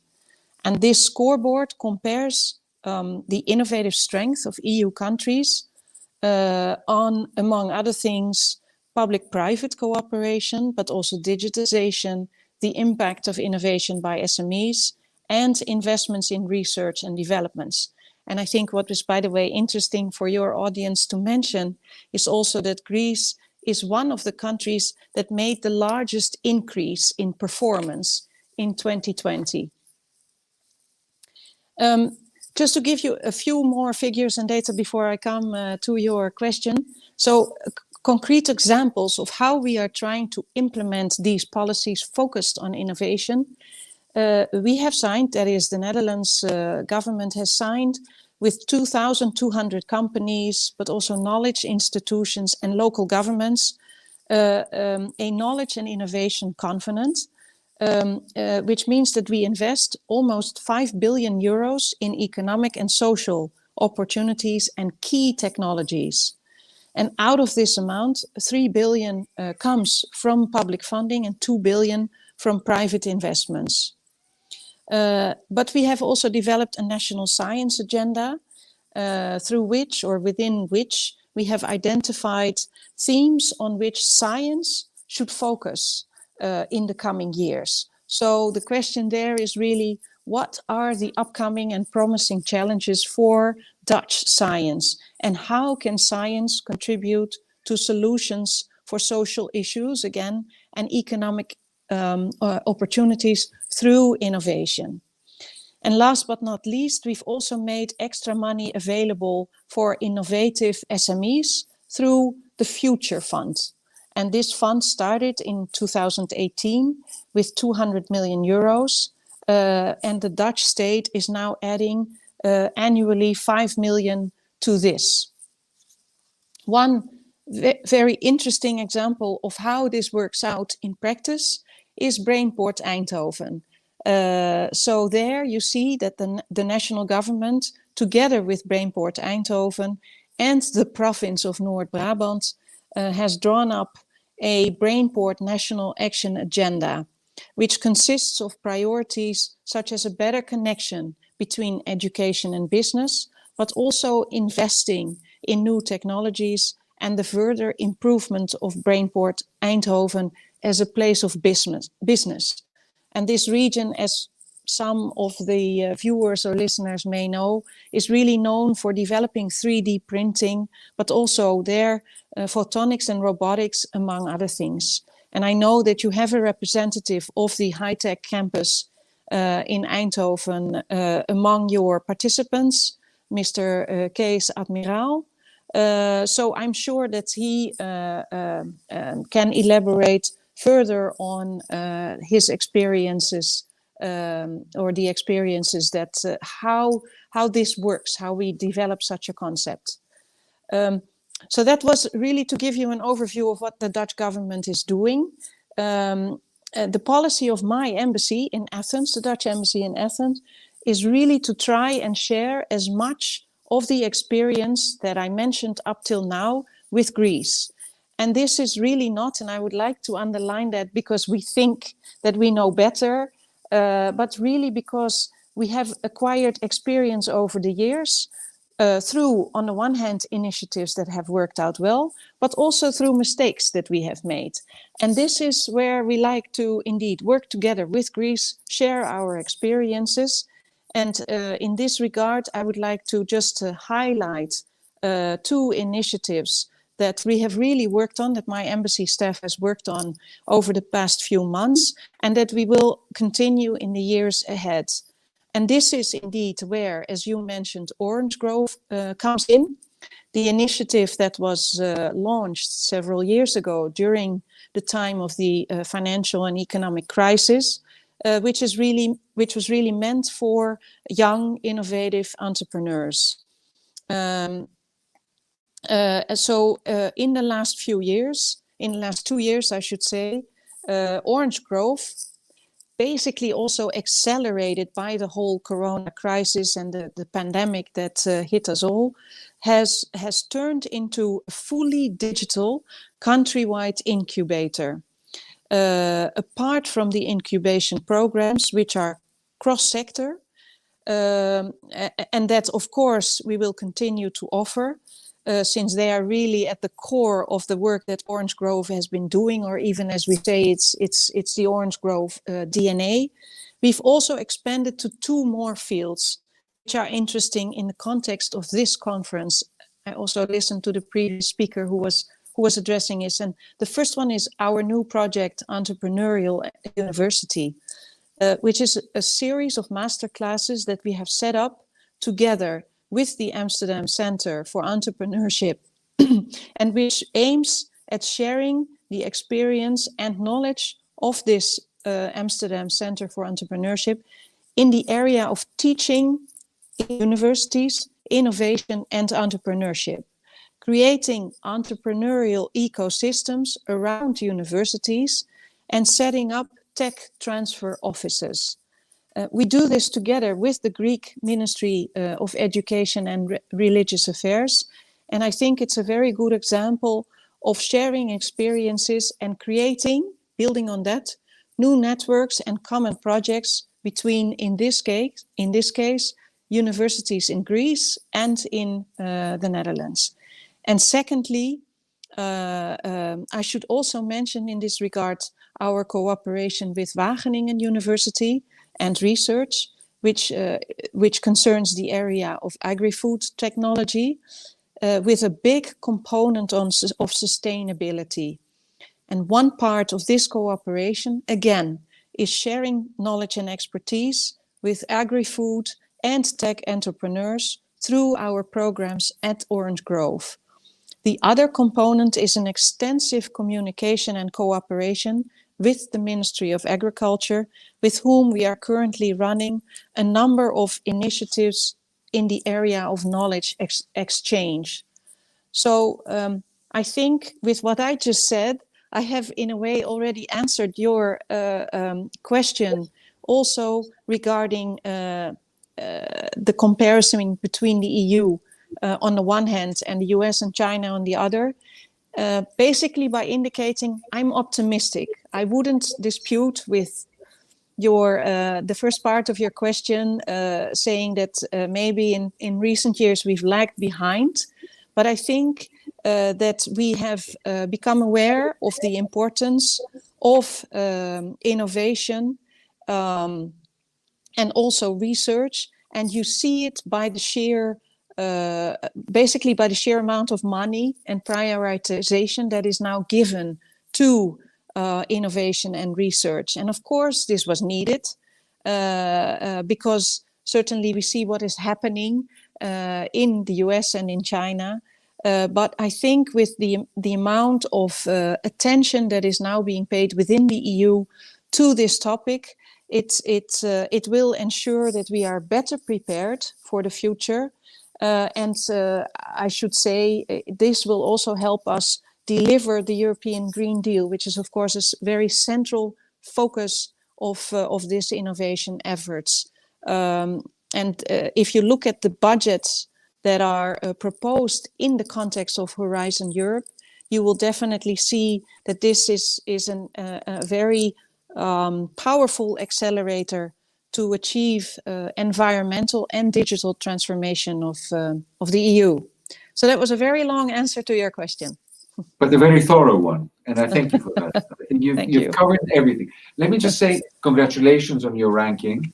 And, you know, listening to you, I've realized one thing. Things don't just happen. They happen because there's a plan. And I think that what you have succeeded in doing was the result of a meticulous plan, which was implemented correctly, and you continue to implement. So congratulations. You've covered everything I could ask you. I want to ask you one thing. Through the work that you do through Orange Grove, you come into contact with many of the Greek startups. Where do you think that the Greek startups need the most help? What do you believe are their strengths? And do you see the right talent available in Greece? And having said that, the right talent available in Greece, you know that one of the most important issues that we're tackling is the brain drain. So we're doing everything in our power to reverse that. And I think this is why Thessaloniki, being this new center for innovation, this digital hub in our country is so important, because it has the makings of something that could reverse this brain drain. So I'll restate the question because I've stayed away from it. Where do you think that the Greek startups need the most help? What do you believe are their strengths? And do you see the right talent available in Greece? To start with the strengths, what we see really, and what we've seen throughout the years, is first of all, and I'm not saying it just because you are there and listening, but because we really see a lot of hardworking and very highly educated people who also have, and of course this is key when you are talking about startup, great ideas. What in addition makes the young Greek people that we've come to know through Orange Grove specific is that they're also very resilient.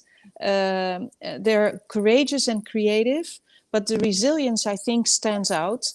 And this is, of course, explained through the fact that many of them have started their businesses or their working life during a heavy economic crisis, so in difficult times. Actually, and very unfortunately, some of them, when they started flourishing, actually were hit by the second or another crisis, namely, of course, the one that was caused by the coronavirus. So the resilience stands really out, and the ability to deal with, hard times and setbacks. What those people that are so ambitious and so eager to make things change, what is their biggest need is sometimes very different, to be honest. In some cases, what we see through the workshops that we have or the master classes that we do is that they sometimes might lack simply certain business skills, or sometimes they just need a little bit of thinking with us to find their niche market. They need to find out who really is their client actually, and what is the business model that they need to apply, or and not unimportantly, how do you actually make money from that business idea that you have? But often what we also see is that they need help with the branding of their products, and this is where Orange Grove can play certainly a very big role too, they need contacts abroad in order to start selling their products elsewhere. So I'm saying this to really show you it really differs from business to business. But I think one of the important riches that Orange Grove brings is really the enormous network that we have now established. And as I mentioned earlier, that network is actually more easy to be tapped into because it has been all digitized by now. You can find it on this one platform. And of course, and I would like to conclude or to come back to what you said, indeed, the idea is, and that is absolutely crucial for me, you want to show the young Greek generation that there are opportunities, there are chances, and that may be the one thing that was lacking so much during the years of the economic and financial crisis, that perspective. And this, of course, is needed now in order for the Greek people to actually to want to come back, which would be so important for the future of this country. Lady Ambassador, thank you so much for being with us. Thank you for doing all this fantastic work through Orange Grove, and please continue doing it. Yes. It's necessary. We like to think that the Thessaloniki Future Thinking Dialogues will continue, and we'd like to have you back. It's my hometown, so I extend a personal invitation to you to come to Thessaloniki, and we will host you very gladly. Thank you so much. I will keep I will stick you to that promise. I would love to be able in the years ahead to come to Thessaloniki, because of course what I regret, even though I'm very happy to be participating today, is that I cannot be there in person, and I would really like to be able to do that. So keep my name on your mailing list. We will fix it next time. Absolutely. So, thank you. Really, the invitation is out there. Please take advantage. We will be waiting for you here. Ευχαριστώ πολύ. Παρακαλώ. Thank you. Bye. Γεια σας. Bye.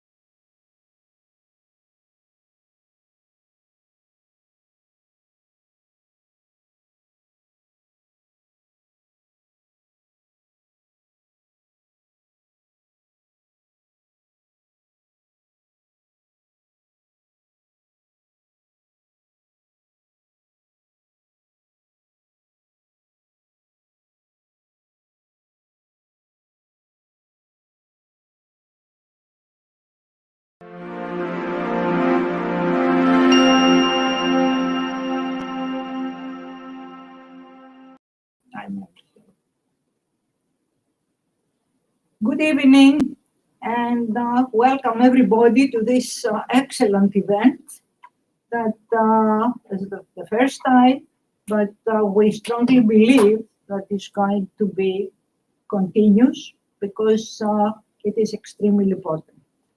I'm Litsa Panagotopoulos, and as you can see, I'm the treasurer, a member of the executive committee, and chair of the Innovation, Education and Entrepreneurship Committee.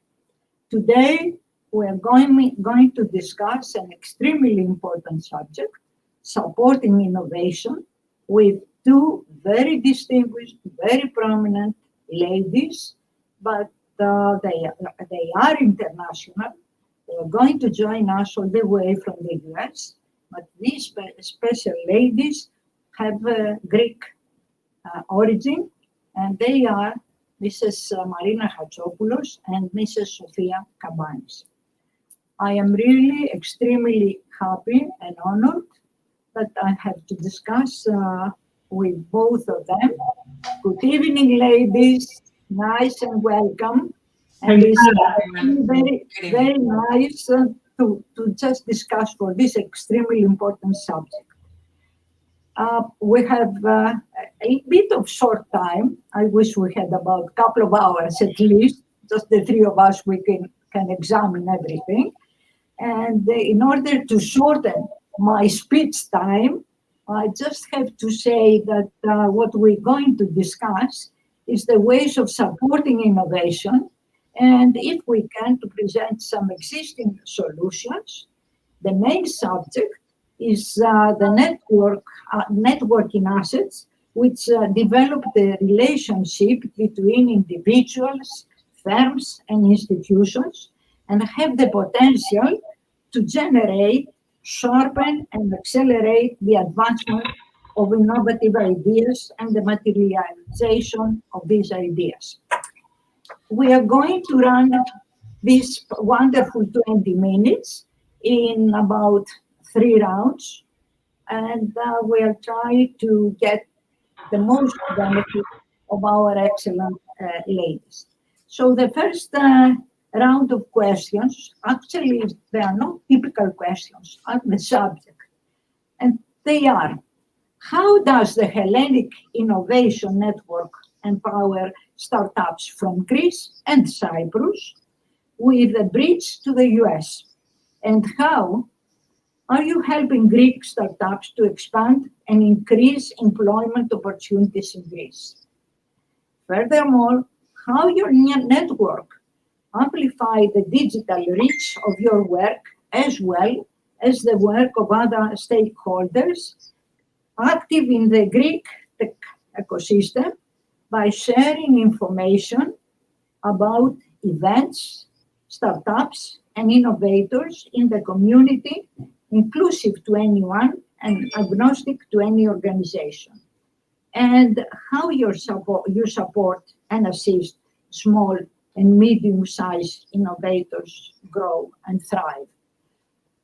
The floor is yours. You have about, I'm afraid, and I'm sorry to say, 4, something like that, minutes. And I think, Marina, you can start. That sounds great. Okay, and Marina is well known because we've been, and Sophia as well, we are judges in different startups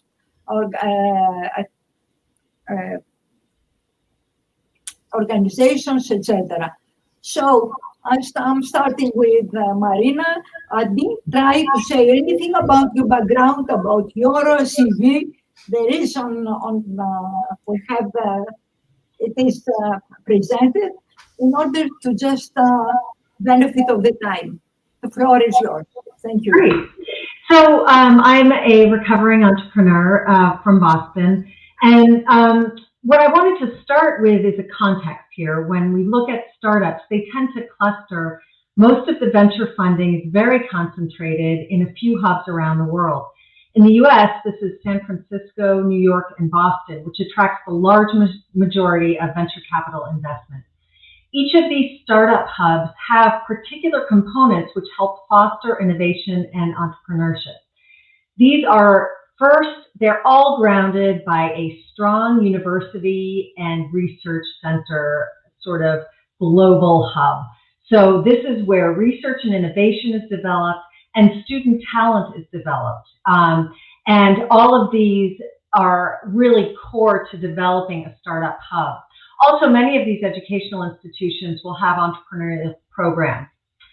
A second component of a startup hub is the culture, where it's okay to fail, it's okay to break the norm. There's a sense of urgency, a global view, people with big dreams, and a lot of collaboration and teamwork.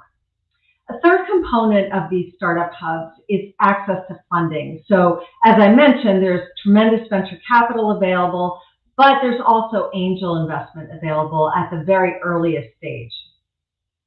These hubs also have incubators, accelerators, and co-working spaces, which help to foster entrepreneurship. And they're filled with other startups. So this gives entrepreneurs the opportunity to share information with their fellow entrepreneurs. And successful entrepreneurs become aspirational for others. After they exit, they create and invest in other startups, creating a virtuous cycle. Also, these startup hubs have large enterprise, and this is very important because these large organizations train employees on best practices, which they can then later use in their startups. These large companies can be early customers as well as strategic investors for the startups. Experienced corporate executives make strong startup mentors, advisors, and board members for the startups. So each hub has these components that I just mentioned, but they also have their own specialty, which results from the local expertise as well as the local culture, the politics, and the cost of living. For example, Boston is a hub for life science, and Kendall Square is often called the most innovative square mile on the planet, due to the fact that there are 35 colleges, including MIT and Harvard, with 152,000 students and the highest concentration of millennials in the country, with over 1/3 aged 20 to 34. We have 7 teaching hospitals and 2,000 startups, with almost 1,000 biotech companies, and 62 public companies in Cambridge, mostly in biotech. So, but just to give you some context, in 1994, when we founded Z Corporation out of MIT and grew it to become an early leader in 3D printing, Kendall Square wasn't far ahead of where Athens and Thessaloniki are today. It was really, there was just not that much happening there. Today, it's the most expensive real estate in the country. So you can see how far things can go in not that long a period. Greece has developed early startup hubs in Athens, Thessaloniki, and elsewhere with access to funding, co-working spaces, and incubators and accelerators such as MIT Enterprise Forum Greece and the ED. These entrepreneurs have global aspirations and they need a connection to global markets. So in order to support the Greek ecosystem, a group of us created a network of Greeks in the tech startup diaspora to build a bridge for Greek startups. The Hellenic Innovation Network has a mission to accelerate technological innovation and entrepreneurship in Greece to fuel the economy and job creation. As an outgrowth of MIT Enterprise Forum Greece, Hellenic Innovation Network was created with the support of the Consulate General of Greece in Boston to facilitate access to resources, partners, and best practices by building a bridge between the diaspora in global tech hubs and the Greek tech community. So what we do is we disseminate startup news, we broadcast educational webcasts, we organize monthly CEO group meetings, and we host in-person pitching and networking events. Greeks have always thrived outside of Greece, so we're hoping that by building a bridge from Greece to the well-developed startup ecosystems elsewhere, that we can help Greek entrepreneurs to thrive within Greece as well. So check it out at hellenic.org. Thanks. Marina, that is excellent. I mean, your timing and all this information, and out of experience, I know how much all the Greek startups, they just appreciate the support they're getting, and especially from Boston. I think you are very much aware of that. And if we support innovation and all this, I think that's the only way, not only Greece, but the whole continent to just getting better and better and have a new way of living and new ways of adjusting to different things. And let's switch to Sophia. Sophia, now the floor is yours. Welcome and thank you very much. It's a great pleasure. For having me. Kalispera, Thessaloniki. I'm honored to be with you today. I'm the president and executive director of the Massachusetts Innovation Network. Our flagship program, the New England Innovation Awards, was established in 1986. It is the oldest running innovation competition in New England, and it has evolved from a one-night affair for 5-6 companies 35 years ago to a program that receives about 150 applications from companies based in the 6 New England states, but happy to report that every year we see so many founders from all over the world, and there has not been a year that I have not felt happy to see at least one Greek startup among these companies. We follow innovation in that we tailor-make our innovation tracks every year to go with the changes of innovative practices. And our key component and our key belief is that different entities need to come together to fully support innovative startups. We do not charge anything to them, not even an application cost, and we work with a number of different organizations in and out of the country to make that happen. Our network, being a network of about 2,500 companies that have gone through the program through the years, and about 240 that have won the awards, is a very solid network to come back and support the startups. So we host a number of programs, educational,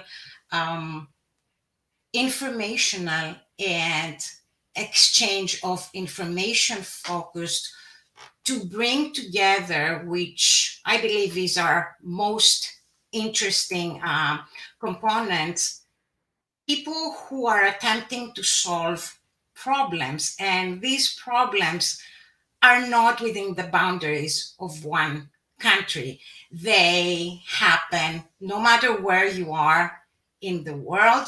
And the great thing about education is that it is not linear. It happens randomly. It is not contained in boxes, and that's the beauty of it. So while the pandemic hit, we were very happy to see a burst of innovation. And yes, Boston is very well known for the medical and life sciences startups. But what we've seen in the last year and a half is that other areas that were not that prominent came about, and they're really flourishing.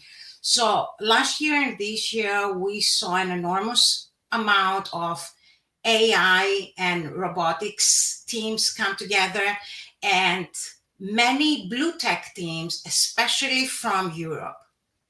So because of COVID, we were asked to innovate ourselves.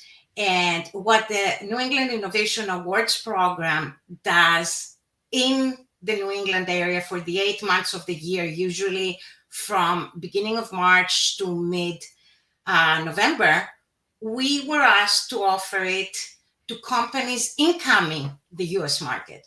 So for the first time this March, we hosted an inaugural Global Innovation Showcase, and we broadcasted it through all the different partners we have, whether that be incubators, accelerators operating here and abroad, business partners and innovation partners, laboratories that bring about innovation in all the countries that we work with. So we were happy to welcome, for starters, 11 startups, primarily from Europe, but also from Asia too, and representing 8 different countries. The amazing thing to me as a born and raised Greek is that 4 of these startups that operated in parts of Europe other than Greece were born and raised in Greece.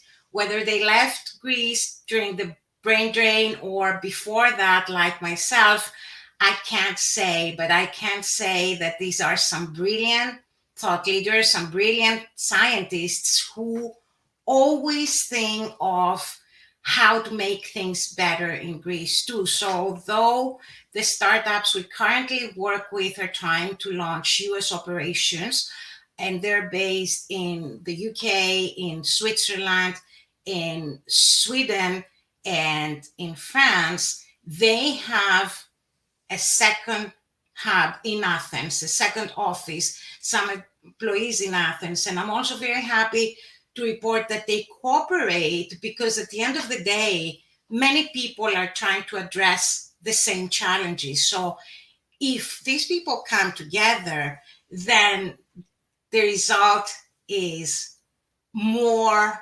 viable, it's more effective, it's cost reducing. So the way we see it, innovation is global, but innovation is also a cooperation. And much like in nature, for any ecosystem to be successful, it has to operate as one system. And with that, I will thank you again for having me, and happy to answer any questions you may have. Thank you, Sophia. That was excellent. And what you mentioned, that the pandemic created, of course, was a catastrophe, but at the same time was a great opportunity because a lot of things happened. Even the way we are communicating right now is due to the pandemic. Otherwise, you had to fly to Greece, and that was going to be not so easy. And with the same way, the Greek startups ecosystem grew up and got much bigger and much more promising. And I hope next time that you're going to have innovators from Greece to your portfolio as well. Now I have a question that is a bit different than what you usually do. But I will try to just buy your points of view on that system. And that it's not only for Greece, but can be for your experiences, yes.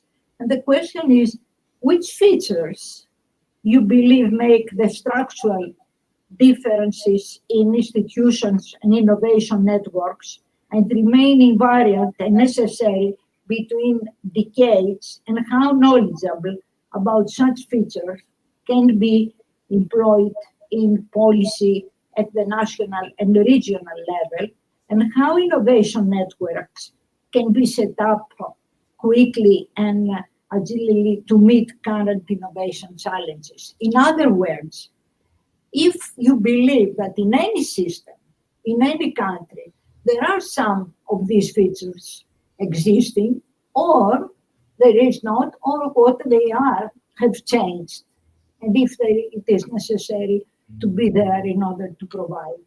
It has nothing, I mean, I'm not asking you if you know that they are existing in the Greek system, but just if that is your feeling in general. It's a quick answer there, and feel easy to answer that question if you can. Sure. Do you want to start, Marina? Sophia, go ahead. Okay. I can't really... Sophia, okay. Okay.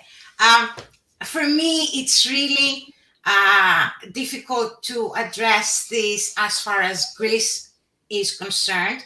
What I see here, and I see that in the last maybe couple of years, 2.5, is that there is an emphasis on, for many organizations, on trying to democratize innovation to happen outside the big metro Boston area. Like Marina said, it is a very expensive real estate. If there is a bootstrap startup, they cannot necessarily afford that real estate. So we're trying to help innovation that happens in different corners in Massachusetts by working together with state universities and with state funded innovators and entrepreneurs that serve within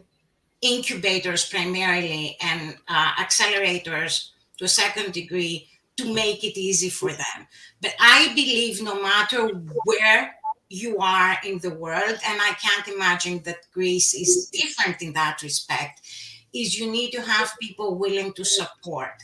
And for those who can't make it to the big centers, or sometimes we even see it in technical schools that do not have all the tools in their disposition that graduates of big technological universities have, is to be able to support them in what they need. And I don't think there is one size fitting all. Every single one of the startups, you have to see it as an entity, see what it needs, and connect it to the sources that can provide that no matter where they are. Thank you very much, Sophia. Marina, do you agree? You have something to add?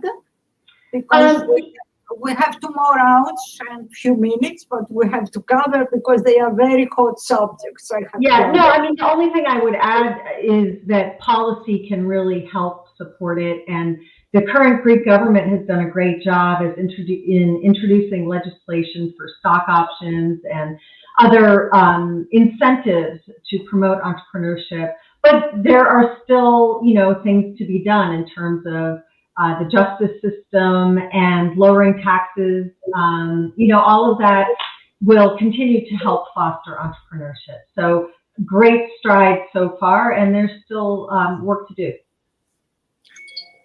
Well, I'm afraid I'm going to skip my third round of questions, which was very, very important, because I was going to ask you if startups are better to be close to the capital cities or anywhere around the country, because they just informing me that we have only 3-4 minutes remaining.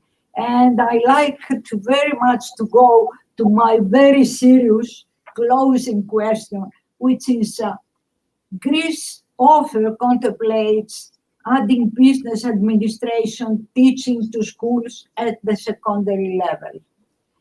Does the experience from other countries provide ample proof that this leads to increase the level of entrepreneurship? And if so, what is the ideal age for someone to be introduced? Sorry about that. To be introduced to such concepts. I think this is a very important question. We know the system of the junior achievement is existing in Greece, and I was one of the founders, and I'm the honorary chairman now, years ago. So I know that we are trying to introduce that from the first level. But what is your experience? And Sophia, this time I will turn to Marina first. Of course. Sure. Okay. So I don't think business administration per se is that useful at the secondary level, but I think what is very useful is a culture of creativity, problem solving, teamwork, and entrepreneurship at even the youngest ages.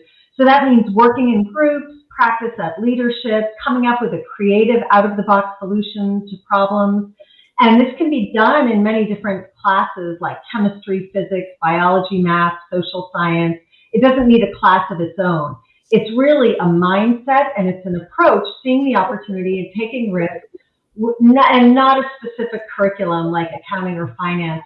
And I just want to add, in light of the discussion before on policy, one thing that the current Greek government has done so well is to bring this mindset of entrepreneurship to the government, this idea of problem solving and creative thinking. So that's my quick answer. Thank you so much, and this is important. Sophia?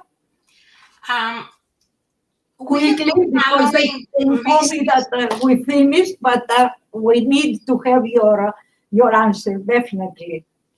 We have been following research that the sooner you bring creative thinking and even product pitching within even sometimes the elementary school system, not necessarily as part of the curriculum, although we see some curriculum-focused groups like the Steve Jobs School in the Netherlands or the Green School in Bali.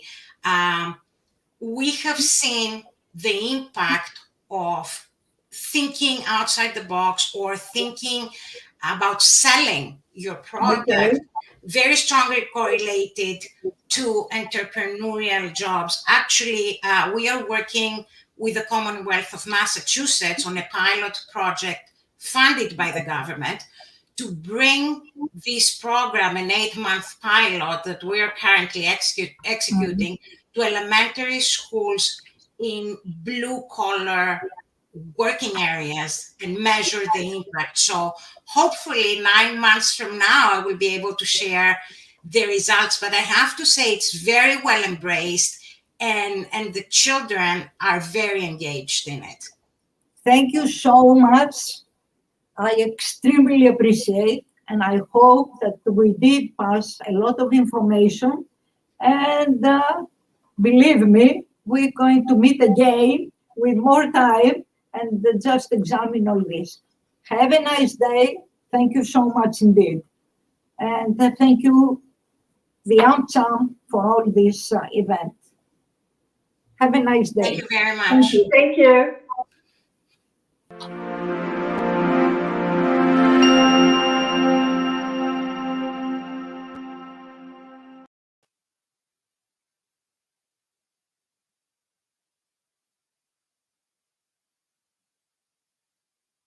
Ξέχασα να ανοίξω το μικρόφωνο. Και μετά από αυτή την πολύ ενδιαφέρουσα συζήτηση θα συνεχίσουμε το πρόγραμμά μας καλωσορίζοντας τον Υφυπουργό Έρευνας και Καινοτομίας, κύριο Χρήστο Δήμα, ο οποίος θα μας κάνει μία παρουσίαση σχετικά με την κατάσταση στην έρευνα και την καινοτομία στην Ελλάδα σήμερα και μετά θα ακολουθήσει μία συζήτηση. Κύριε Υπουργέ, καλώς ήρθατε. Ευχαριστούμε που είστε μαζί μας. Έχετε τον λόγο. Καλώς σας βρήκα και ευχαριστώ πάρα πολύ για την πρόσκληση. Είναι μεγάλη μου χαρά που βρίσκομαι μαζί σας σήμερα. Μπορούμε να προχωρήσουμε στην προβολή της παρουσίασής μου.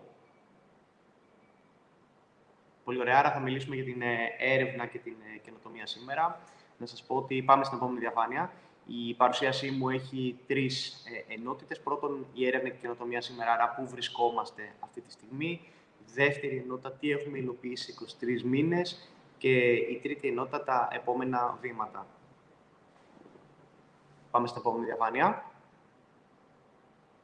Λοιπόν, γιατί είναι σημαντική η έρευνα? Σύμφωνα με στοιχεία της Ευρωπαϊκής Επιτροπής, για κάθε 1 ευρώ που επενδύεται σε έρευνα εχμής μέσα από τα προγράμματα του Ορίζοντα, που είναι το κύριο χρηματοδοτικό εργαλείο της έρευνας στην Ευρωπαϊκή Ένωση, μπορεί να επιστρέψει στην πραγματική οικονομία ακόμα και 11 ευρώ. Άρα συνειδητοποιούμε ότι η επένδυση στην έρευνα έχει σημαντικό αντίκτυπο και στην πραγματική οικονομία. Επόμενη διαφάνεια, παρακαλώ.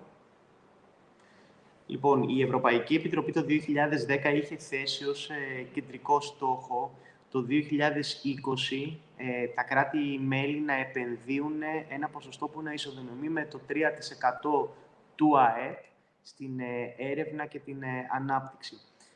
Όπως βλέπετε, σύμφωνα με τα στοιχεία που έχουμε, μόλις 4 κράτη-μέλη της Ευρωπαϊκής Ένωσης το 2020 πέτυχαν αυτό το στόχο. Η Ελλάδα σε δαπάνες έρευνας και ανάπτυξης βρίσκεται στην 16η θέση ανάμεσα στις 27 κράτη-μέλη, επενδύοντας 1,27% ως ποσοστό του ΑΕΠ στην έρευνα και την ανάπτυξη. Άρα υπάρχει σημαντικό περιθώριο βελτίωσης και έχουμε αναλάβει κάποιες πρωτοβουλίες για να μπορέσουμε να αυξήσουμε τις δαπάνες έρευνας και ανάπτυξης. Επόμενη διαφάνεια, παρακαλώ. Αν δούμε όμως την κατανομή των δαπανών έρευνας και ανάπτυξης στην Ελλάδα, αριστερά στον πίνακα θα δείτε τις δαπάνες έρευνας και ανάπτυξης στην περίοδο 2011-2017 και θέλω να εστιάσετε την προσοχή σας στο σκούρο μπλε, που είναι ο τακτικός προϋπολογισμός που τότε ήταν η πλειοψηφία, και στο πορτοκαλί που ήταν ο ιδιωτικός τομέας, οι επιχειρήσεις. Βλέπουμε ότι εκείνο το διάστημα η κύρια χρηματοδότηση της έρευνας ήταν από τον τακτικό προϋπολογισμό. Αν πάμε όμως το 2019, θα δείτε μια σημαντική αλλαγή, όπου πλέον οι επιχειρήσεις με το 42% έχουν το μερίδιο του λέοντος δαπάνες έρευνας και ανάπτυξης, ενώ ο τακτικός προϋπολογισμός είναι στο 28%. Αυτό, επιτρέψτε μου να σημειώσω, δεν οφείλεται σε μείωση δαπανών έρευνας και ανάπτυξης από το τακτικό προϋπολογισμό. Αντιθέτως, οφείλεται σε σημαντική αύξηση στις δαπάνες έρευνας και ανάπτυξης από τις επιχειρήσεις, από τον ιδιωτικό τομέα. Επόμενη διαφάνεια. Αν όμως πάμε στα ερευνητικά κέντρα της χώρας, που είναι υπό την εποπτεία της Γενικής Γραμματείας Έρευνας και Καινοτομίας, θα δούμε ότι μόλις το 4,39% της χρηματοδότησης στους εποπτευόμενους φορείς της Γενικής Γραμματείας Έρευνας και Καινοτομίας προέρχεται από τις επιχειρήσεις. Ένα πολύ χαμηλό ποσοστό και θα σας πω στη συνέχεια τι έχουμε κάνει γι' αυτό. Επόμενη διαφάνεια. Αντίστοιχα, στην καινοτομία, ένας από τους κεντρικούς στόχους της κυβέρνησης είναι να συνδέσουμε πιο αποτελεσματικά την έρευνα με την καινοτομία. Θα δείτε ότι στην καινοτομία, σύμφωνα με τον Ευρωπαϊκό Πίνακα Κατάταξης Καινοτομίας, η Ελλάδα βρίσκεται μόλις στην 20η θέση ανάμεσα στις 27 κράτη-μέλη της Ευρωπαϊκής Ένωσης, μια επίδοση την οποία σαφώς θέλουμε και μπορούμε να βελτιώσουμε αισθητά. Επόμενη διαφάνεια. Εδώ πέρα είναι ένας ενδεικτικός, μια χαρακτηριστική διαφάνεια για εμένα. Αριστερά είναι οι επιδόσεις της χώρας μας συγκριτικά με το μέσο όρο της Ευρωπαϊκής Ένωσης στο εκπαιδευτικό και ερευνητικό σύστημα, που βλέπετε ότι οι επιδόσεις μας είναι περίπου στον ευρωπαϊκό μέσο όρο, σε κάποιες περιπτώσεις ακόμα και πάνω από τον ευρωπαϊκό μέσο όρο. Όταν όμως πάμε στην δεξιά, στις τρεις κίτρινες στήλες δεξιά στην διαφάνεια, όπου βλέπουμε το μέσο όρο της Ελλάδας στην καινοτομία, στον επιχειρηματικό τομέα, βλέπουμε ότι εκεί πέρα υστερούμε σημαντικά έναντι των Ευρωπαίων εταίρων. Άρα, ένας από τους κεντρικούς στόχους είναι να συνδέσουμε πολύ πιο αποτελεσματικά την έρευνα που διεξάγεται στη χώρα με την καινοτομία και την επιχειρηματικότητα. Επόμενη διαφάνεια. Όπως είπα, έχουμε δύο σημεία πολύ σημαντικές προτεραιότητες. Πρώτη είναι η εξέλιξη της έρευνας σε καινοτομία. Η δεύτερη είναι η επιπλέον χρηματοδότηση της έρευνας. Και η τρίτη είναι η διασύνδεση του κατακαιρματισμένου οικοσυστήματος καινοτομίας. Επόμενη διαφάνεια. Πάμε τώρα στο κομμάτι του τι έχουμε υλοποιήσει τους 23 μήνες που βρισκόμαστε στην διακυβέρνηση της χώρας. Επόμενη διαφάνεια. Πολύ σύντομα θα σας πω ότι τα πεδία παρέμβασης είναι τα ερευνητικά κέντρα της χώρας και τα πανεπιστήμια σε συνεργασία με το Υπουργείο Παιδείας, οι επιχειρήσεις που επενδύουν στην έρευνα και ανάπτυξη και το οικοσύστημα καινοτομίας. Επόμενη διαφάνεια. Να σας πω ότι μία από τις πρώτες κινήσεις μας ήταν να βρούμε ένα νέο χώρο που θα στεγάσει την έδρα της Γενικής Γραμματείας Έρευνας και Καινοτομίας. Όσοι έχετε επισκεφθεί το κτίριο της Γενικής Γραμματείας θα γνωρίζετε ότι δεν είναι εικόνα έδρας μιας κυβέρνησης, ενός κράτους, μιας πολιτείας που θέλει να επενδύει στην έρευνα και την καινοτομία. Βρήκαμε πολύ γρήγορα με συνοπτικές διαδικασίες ένα αναξιοποιητό Ολυμπιακό ακίνητο στο Γουδί, όπου μαζί με την ευγενική χορηγία του Ιδρύματος Ωνάση το μετατρέπουμε στο πιο σύγχρονο κτίριο της ελληνικής δημόσιας διοίκησης. Έχουμε ήδη τελειώσει τις προμελέτες, σχεδόν τελειώνουμε τώρα και τις μελέτες και ελπίζουμε ότι σε λίγους μήνες θα μπορέσουμε να ξεκινήσουμε την κατασκευή για να γίνει μεταστέγαση. Μόνο από τη μεταστέγαση θα εξοικονομούμε σχεδόν 450.000 ευρώ ετησίως από ενοίκια και μισθώματα. Επόμενη διαφάνεια. Δεν ισχυριζόμαστε ότι γνωρίζουμε τα πάντα για την έρευνα και την καινοτομία. Γι' αυτό το λόγο δημιουργήσαμε το Εθνικό Συμβούλιο Έρευνας, Τεχνολογίας και Καινοτομίας, το ανώτατο γνωμοδοτικό όργανο προς την πολιτεία, από καταξιωμένους επιστήμονες και επιχειρηματίες σε Ελλάδα και εξωτερικό. Και είναι η πρώτη φορά που σε ένα τέτοιο όργανο συμμετέχουν και άνθρωποι από την αγορά, άνθρωποι οι οποίοι δεν έχουν απλώς ακαδημαϊκή καριέρα, αλλά έχουν εμπειρία στην αγορά. Και το ΕΣΕΤΕΚ μας έχει βοηθήσει σε πολλές από τις πρωτοβουλίες μας. Επόμενη διαφάνεια. Ένας από τους κεντρικούς μας στόχους είναι να δώσουμε μεγαλύτερη ευελιξία στην έρευνα και στα ερευνητικά κέντρα. Να σας πω συνοπτικά ότι εξαιρέσαμε από το ενιαίο μισθολόγιο τους ερευνητές που συμμετέχουν σε προγράμματα μη χρηματοδοτούμενα από τον κρατικό προϋπολογισμό. Το ενιαίο μισθολόγιο διαχειρίζεται τα χρήματα που πληρώνουμε σε μισθούς στον δημόσιο τομέα. Οι μισθοί για τους ερευνητές, όπως αντιλαμβάνεστε, δεν είναι καθόλου ανταγωνιστικοί σε σχέση με το τι συμβαίνει στην υπόλοιπη Ευρώπη. Εξαιρώντας από το ενιαίο μισθολόγιο τα προγράμματα τα οποία δεν χρηματοδοτούνται από το κρατικό προϋπολογισμό, αλλά χρηματοδοτούνται είτε από τις επιχειρήσεις, από τον ιδιωτικό τομέα ή ακόμα και από ανταγωνιστικά ευρωπαϊκά προγράμματα, άρα χρήματα που δεν επιβαρύνουν τους Έλληνες φορολογούμενους, και αυτό ήταν μια συζήτηση που κάναμε σε μεγάλο βαθμό και με το Υπουργείο Οικονομικών και με την Ευρωπαϊκή Επιτροπή. Δίνουμε κίνητρο πρώτον στους Έλληνες επιστήμονες να παραμείνουν στη χώρα μας, διότι μπορούν να έχουν πολύ υψηλότερους μισθούς, να επαναπατρίσουμε κάποιους από αυτούς που φύγανε στο εξωτερικό, ειδικότερα τα χρόνια της κρίσης, αλλά δίνουμε και ένα σημαντικό κίνητρο στα ερευνητικά κέντρα της χώρας να προσπαθήσουν να προσελκύσουν ακόμα περισσότερα ιδιωτικά κεφάλαια. Και αν θυμάστε στη διαφάνεια πιο πριν, είχαμε πει ότι μόλις το 4,39% των χρημάτων των ερευνητικών κέντρων προέρχονται από τον ιδιωτικό τομέα. Με αυτή την αλλαγή ήδη ξέρουμε ότι πολλά ερευνητικά κέντρα την έχουν αξιοποιήσει και έχουν καταφέρει να προσελκύσουν, να επαναφέρουν πίσω στη χώρα σημαντικούς επιστήμονες. Εξαιρέσαμε τους αξιολογητές των ερευνητικών έργων από την υποχρεωτική υποβολή πόθεν έσχες. Σκεφτείτε ότι για την αξιολόγηση των ερευνητικών έργων η ημερήσια αμοιβή ήταν 50 ευρώ μεικτά και αναγκάζονταν οι επιστήμονες να υποβάλουν υποχρεωτική δήλωση πόθεν έσχες. Κανένας επιστήμονας, πολύ λίγοι επιστήμονες επέλεγαν να ήταν αξιολογητές, με αποτέλεσμα να υπάρχει μια πολύ μικρή δεξαμενή αξιολογητών. Με αυτόν τον τρόπο έχουμε πλέον πολλούς αξιολογητές και ο στόχος μας είναι να μπορέσουμε να εκμεταλλευτούμε και τους Έλληνες επιστήμονες που βρίσκονται στο εξωτερικό. Από την πρώτη στιγμή νομοθετήσαμε κάποιες σημαντικές παρεμβάσεις ώστε να έχουμε λιγότερη γραφειοκρατία στους ειδικούς λογαριασμούς κονδυλίων έρευνας, πάλι σε συνεννόηση με το Υπουργείο Παιδείας, και είναι ένας τομέας στον οποίο κοιτάζουμε να κάνουμε ακόμα περισσότερες αλλαγές. Αυξήσαμε σημαντικά την αποτελεσματικότητα και ταχύτητα διενέργεια πληρωμών στα έργα. Απαλλάξαμε από τον φόρο κρατήσεις και ασφαλιστικές εισφορές στις υποτροφίες του ΕΛΙΔΕΚ. Σκεφτείτε, το ελληνικό κράτος έδινε υποτροφίες στις οποίες πραγματικότητα υπήρχε φόρος ή κράτηση. Και επίσης, για πρώτη φορά μετά από πάνω από μια δεκαετία, ξεκινάει μέσω ΑΣΕΠ η διαδικασία πρόσληψης ειδικού επιστημονικού προσωπικού και διοικητικού προσωπικού για όλα τα ερευνητικά κέντρα της χώρας. Επόμενη διαφάνεια, παρακαλώ.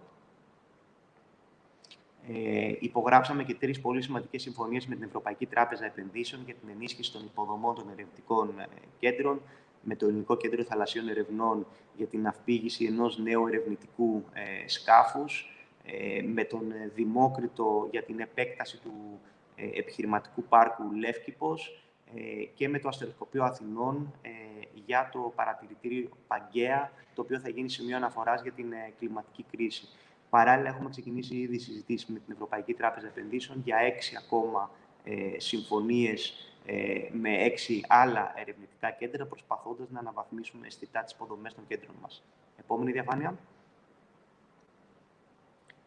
Τον Απρίλιο του 2020 δημιουργήσαμε την εμβληματική ερευνητική δράση για τον κορονοϊό, που συνδέσαμε με την επιστημονική κοινότητα της χώρας 6 ερευνητικά κέντρα και 4 πανεπιστήμια. Ως αποτέλεσμα της δράσης αυτής ήταν και το πρώτο τεστ ταχείας ανίχνευσης για τον κορονοϊό. Επόμενη διαφάνεια. Έχουμε και το Ελληνικό Ίδρυμα Έρευνας και Καινοτομίας, το ΕΛΙΔΕΚ, το οποίο στηρίζει την βασική έρευνα και το ενισχύουμε, το οποίο είναι πολύ σημαντικό να στηριχθεί η βασική έρευνα. Επόμενη διαφάνεια. Τώρα πάμε στο δεύτερο πεδίο δράσης, που είναι οι επιχειρήσεις που επενδύουν στην έρευνα και ανάπτυξη. Όπως θυμάστε, σας είπα πιο πριν ότι ένας από τους στόχους είναι να αυξήσουμε σημαντικά τις δαπάνες έρευνας και ανάπτυξης στην χώρα. Μία από τις σημαντικότερες πρωτοβουλίες που πήραμε και είναι σε ισχύ από 1η Σεπτεμβρίου του 2020 είναι η αύξηση του ποσοστού υπερεκπτώσεων δαπανών έρευνας και ανάπτυξης από το 130% το ανεβάσαμε στο 200%. Αυτό είναι πολύ σημαντικό για τις επιχειρήσεις που ήδη είναι στη χώρα μας και επενδύουν στην έρευνα και ανάπτυξη, τους δίνουν επιπλέον όθηση ώστε να επενδύσουν ακόμα περισσότερο σε αυτό το κομμάτι, όμως καθιστά και πολύ πιο ελκυστική την Ελλάδα στο να προσελκύσει νέες επενδύσεις έρευνας και ανάπτυξης. Και είναι χαρακτηριστικό ότι παρά την πανδημία, το τελευταίο χρονικό διάστημα έχουν ανακοινώσει πολύ σημαντικές επενδύσεις εταιρείες όπως η Pfizer, η Cisco, η EY, η Volkswagen, η eGo, η Applied Materials, η Microsoft, και οι επενδύσεις αυτές είναι σημαντικές διότι ο στόχος μας είναι να δημιουργηθούν νέες, καλά αμοιβόμενες ποιοτικές θέσεις εργασίας. Και η επένδυση στην έρευνα και την ανάπτυξη φέρνει τέτοιες θέσεις εργασίας. Επιτρέψτε μου να πω ότι μόνο από αυτή τη διάταξη υπολογίζουμε ότι οι δαπάνες έρευνας και ανάπτυξης τα επόμενα 3 χρόνια θα αυξηθούν κατά 300 εκατομμύρια ευρώ, σύμφωνα με τη μελέτη επιπτώσεων που έχουμε πραγματοποιήσει μαζί με το Υπουργείο Οικονομικών. Επόμενη διαφάνεια, παρακαλώ. Οι δράσεις του ΕΣΠΑ, τις οποίες υλοποιούμε, όπως το ερευνητικό δημιουργό καινοτομό, η συγκρότηση συνεργατικών σχηματισμών, τα innovation clusters, η σύσταση κέντρων ικανοτήτων, τα competence centers, είναι πολύ σημαντικές για να συνδέσουμε πιο αποτελεσματικά την έρευνα με την καινοτομία και την επιχειρηματικότητα. Επόμενη διαφάνεια. Το κατακαιρματισμένο οικοσύστημα καινοτομίας. Θέλω να σκεφτείτε ότι μέχρι πρότινος η ελληνική πολιτεία δεν γνώριζε πόσες νεοφυείς επιχειρήσεις υπάρχουν, σε ποιους τομείς δραστηριοποιούνται, πόσους ανθρώπους απασχολούν, τι κύκλο εργασιών κάνουν. Δεν είχε καθόλου πληροφορίες για το οικοσύστημα καινοτομίας. Ακόμα και να ήθελε η πολιτεία να νομοθετήσει ευεργετικές διατάξεις για το οικοσύστημα καινοτομίας, στην πραγματικότητα δεν ήξερε σε ποιους απευθυνόταν. Και επειδή δεν υπάρχει ένας σαφής ορισμός για το ποιες επιχειρήσεις λογίζονται ως νεοφυείς επιχειρήσεις, όχι μόνο στην Ελλάδα, αλλά διεθνώς, ή δεν υπάρχει ένας ΚΑΔ νεοφυών επιχειρήσεων, διότι νεοφυείς επιχειρήσεις είναι σε όλους τους τομείς της οικονομίας, έπρεπε να βρούμε έναν τρόπο για να μπορέσουμε να ξέρουμε σε ποιους απευθυνόμαστε. Και είδαμε ότι σε κάποιες περιπτώσεις άλλων χωρών, βέλτιστες πρακτικές άλλων χωρών, ότι ένα μητρό νεοφυών επιχειρήσεων μπορούσε να βοηθήσει στην επίλυση αυτού του προβλήματος. Θέλαμε όμως να κάνουμε κάτι παραπάνω από ένα μητρό νεοφυών επιχειρήσεων, έτσι δημιουργήσαμε το Elevate Greece, το οποίο λειτουργεί ως η πύλη εισόδου στο οικοσύστημα καινοτομίας. Είχε 7 βασικούς στόχους: την επίσημη και αξιόπιστη καταγραφή των νεοφυών επιχειρήσεων, την ολοκληρωμένη χαρτογράφηση του οικοσυστήματος καινοτομίας, το οποίο συμπεριλαμβάνει από τις νεοφυείς επιχειρήσεις, θερμοκοιτίδες, τους επιταχυντές, τις εταιρείες επιχειρηματικών κεφαλαίων, τα λεγόμενα venture capital funds, δηλαδή τα ερευνητικά κέντρα της τεχνοβλαστού, τα πανεπιστήμια, ακόμα και τις επιχειρήσεις που επενδύουν στην έρευνα και την ανάπτυξη. Μέσω του Elevate Greece μπορούμε να παρακολουθήσουμε την πορεία των νεοφυών επιχειρήσεων βάσει συγκεκριμένων δικτών απόδοσης. Επιτρέπεται η στοχευμένη υποστήριξη από την πολιτεία και πράγματι βγάλαμε μια δράση με την μορφή μη επιστρεπτέας προκαταβολής της τάξης του 80%, όπου οι νεοφυείς επιχειρήσεις που έχουν πληγεί από τον κορονοϊό μπορούν να λάβουν από 5 έως 100.000 ευρώ. Τα βραβεία για την εξειδικευμένη υποστήριξη, τα βραβεία νεοφυούς επιχειρηματικότητας που θα παρουσιαστούν για πρώτη φορά στην Διεθνή Έκθεση Θεσσαλονίκης, αλλά και τους επίσημους υποστηρικτές του Elevate Greece, που μπορεί να είναι από τις τράπεζες που προσφέρουν εξειδικευμένα τραπεζικά προϊόντα στις νεοφυείς επιχειρήσεις που δεν μπορούν να βρουν στην αγορά, ή από επιχειρήσεις που δίνουν υπηρεσίες, δωρεάν υπηρεσίες νέφους, πρόσβαση στο παγκόσμιο δίκτυο καινοτομίας, το οποίο έχουν χρηματικά έπαθλα, υπηρεσίες mentoring και άλλα βοηθητικά πράγματα. Παράλληλα, μέσω του Elevate Greece, για πρώτη φορά η πολιτεία θέσπισε και κίνητρα για επενδυτικούς αγγέλους για να ενισχυθεί η ρευστότητα των νεοφυών επιχειρήσεων. Φυσικά, ο στόχος μας είναι η προώθηση της εξωστρέφειας και να γίνει πόλος έλξης για επενδυτές, και έχουν ήδη δημοσιευτεί πολλές εξειδικευμένες θέσεις εργασίας. Πάμε στην επόμενη διαφάνεια. Τώρα, εδώ πέρα είναι τα στοιχεία που έχουμε συγκεντρώσει για τις νεοφυείς επιχειρήσεις και νομίζω ότι έχει ιδιαίτερη αξία αυτή η διαφάνεια. Αν δούμε το οικοσύστημα καινοτομίας, που για πρώτη φορά έχουμε μια πολύ καλή εικόνα του οικοσυστήματος, βλέπουμε ότι οι βιοεπιστήμες κυριαρχούν και στον αριθμό των νεοφυών επιχειρήσεων και στη χρηματοδότηση, αλλά και στον αριθμό των εργαζόμενων. Παρόλα αυτά, έχουμε πολλές νεοφυείς επιχειρήσεις και στον τουρισμό και στην πράσινη ανάπτυξη και στην αγροτεχνολογία. Έχουμε σημαντικό funding, χρηματοδότηση στα μεγάλα δεδομένα, στην εκπαίδευση και στην αγροτεχνολογία και σημαντικό αριθμό εργαζομένων στον τουρισμό, στην εκπαίδευση, στα μεγάλα δεδομένα και την αγροτεχνολογία. Πάμε στην επόμενη διαφάνεια, παρακαλώ. Αν δούμε ανά την επικράτεια το πού βρίσκεται η κάθε νεοφυής επιχείρηση, θα δούμε ότι τα αστικά κέντρα κυριαρχούν. Η Αττική έχει το 65% των νεοφυών επιχειρήσεων, η Κεντρική Μακεδονία το 15%, η Κρήτη το 6% και η Δυτική Ελλάδα το 5%. Αυτό μας έκανε να συνειδητοποιήσουμε άμεσα ότι πρέπει να δούμε πώς μπορούμε να λάβουμε ως ελληνική πολιτεία μέτρα στήριξης και ενθάρρυνσης ίδρυσης νεοφυών επιχειρήσεων στην περιφέρεια και είναι κάτι το οποίο ήδη το μελετάμε. Επόμενη διαφάνεια, παρακαλώ. Για τα κίνητρα για τους επενδυτικούς αγγέλους μίλησα, άρα ας προχωρήσουμε παραπέρα. Και για τη δράση αυτή τη στήριξη των νεοφυών επιχειρήσεων επίσης μίλησα για την μη επιστρεπτέα ενίσχυση. Επόμενη διαφάνεια. Μία από τις σημαντικότερες πρωτοβουλίες που έχουμε αναλάβει στο Υπουργείο Ανάπτυξης και Επενδύσεων το τελευταίο χρονικό διάστημα είναι η δημιουργία της πολιτείας καινοτομίας, μιας φυσικής έδρας καινοτομίας για την χώρα μας. Δεν υπάρχει αντίστοιχο project στην Ελλάδα και την Νοτιοανατολική Ευρώπη. Η πολιτεία καινοτομίας είναι ένας φυσικός χώρος στον οποίο συνυπάρχουν τμήματα έρευνας και ανάπτυξης επιχειρήσεων, νεοφυείς επιχειρήσεις, τεχνοπλαστή και ο στόχος είναι να καλλιεργούνται οι συνθήκες για την παραγωγή καινοτόμων προϊόντων και υπηρεσιών. Είναι μια εμβληματική δράση. Ήδη έχει ξεκινήσει ο Διεθνής Δημόσιος Διαγωνισμός, έχει ολοκληρωθεί η πρώτη φάση. Τώρα γίνεται ο έλεγχος πληρότητας των φακέλων και μέσα στον Ιούνιο θα ξεκινήσει ο ανταγωνιστικός διάλογος και η δεύτερη φάση. Ελπίζουμε μέχρι το τέλος του έτους, αρχές του νέου έτους, να έχουμε τον ανάδοχο και να ξεκινήσει η κατασκευή της πολιτείας καινοτομίας που θα βάλει την Ελλάδα για τα καλά στον χάρτη της καινοτομίας. Επόμενη διαφάνεια. Ένα αντίστοιχο πολύ σημαντικό project είναι στην Θεσσαλονίκη, το Thessaloniki. Εκεί πέρα έχει δημιουργηθεί μια εταιρεία μη κερδοσκοπικού χαρακτήρα με τη συμμετοχή τόσο δημόσιων φορέων όσο και ιδιωτικών φορέων, η οποία έχει ήδη ξεκινήσει με επιτυχία να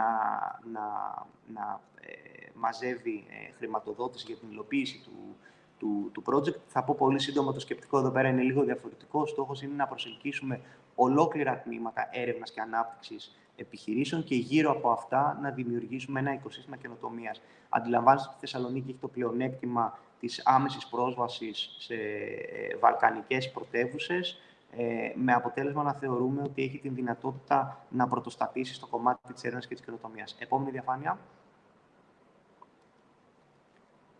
Επόμενα βήματα. Πολύ σύντομα θα πω ότι, και κλείνω με αυτό, ελπίζω μέσα στο καλοκαίρι να φέρουμε ένα σχέδιο νόμου σε συνεννόηση με το Υπουργείο Παιδείας για την βελτίωση του θεσμικού πλαισίου των τεχνοβλαστών, των spin-off, να ξέρει δηλαδή ένας ερευνητής ή ένα μέλος ΔΕ που θέλει να δημιουργήσει ένα τεχνοβλαστό ποιο είναι το θεσμικό πλαίσιο. Σκεφτείτε ότι διαφορετικές απόψεις υπήρχαν στο Δημόκριτο, στο Πανεπιστήμιο Θεσσαλίας, στο Αριστοτέλειο Πανεπιστήμιο και στο ΕΚΕΤΑ.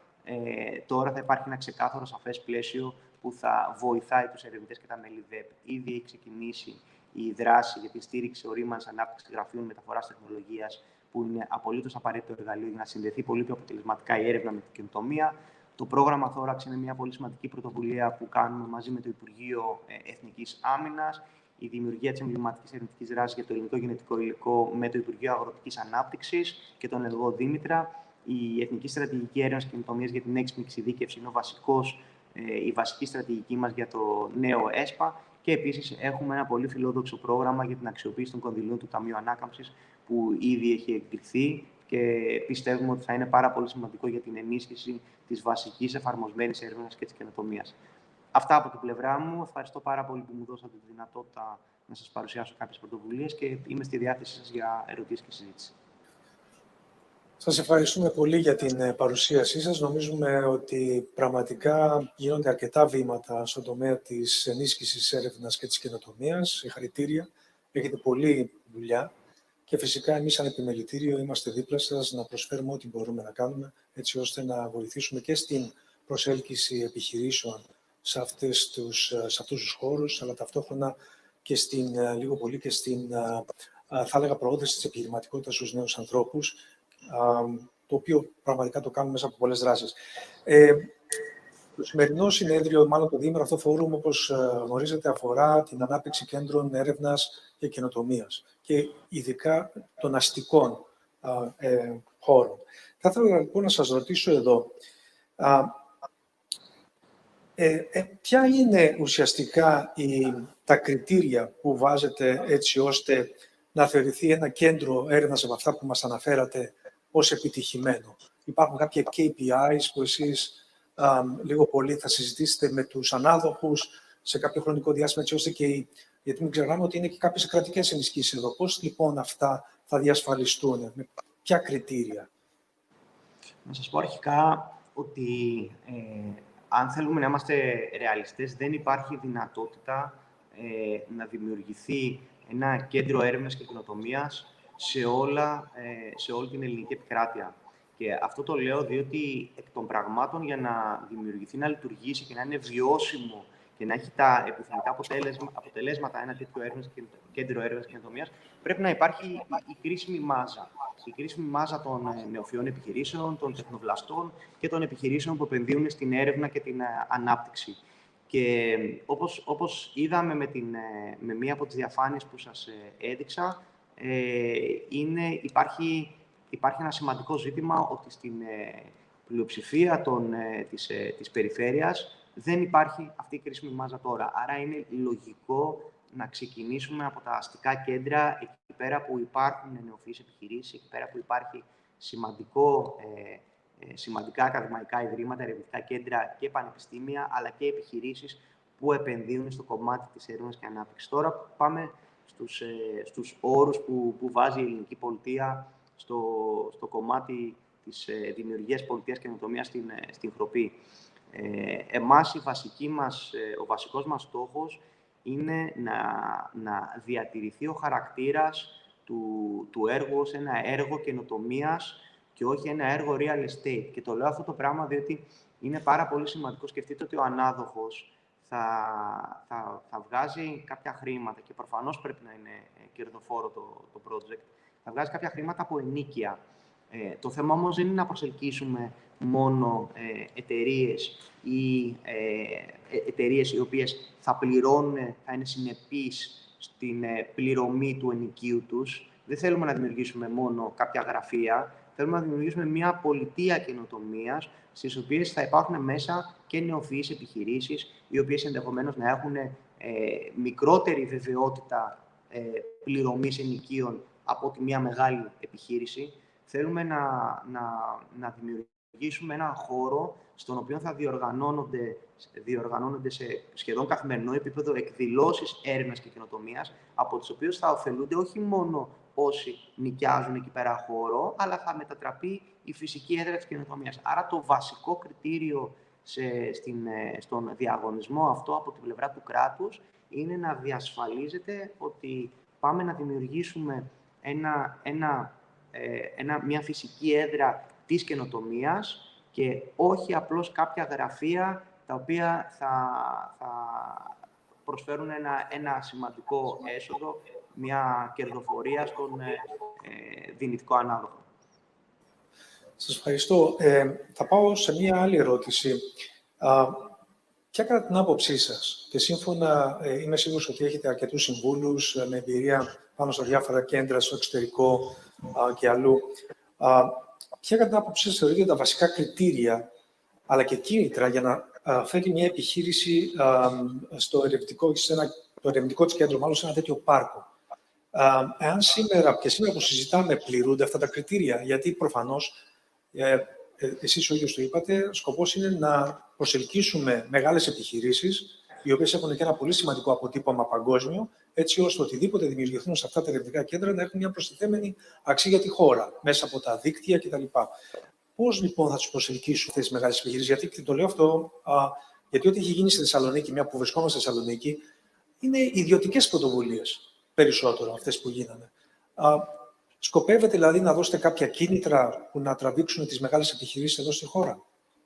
Πολύ εύστοχη ερώτηση και θα σας πω ευθέως ότι δεν σκοπεύουμε να δώσουμε κάποιο είδους φορολογικά κίνητρα ή κάποια κίνητρα τα οποία, κατά τη δική μας άποψη, θα προκαλέσουν μεγαλύτερη στρέβλωση ανταγωνισμού Αλλά αυτό που θέλουμε να κάνουμε, και επιμένω σε αυτό, και με μεγάλη χαρά, με μεγάλη ικανοποίηση διαπιστώνω ότι πράγματι υπάρχει πολύ σημαντικό ενδιαφέρον για την δημιουργία της πολιτείας καινοτομίας στις παλιές εγκαταστάσεις χροπή, είναι να δημιουργήσουμε ένα περιβάλλον στο οποίο θα θέλουν να έχουν συμμετοχή οι εταιρείες και δεν περιμένουμε μια εταιρεία να φέρει όλο το τμήμα έρευνας και ανάπτυξης, το οποίο θα είναι μια πολύ δύσκολη απόφαση, αλλά να έχουν 2-3 ανθρώπους όσους χρειάζεται για να παρακολουθούν από κοντά το οικοσύστημα καινοτομίας, αλλά αντιστοίχως να μπορούν και αυτές οι εταιρείες να ενημερώνουν το οικοσύστημα καινοτομίας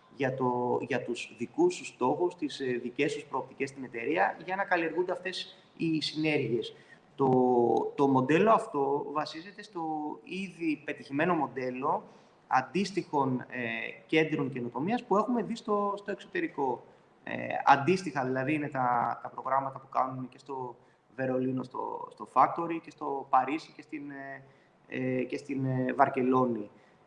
Δεν ανακαλύπτουμε την πυρίτιδα και αυτό που θέλω να πω είναι ότι ταξιδεύοντας στο εξωτερικό, πριν αναλάβω υφυπουργός Ανάπτυξης, όσο ήμουν βουλευτής, κυρίως στην αντιπολίτευση τα 5 προηγούμενα χρόνια, έβλεπα ότι σε τέτοιου είδους κέντρα συμμετείχαν πολλές ελληνικές νεοφυείς επιχειρήσεις και σε επιταχυντές και σε θερμοκοιτίδες του εξωτερικού. Και πάντοτε είχα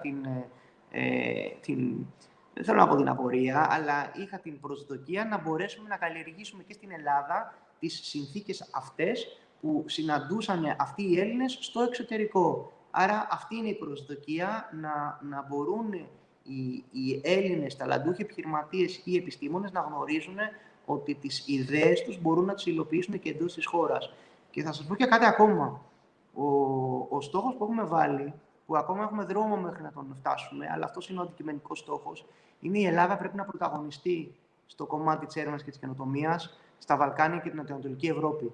Έχουμε ακόμα δρόμο για να φτάσουμε εκεί πέρα, αλλά θεωρώ ότι γίνονται σημαντικά και αποφασιστικά βήματα. Και ειδικότερα για το Thesing Tech, ο στόχος πρέπει να είναι να δούμε όχι μόνο πώς θα κρατήσουμε τους Έλληνες επιστήμονες και ταλαντούχους επιχειρηματίες εδώ πέρα ή πώς θα επαναπροσελκύσουμε αυτούς που φύγανε τα χρόνια της κρίσης, αλλά πώς θα μπορέσουμε να προσελκύσουμε ταλαντούχους ανθρώπους από τα Βαλκάνια και την ευρύτερη γειτονιά της Νοτιοανατολικής Ευρώπης. Ανθρώπους οι οποίοι έχουν την εξειδικευμένη γνώση, την εμπειρία, το ταλέντο να παράξουν πλούτο, το οποίο θα είναι προφανώς προς όφελος και της χώρας στην οποία βρίσκονται. Άρα δεν υπάρχουν εξειδικευμένα κίνητρα τα οποία θα δέσουμε, όσο και δημιουργούμε ένα περιβάλλον που θα ευνοεί σημαντικά τις συνέργειες καινοτομίας στα περιβάλλοντα αυτά. Να συμπληρώσω σε αυτό που είπατε, ότι σε πολλά incubation centers, ας πούμε, στο εξωτερικό, ειδικά στην Αμερική, υπάρχουν και κράτη που συμμετέχουν σε αυτά. Δηλαδή, χρηματοδοτούνται από κράτη με σκοπό οι startup επιχειρήσεις των κρατών εδώ να έχουν μία λίγο πολύ θέση σε αυτά τα κέντρα για να μπορούν πραγματικά μετά να αναζητήσουν πολύ πιο εύκολα επενδυτές. Και αυτό ήταν μια απορία που είχα εγώ, γιατί έβλεπα Ισπανία, έβλεπα διάφορες χώρες, ας πούμε, σε κάποια κέντρα τέτοια και δεν έβλεπα πουθενά Ελλάδα. Και έλεγα, γιατί να μην δίνουμε αυτή τη δυνατότητα σε ελληνικές. Πολύ σωστά το σκέφτεστε. Θα σας κάνω άλλη μια ερώτηση. Ένα μεγάλο στοίχημα της ελληνικής κυβέρνησης είναι η προσέλκυση ψηφιακών ομάδων. Το digital nomads που λένε. Υπάρχουν όμως κάποια θεματάκια εδώ. Παραδείγματος χάρη, και δεν ξέρω, σαν Υπουργείο, σε συνεργασία με άλλους συναδέλφους από άλλα Υπουργεία, υπάρχει το θέμα της βίζας, το οποίο πρέπει να επιληθεί πολύ γρήγορα, αν θέλουμε να έχουμε αυτούς τους ψηφιακούς νομάδες στη χώρα μας. Θέματα οικιστικά επίσης, δηλαδή πώς μπορούμε να τους παρέχουμε στέγη κτλ. Αλλά και επίσης για το διαδίκτυο. Αυτή τη στιγμή το διαδίκτυο στη χώρα μας είναι από τα πιο ακριβότερα στην Ευρώπη και ταυτόχρονα από τα πιο αργά.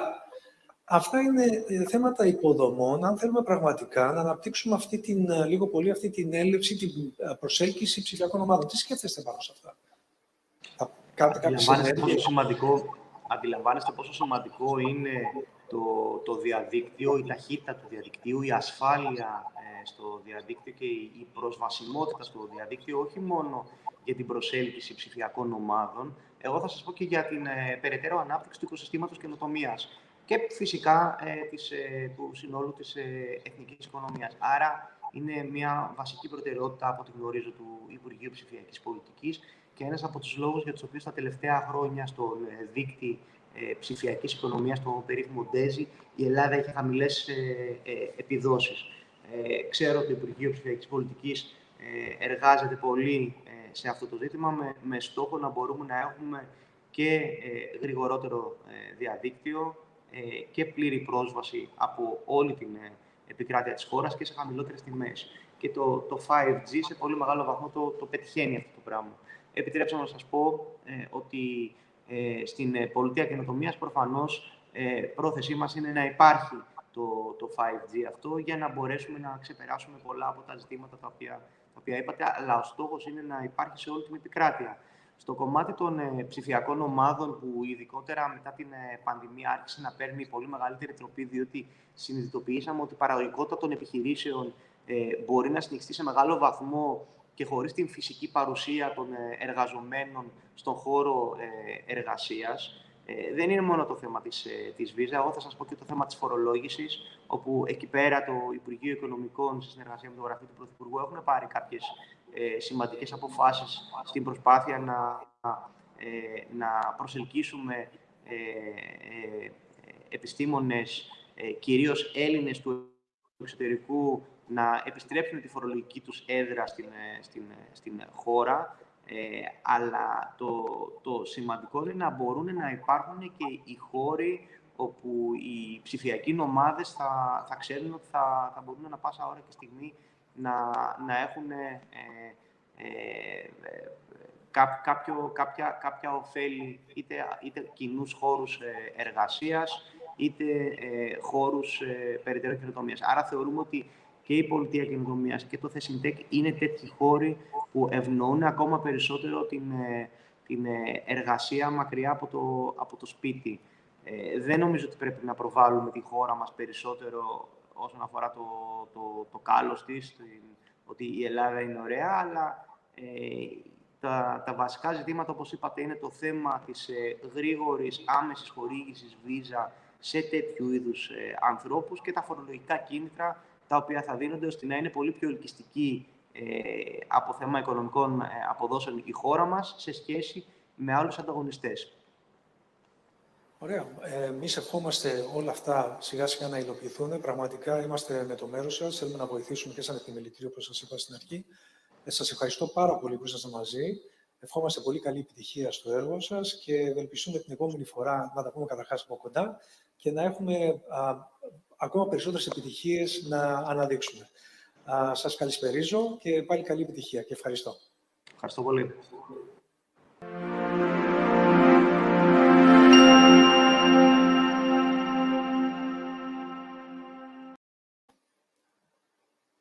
Ladies and gentlemen, we are back in the program after this interview or discussion with the Deputy Minister of Innovation and Research here in Greece. We have a very interesting presentation for you right now. A walkthrough of the Cortex Innovation District, an example of a successful, fast-growing innovation center located at St. Louis, Missouri. Mr. Tim Gaidis, Principal and Senior Project Designer of HOK Architectural Company, which designed actually Cortex, will walk us through this fantastic center. So let's all of us watch it together. Hello, everyone. I'm Tim Gaidis, a principal and senior project designer with HOK, a global architecture and engineering firm with a wide range of services and markets which include work in a number of innovation communities. While I'm sorry I can't be with you virtually today, I'm excited to be able to share some key development milestones and current status in the Cortex Innovation Community in St. Louis, Missouri, USA. This special place is a 200-acre innovation and technology hub and life sciences district built around the idea that together we can do more.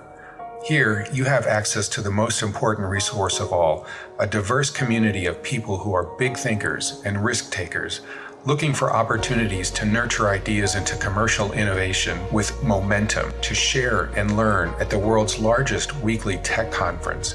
and by leveraging time and space together in ways that create sums that are more than their individual parts, transform the world we know today into the world we want tomorrow. Cortex is home to over 400 companies and organizations and was founded in 2002 by 5 anchor institutions: Washington University, St. Louis University, the University of Missouri St. Louis, the BJC Washington University Medical Center, and the Missouri Botanical Garden. These 5 institutions, along with dozens of additional stakeholders and partners, developed an aggressive 30-year plan that was set into motion in late 2005. And now at roughly the halfway point in that plan, we can see that a gradual start is beginning to accelerate and reach toward the district's goals. During this time, HOK has provided master planning services, designed 5 core and shell buildings which have been constructed, designed 2 more which are under construction now, are currently designing our 3rd historic adaptive reuse, have 2 more projects planned at a conceptual level, and have designed spaces for more than 20 tenants with more on the boards. We're really excited about all of our groundbreaking work in Cortex. But how did it evolve? In 1998, the Center for Emerging Technologies was developed through a state initiative, but took time to gain momentum. In 2005, Cortex developed their first building, Cortex 1, as their flagship launch, anticipating it would activate Forest Park Avenue here, highlighted with the orange dashed arrow, and connect with the Center for Emerging Technologies. But in actuality, the next phase of buildings, DuPont Soleil, 4240 Duncan, and 4260 Forest Park Avenue, along with the Cortex Commons, created a new critical mass around the intersection of Duncan and Boyle Avenues, from which the newest generation of development has expanded. Let me take you inside a few of these buildings. Cortex 1 is a 3-level, highly flexible lab building with multiple tenant space configurations focused on attracting life sciences tenants. 4240 Duncan is an adaptive reuse of an historic 1947 telephone manufacturing building with large floor plates where we cut light wells through the center of the building to distribute daylight and activate a 2-level concourse that winds through the building, and really acts as a meetup and event place for the entire district. This building and its Cambridge Innovation Center co-working tenant and Venture Cafe events programming spin-off created the major tipping point and acceleration of development in the district. Cortex Commons was developed as Cortex's front yard and is a multifunctional park and outdoor gathering space. 4220 Duncan, the next building, is a 186,000 square foot facility with a color-changing facade that parallels the transformational companies within. 4220's 5 levels are efficiently planned for both lab and tech tenants and house Innovation Hall that combines a restaurant with a 300-seat divisible multi-purpose room and small and medium collaboration areas that even people who are not formal tenants in Cortex can utilize. 4220 is a hive of activity during the days and nights and even weekends for events of all types. Along with the Cortex Commons, 4240 and 4220 Duncan initiated an intentionally planned quasi-public network of innovation spaces, seen here in orange, that integrates circulation pathways with programmable inside and outside areas that weave through the district and provide a diverse set of environments for people to meet, collaborate, and advance their dreams. Now, the next phase of this block, 4210 Duncan, is currently under construction. This 316,000 square foot 9-level building is designed to accommodate both lab and technology tenants and is the latest development in Cortex. This video begins with Cortex in its context of St. Louis, Missouri in the United States. As we come down to the intersection of Duncan and Boyle Avenues, right here the Cortex Commons, and to the right you can see 4240 Duncan, the new Aloft Hotel in our foreground. 4220 Duncan is in between the 4240 and 4210 Duncan buildings. You can see the new 4210 Duncan here with its parking structures behind it and peeking down into that outdoor concourse, which is activated by event spaces. The north facade of 4210 Duncan here, and then winding down to the gateway entry into Cortex here with the Cortex Gateway Plaza to the left. commercial space at the street level of 4210 Duncan for all types of uses. Here you can see the second lobby entry up a stair or in the ramp that winds around the tenant spaces and connects with this west drive both to the parking structure and then to the right for the east terrace at 4220 Duncan. All of these spaces are very well connected for pedestrians and activation here. You can see the different types of spaces here under the garage. Here we've carved out a little bit of space for different types of uses, both relaxing and activities. A central stair here which connects to the lobby to the left. We carved out a parking level here to create a two-story grotto for events and presentations on the outside. And then this cascading stair comes down to the Gateway Plaza here with these meeting niches there on the right side and lots of gathering space. If you were coming from a car, you'd enter at the south entry here and into the main lobby. You can see the reception desk to the right, elevators to the upper levels to the left here, and lots of different types of spaces for people to gather and collaborate. Loose seating, enclosed lounge areas, a little bit there in the distance. A communicating stair that connects both level 1 and level 2, really bringing that level 1 activity all the way up into level 2, and then weaving around here and seeing how this building really finishes itself. At the end of the day, Cortex is about bringing people with ideas together. Thank you for letting me bring ours to you. Have a great seminar. Well, we thank you for this wonderful presentation. To talk more about Cortex, we have with us Ms. Beth Letcher, Vice President Communication and Strategic Planning, Cortex Innovation Community. Hello, Beth. Hello, nice to see you. Good morning, actually. Thank you for being with us, and we all are impressed, by the way, from what we just saw in this fantastic walkthrough of Cortex. Could you please tell us a few more things about Cortex and its future planning as well? Thank you. Certainly. I have a few slides to talk a little bit more about Cortex. Would you like me to show them now? Yes, please. Go ahead.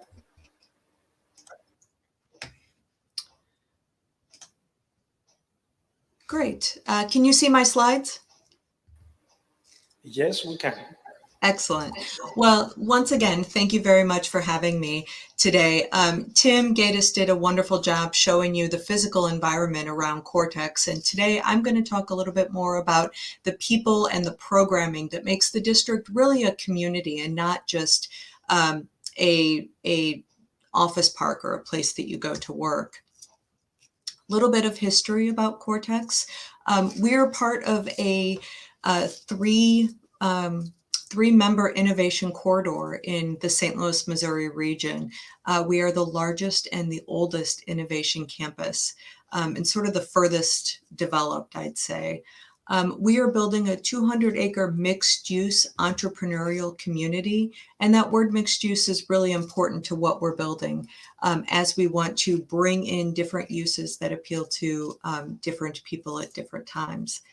We are intentionally very diverse, and we are capitalizing on the demographic shift that we're seeing between workers and corporations that are returning to the city in order to locate. These are the three things that Cortex is really about at our base level. First is jobs. We are here to facilitate the environment that will grow well-paying jobs in the area. We are here to help increase the city's tax base, to support basic services, and we're here to do this work in the most inclusive way that we are able.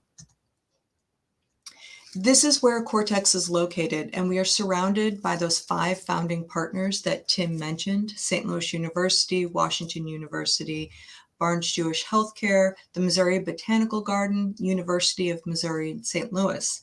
What we also have is our downtown is to the east of us. Our central city is there, along with just to our west is our large municipal park. This gives us a larger community that is really rich in amenities. Again, to our east is our city's arts district, arts and theater district. To our west in that municipal park, we have a lot of attraction generators. Our fine art museum is located there, our zoo, our large municipal theater, and our science center are located there. And then to our north and south, we are surrounded by residential options at a variety of price points and configurations.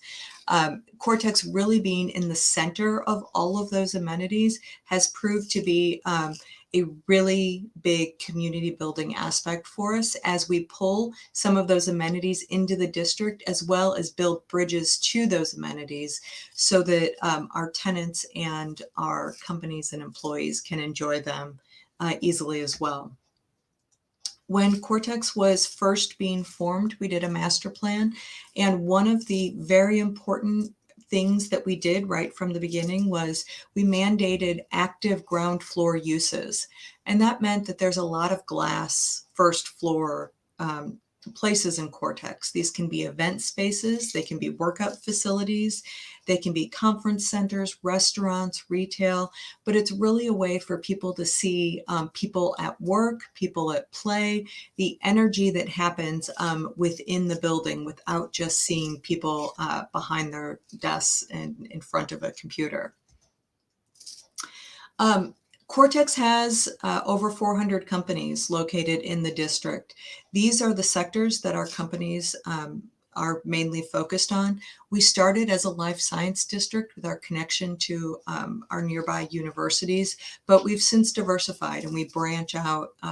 And really the key to some of Cortex's success has been the overlap of some of these sectors. When we look at how life science and geospatial come together, we get some really interesting synergies, and that's been a real strong success point for the district. Here's a list of corporations that are located in the district. The interesting thing about these corporations is that the reason they're here, the value proposition that Cortex provides, is that they are following the startup community. Corporations like to be around the startups. They like being near the talent.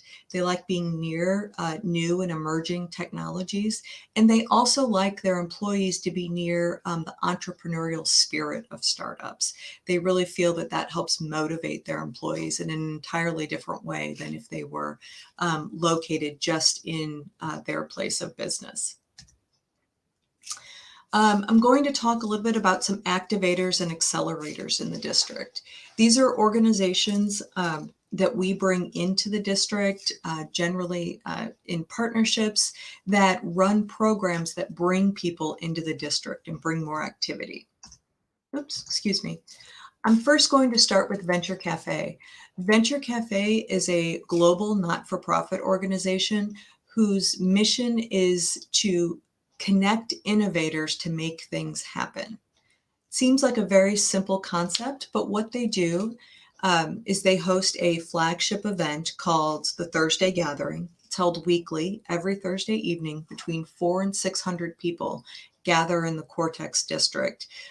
They gather to network, to meet each other. These are people who run startups, corporations, people in support organizations like banks and auditing, but these are also people who are in the innovation community. So we get artists that are doing new and interesting things with their art. We get people who are civic-minded, who have initiatives that are happening in the city and want to talk to people about that. There are between 12 and 15 education sessions that are brought to the district by the community. We don't organize those. And it's a fun evening to be able to sit and talk to somebody you probably may not have run into during your regular day job over a glass of wine or a beer. We do believe that this is the largest weekly innovation gathering in the world happening right in Cortex. Next, our Center for Emerging Technologies.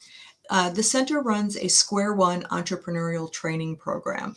These training programs range from helping entrepreneurs who are very early stage. If you have an idea and you don't know what to do with it next, the Square One program can help you. There's also more advanced mentoring opportunities, and where people are helping others going out and finding funding once they have their business plan developed and the like. This program is specifically targeted to reach underrepresented communities, either in bioscience or information technology, manufacture, consumer products, in order to help build new companies in those communities, as well as generate wealth for the entrepreneurs that are working in those communities. Next, I'll talk quickly about BioSTL and the Biogenerator Accelerator. BioSTL is a not-for-profit organization who is really driving the force behind St. Louis's success in the bioscience region. Biogenerator Accelerator is an accelerator program that invests in very early stage, again, bioscience companies. They provide them with free access to wet lab space and research equipment. They put them into formal mentoring programs, and as I said, they put financial investment into those companies as well. This is a highly competitive program, and you can see by the numbers on the right what some of the results have been for the biogenerator companies. Finally, the last activator and accelerator I'm going to talk about is the Cambridge Innovation Center. CIC is a hotel for entrepreneurs. It is a place where an entrepreneur can come and bring their laptop and their cell phone, and everything else is provided for them. Furniture, offices, conference rooms, access to a communal kitchen, and all the business services that they would need. This is really one of the key points about CIC is that they offer all of these services on a month-to-month lease, which means that a company is not putting a large capital outlay out for office space, and they can come and go as their business dictates, but they can also expand and contract as their business dictates as well. CIC has been able to form a community around all of these startups, these little startup hives, and they're located in three different buildings within the Cortex community, and really have become the heartbeat and the energy of the district by fostering this environment. A lot of our corporate tenants want to be located near CIC just to be able to have their employees interact with the entrepreneurs and get that energy off of the hustle that those entrepreneurs are going through every day. A couple other programming pieces that Cortex engages in. One is really business support program. We run tech business seminars, training. We hold talent fairs for internships and for full-time employees. And we also host the St. Louis Startup Week, which is really a big celebration of the St. Louis startup community. And we hold it right in Cortex. We also do community programming, and this is programming geared around getting people out of their buildings, getting people out from behind their computers, and encouraging them to mix with people that maybe they wouldn't have mixed with just doing their daily job. We like to refer to these as serendipitous collisions. And that's when two people with seemingly not much in common happen to strike up a conversation over a common interest and find out that they do have more in common. And that can translate into new business ventures. We've seen it happen already, and it's been very exciting, especially when you get those cross collaborations between different sectors. So this community programming can take the form of chess tournaments, music concerts, farmers markets. We have movies. All of these take place on our Cortex Commons, which is our community green space and our community gathering space. A couple other things just to wrap up. I mentioned earlier that Cortex was surrounded by lots of amenities, and we had this larger community surrounding just the district boundaries. Well, this is one of those developments that is under construction right now that is just outside our boundary. This is going to be an area called City Foundry at Cortex. It has retail, entertainment district, some office, and also residential. These will be great amenities for our tenants. And as you can see here, there's going to be a bridge that is dedicated pedestrian and bicycle that can connect our tenants directly to the City Foundry amenities right next door. Excuse me. Within the district, we are increasing our residential presence. And here is the tech lab building that Tim showed you as well. Finally, the last building that is under construction in the district right now is this neuroscience research building. Washington University in St. Louis, which is one of the top neuroscience programs in the United States, is moving all of their neuroscience research, actually just a few blocks away, but into the district because they want their top talent in neuroscience to be able to access the kind of environment that we have at Cortex in order to share those amenities and become part of the community. So that is what I have about Cortex and our urban innovation community. Well, thank you very much. Seems that you've been doing a great job there, and you're creating a very interesting surrounding for the people who are working there. Congratulations, by the way. I do have some questions, though, since we are Thessaloniki and we are envisioning to, let's say, transform Thessaloniki as one very, let's say, innovative district of research and technology. How did the seed of an idea blossom into one of the Midwest's largest innovation hubs and far more the compilation of its parts? How this came up? And to add to the question, how you managed to collect the necessary first funding for, let's say, implementing the first phase of this project? Right. So we had, this actually came up in a number of different fronts. One, we had our founding partners, which were the leaders of the top research institutions in St. Louis. They felt that they were starting to lose their research talent. Those top researchers that were bringing in the most grant dollars to continue their research, because those researchers were not allowed to start companies in their university labs. It was a rule with their government funding that they could not start private companies that way. So they needed a place to spin out into privately held buildings where they could start companies. That led to those university leads starting to look at a model for creating a place together because they all had a mutual shared interest. At the same time, our civic leaders looked at this area of town between all these university partners, and it was truly blighted. It was high crime. It was really old legacy industrial with not a lot of jobs. And they said, we would like to transform this area physically, and we will help you do that.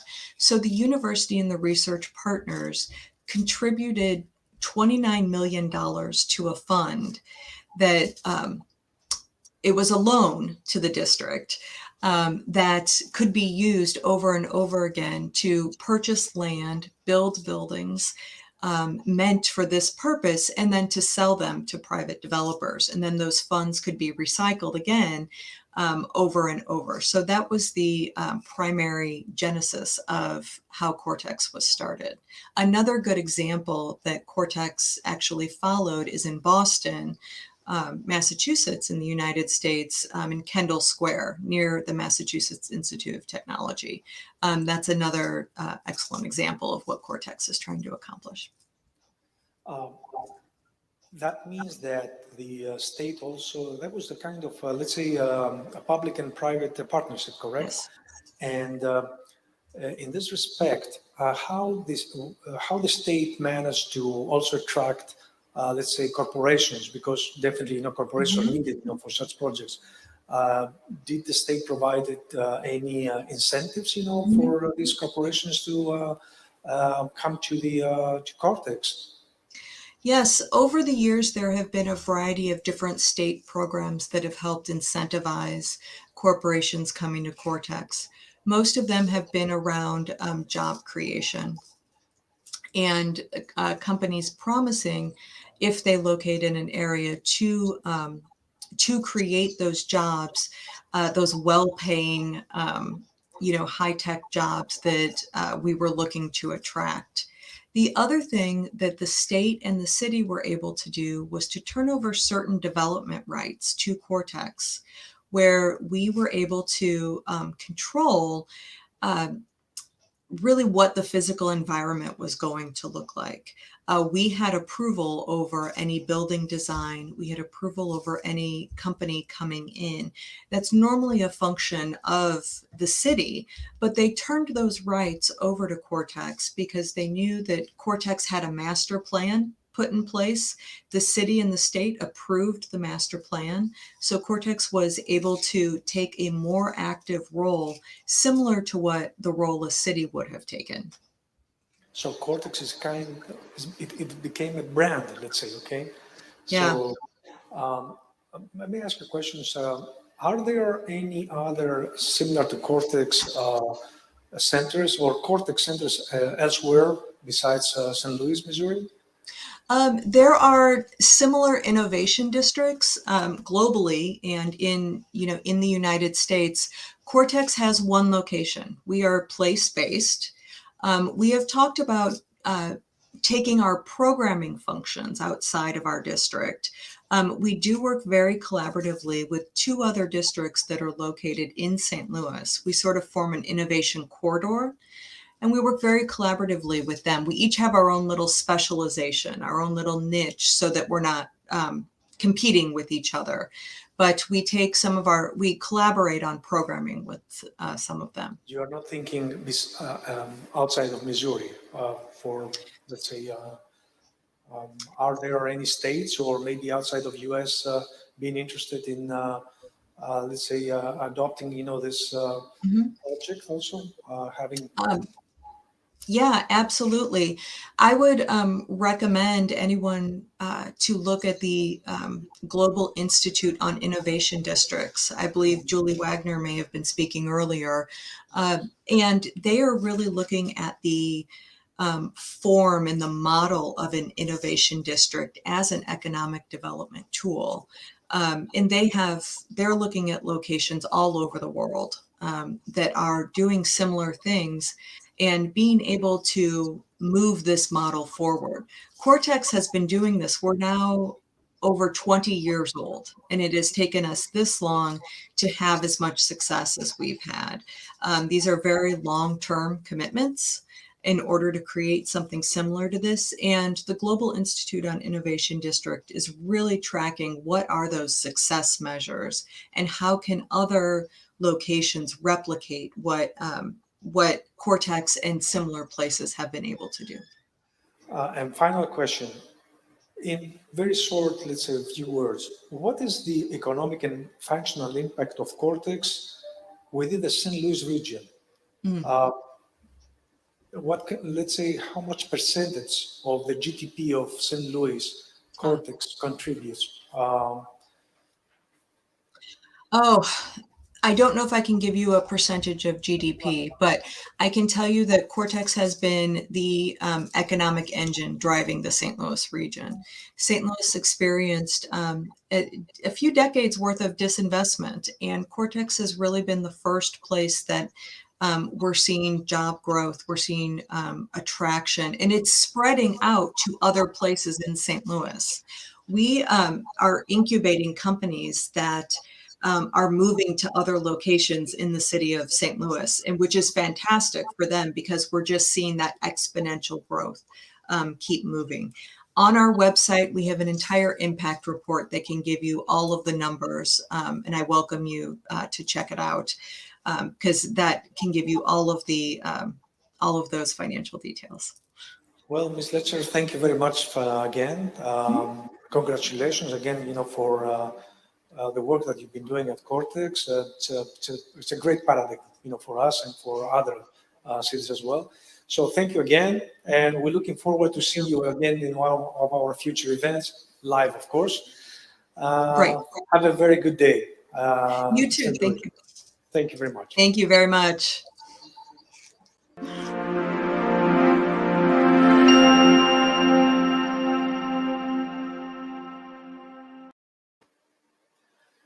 And now we're moving to the last part of our first day of our forum here. It's my pleasure to welcome Mr. Marin Rajadurai, Special Advisor to the Secretary of Science and Technologies at the U.S. Department, at the U.S. State Department, who will share with us his views about our bilateral relations in education and research, and how science and technology in general can advance societies by bridging social gaps and bringing prosperity. Good afternoon, Mr. Rajadurai. It's a pleasure to have you with us today, and the floor is yours for your address, and then I will follow with some questions. Great. Thank you so much for this special welcome, and to the distinguished guests here today. I'm honored to be part of the first Thessaloniki Future Thinking Dialogue, and to share in 200 years of friendship between the United States and Greece. Thessaloniki is a symbol of innovation for the world. Since antiquity, this civilization embodied the pillars of innovation through extraordinary breadth and depth of knowledge, visionary people who sought the ethos of creativity towards generational prosperity, and the highest standards of excellence for entrepreneurship. Now, in the 21st century, Thessaloniki is positioned for valuable investment to maximize the applications of science and technology as it reemerges as a global leader. Innovation is the best of us, born from the entrepreneurship in all of us. As we explore the elements of innovation at TFTD, I begin by illustrating an analogy for entrepreneurship through sports that Greece inspired thousands of years ago with the philosophical essence of democracy. The success of sports comes from holistic, inclusive participation in the game. The athletes, the spectators, the infrastructure, the rules, the competition, the joy of victory, the heartbreak of defeat, all converging to resonate oneness. Sports is the ultimate pursuit of perfection in performance, and only so because of the ecosystem in which it exists. The same is true for the future of innovation. Entrepreneurship is a state of mind. Oneness.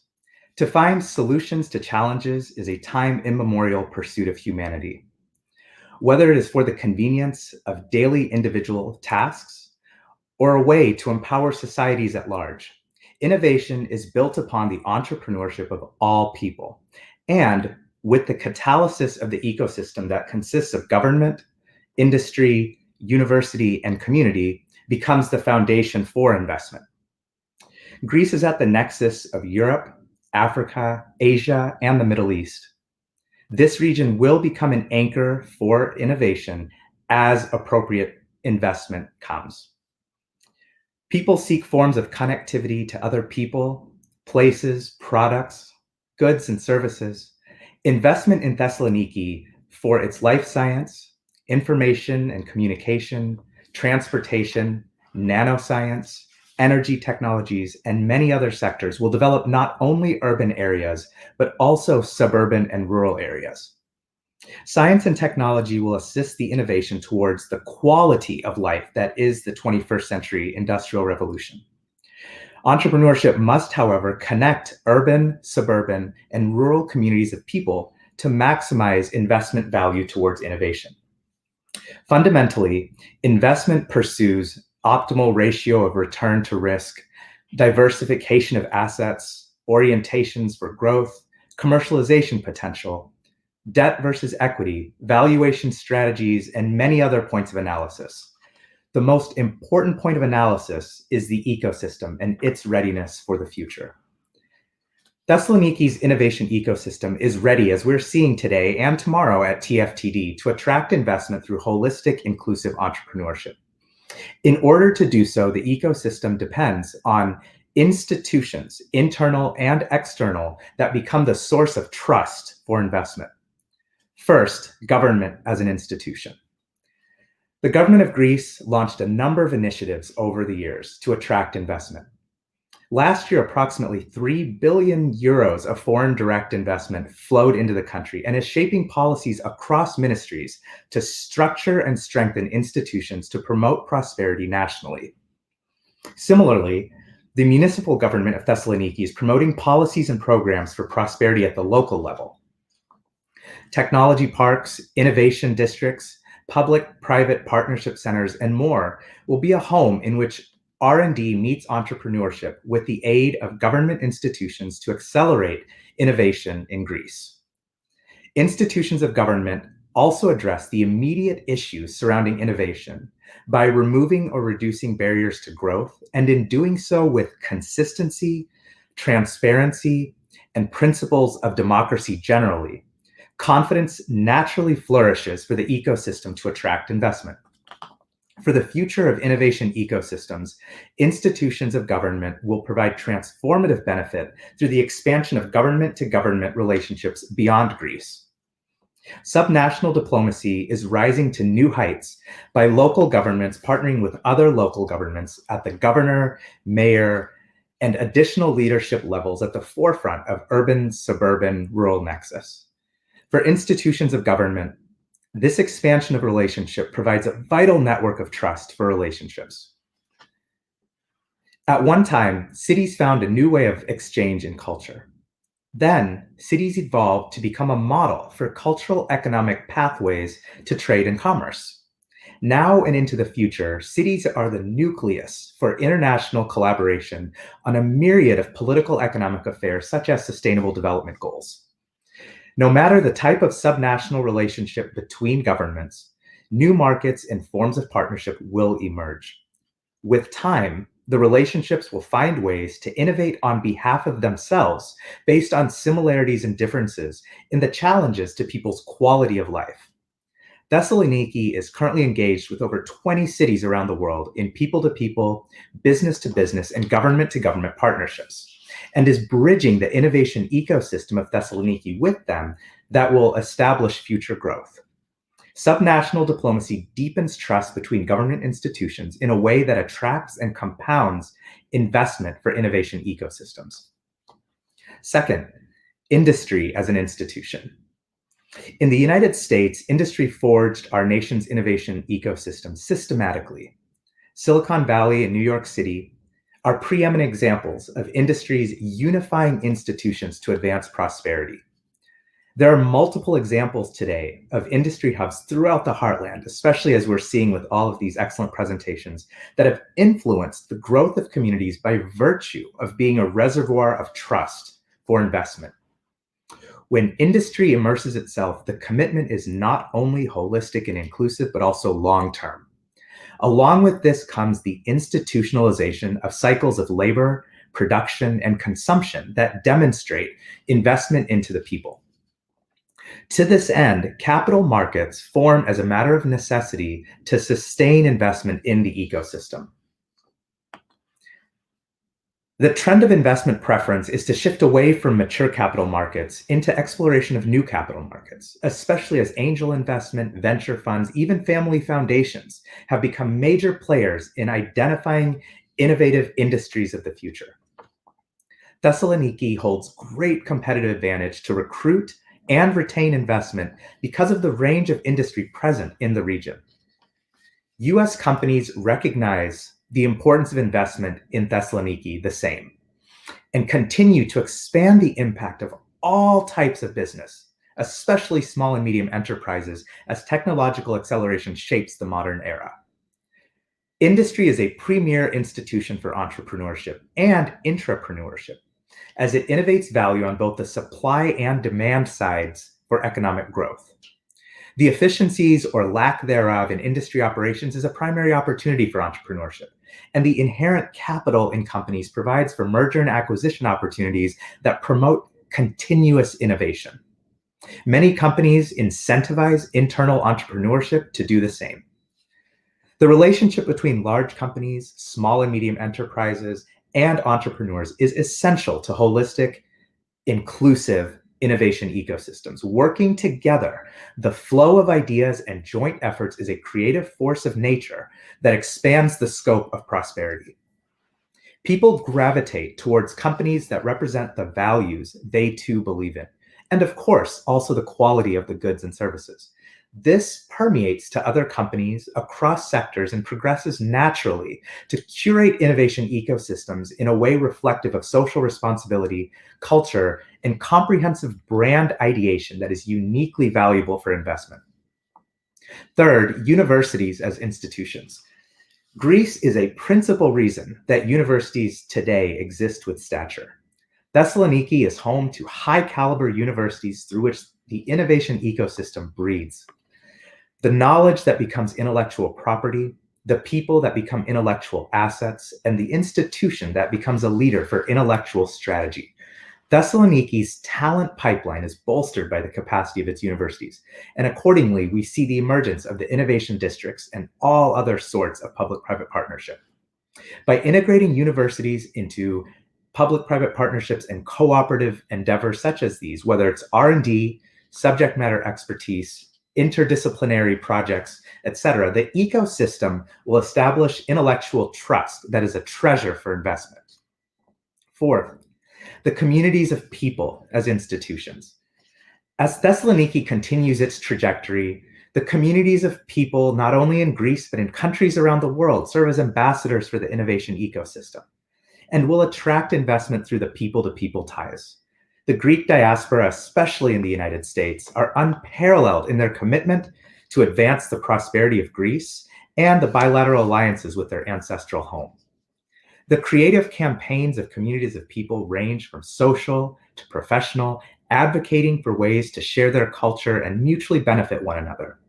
In today's globally interconnected world, people are institutions. As the people become communities to share holistic, inclusive ways for a future together, investment finds them.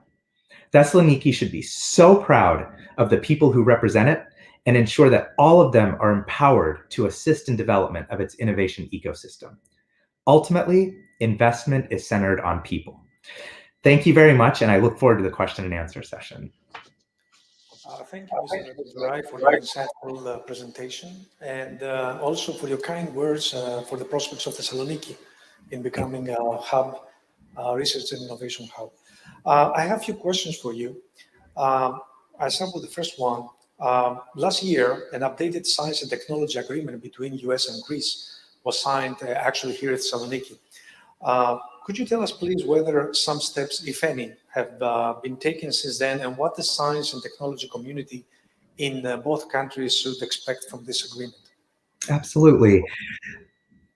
Science and technology agreements are significantly symbolic and provide an umbrella by which we can form all sorts of partnerships, as I had mentioned just now. And currently, the US-Greece STA, as we call it, is under the ratification process in the Greek parliament. However, once it is ratified, we will be able to work with the public-private sectors writ large to find opportunities where we cooperate on joint initiatives, find shared challenges that we can work together towards. And this will help to bridge university-to-university relationships, university-to-business relationships, government-to-business, government-to-university, and people-to-people relationships. So it's an all-encompassing way in which we are symbolically sharing our commitment to the future of science and technology between our countries. Well, thank you very much. Under your capacity as a senior advisor, how you see the role of research and sciences in advancing international relations? Are there any obstacles at this time, and what should be done in order to overcome them? I think now is a perfect time and confluence of opportunities whereby science can help to strengthen international relationships, especially as we see the global challenges around the world. We must think globally and act locally. And one of the ways in which we can do this is by thinking about how different shared challenges, and for example, the Sustainable Development Goals, requires efforts on behalf of all of us in our communities. However, to contextualize it, we must understand the implications are far-reaching, and there is no localized sort of challenges. It is a global endeavor. And so that's one form in which people can come together around science to think about solutions to those challenges. What are the programs the U.S. State Department has in place concerning the advancement of international cooperation on technology and sciences? Do this program include public and private partnerships, not only in the U.S., but also internationally? Absolutely. So public-private partnerships are a bread and butter example of what we do with science and technology. Another example I'd like to share is our exchange programs. You know, we pride ourselves on having an opportunity to share our innovation ecosystem with innovators and entrepreneurs and thinkers and anyone who wants to come and experience all the different elements of it. And I believe those exchange programs are one of the most vital partnerships and programs that we have to advance science and technology and innovation into the future. Thank you. We all know that education is a pillar for prosperity of any country, actually. How the educational system in the US is being prepared for the future, where there will be an increasing demand for scientists and engineers? Great question. Thank you very much. So when we look at education and the foundations of knowledge that are necessary for the future, we talk at length about STEM education. And STEM is, of course, vital, and it starts from the fundamentals of math and science from youth, K through 12, secondary, higher secondary, and on. However, as we look to the future and think of how science and technology is shaping so much of the way we live, work, and play, one consideration that we have really focused on is that interdisciplinary approach to academics. And in addition to that, providing integrated curriculums in which we can create internship programs, apprenticeship programs, ways in which students can understand and appreciate the real life value of their academic studies. And we hope that that inspires students to not only imagine the future that they want to build, but also endue a sense of purpose, meaning behind the work that they do, because it's only when they can see from a 30,000 foot perspective how their unique work or studies is impacting the world, will it really help to motivate someone over the course of their lifetime. And so we hope that we can foster that at an early stage, and that's something that we hope to share with the world too. Good. I have prepared, quite many questions, but we don't have so much time. But anyway, I have one last question for you. What, to your opinion, are the top fields of science where research will be performed most in the next decade? And what are the necessary skills employees need to have for a successful career? Great question. So as we've seen the advances of technology recently, artificial intelligence, 5G, among others, one area I would like to highlight is quantum.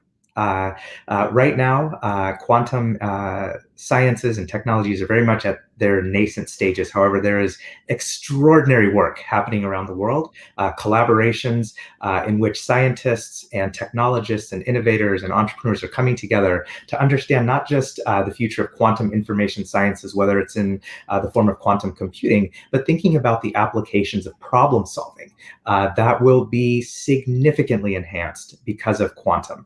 And in order to understand and really be successful in this field, again, one of the qualities that we hope to nurture is the love to learn to learn. Learning is a never-ending endeavor, and especially with fields such as quantum or any science and technology, the importance is understanding that there's always more to continue pursuing. And I go back to the foundations. In addition to the STEM education, something that we emphasize as part of interdisciplinary study, is STEAM education. And so the added A is a capital A for arts, really to capture all of the humanities and other studies that aid in the creative pursuit of maximizing the impacts of science and technology. And so really coming to quantum or any other sort of field with that appreciation for how there is an interdisciplinary impact with any course of study that you pursue. That is what will make for the best innovators of the future. I totally agree. Well, I'm tempted to ask one more question here. We are observing a rapid shift in US administration policies regarding mainly environment, international relations, inclusiveness, and social prosperity and cohesion. In your opinion, how science and technology can play an extensive role in the successful implementation of these policies? Oh, thank you.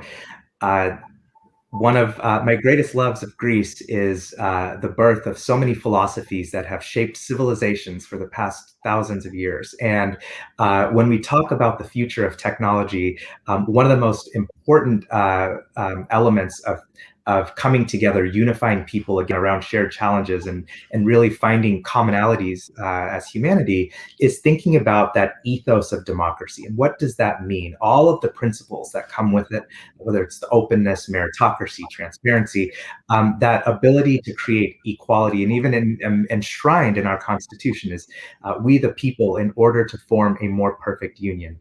You know, these are all examples of how we choose to live. And technology, in so many ways, we talk about the democratization of technology. That is a term that is used frequently. And that takes an active role with all of us coming together again in these innovation ecosystems of finding ways in which we are solving problems with the principles of democracy at the forefront of our mind. And I hope that that's something that we can work together on.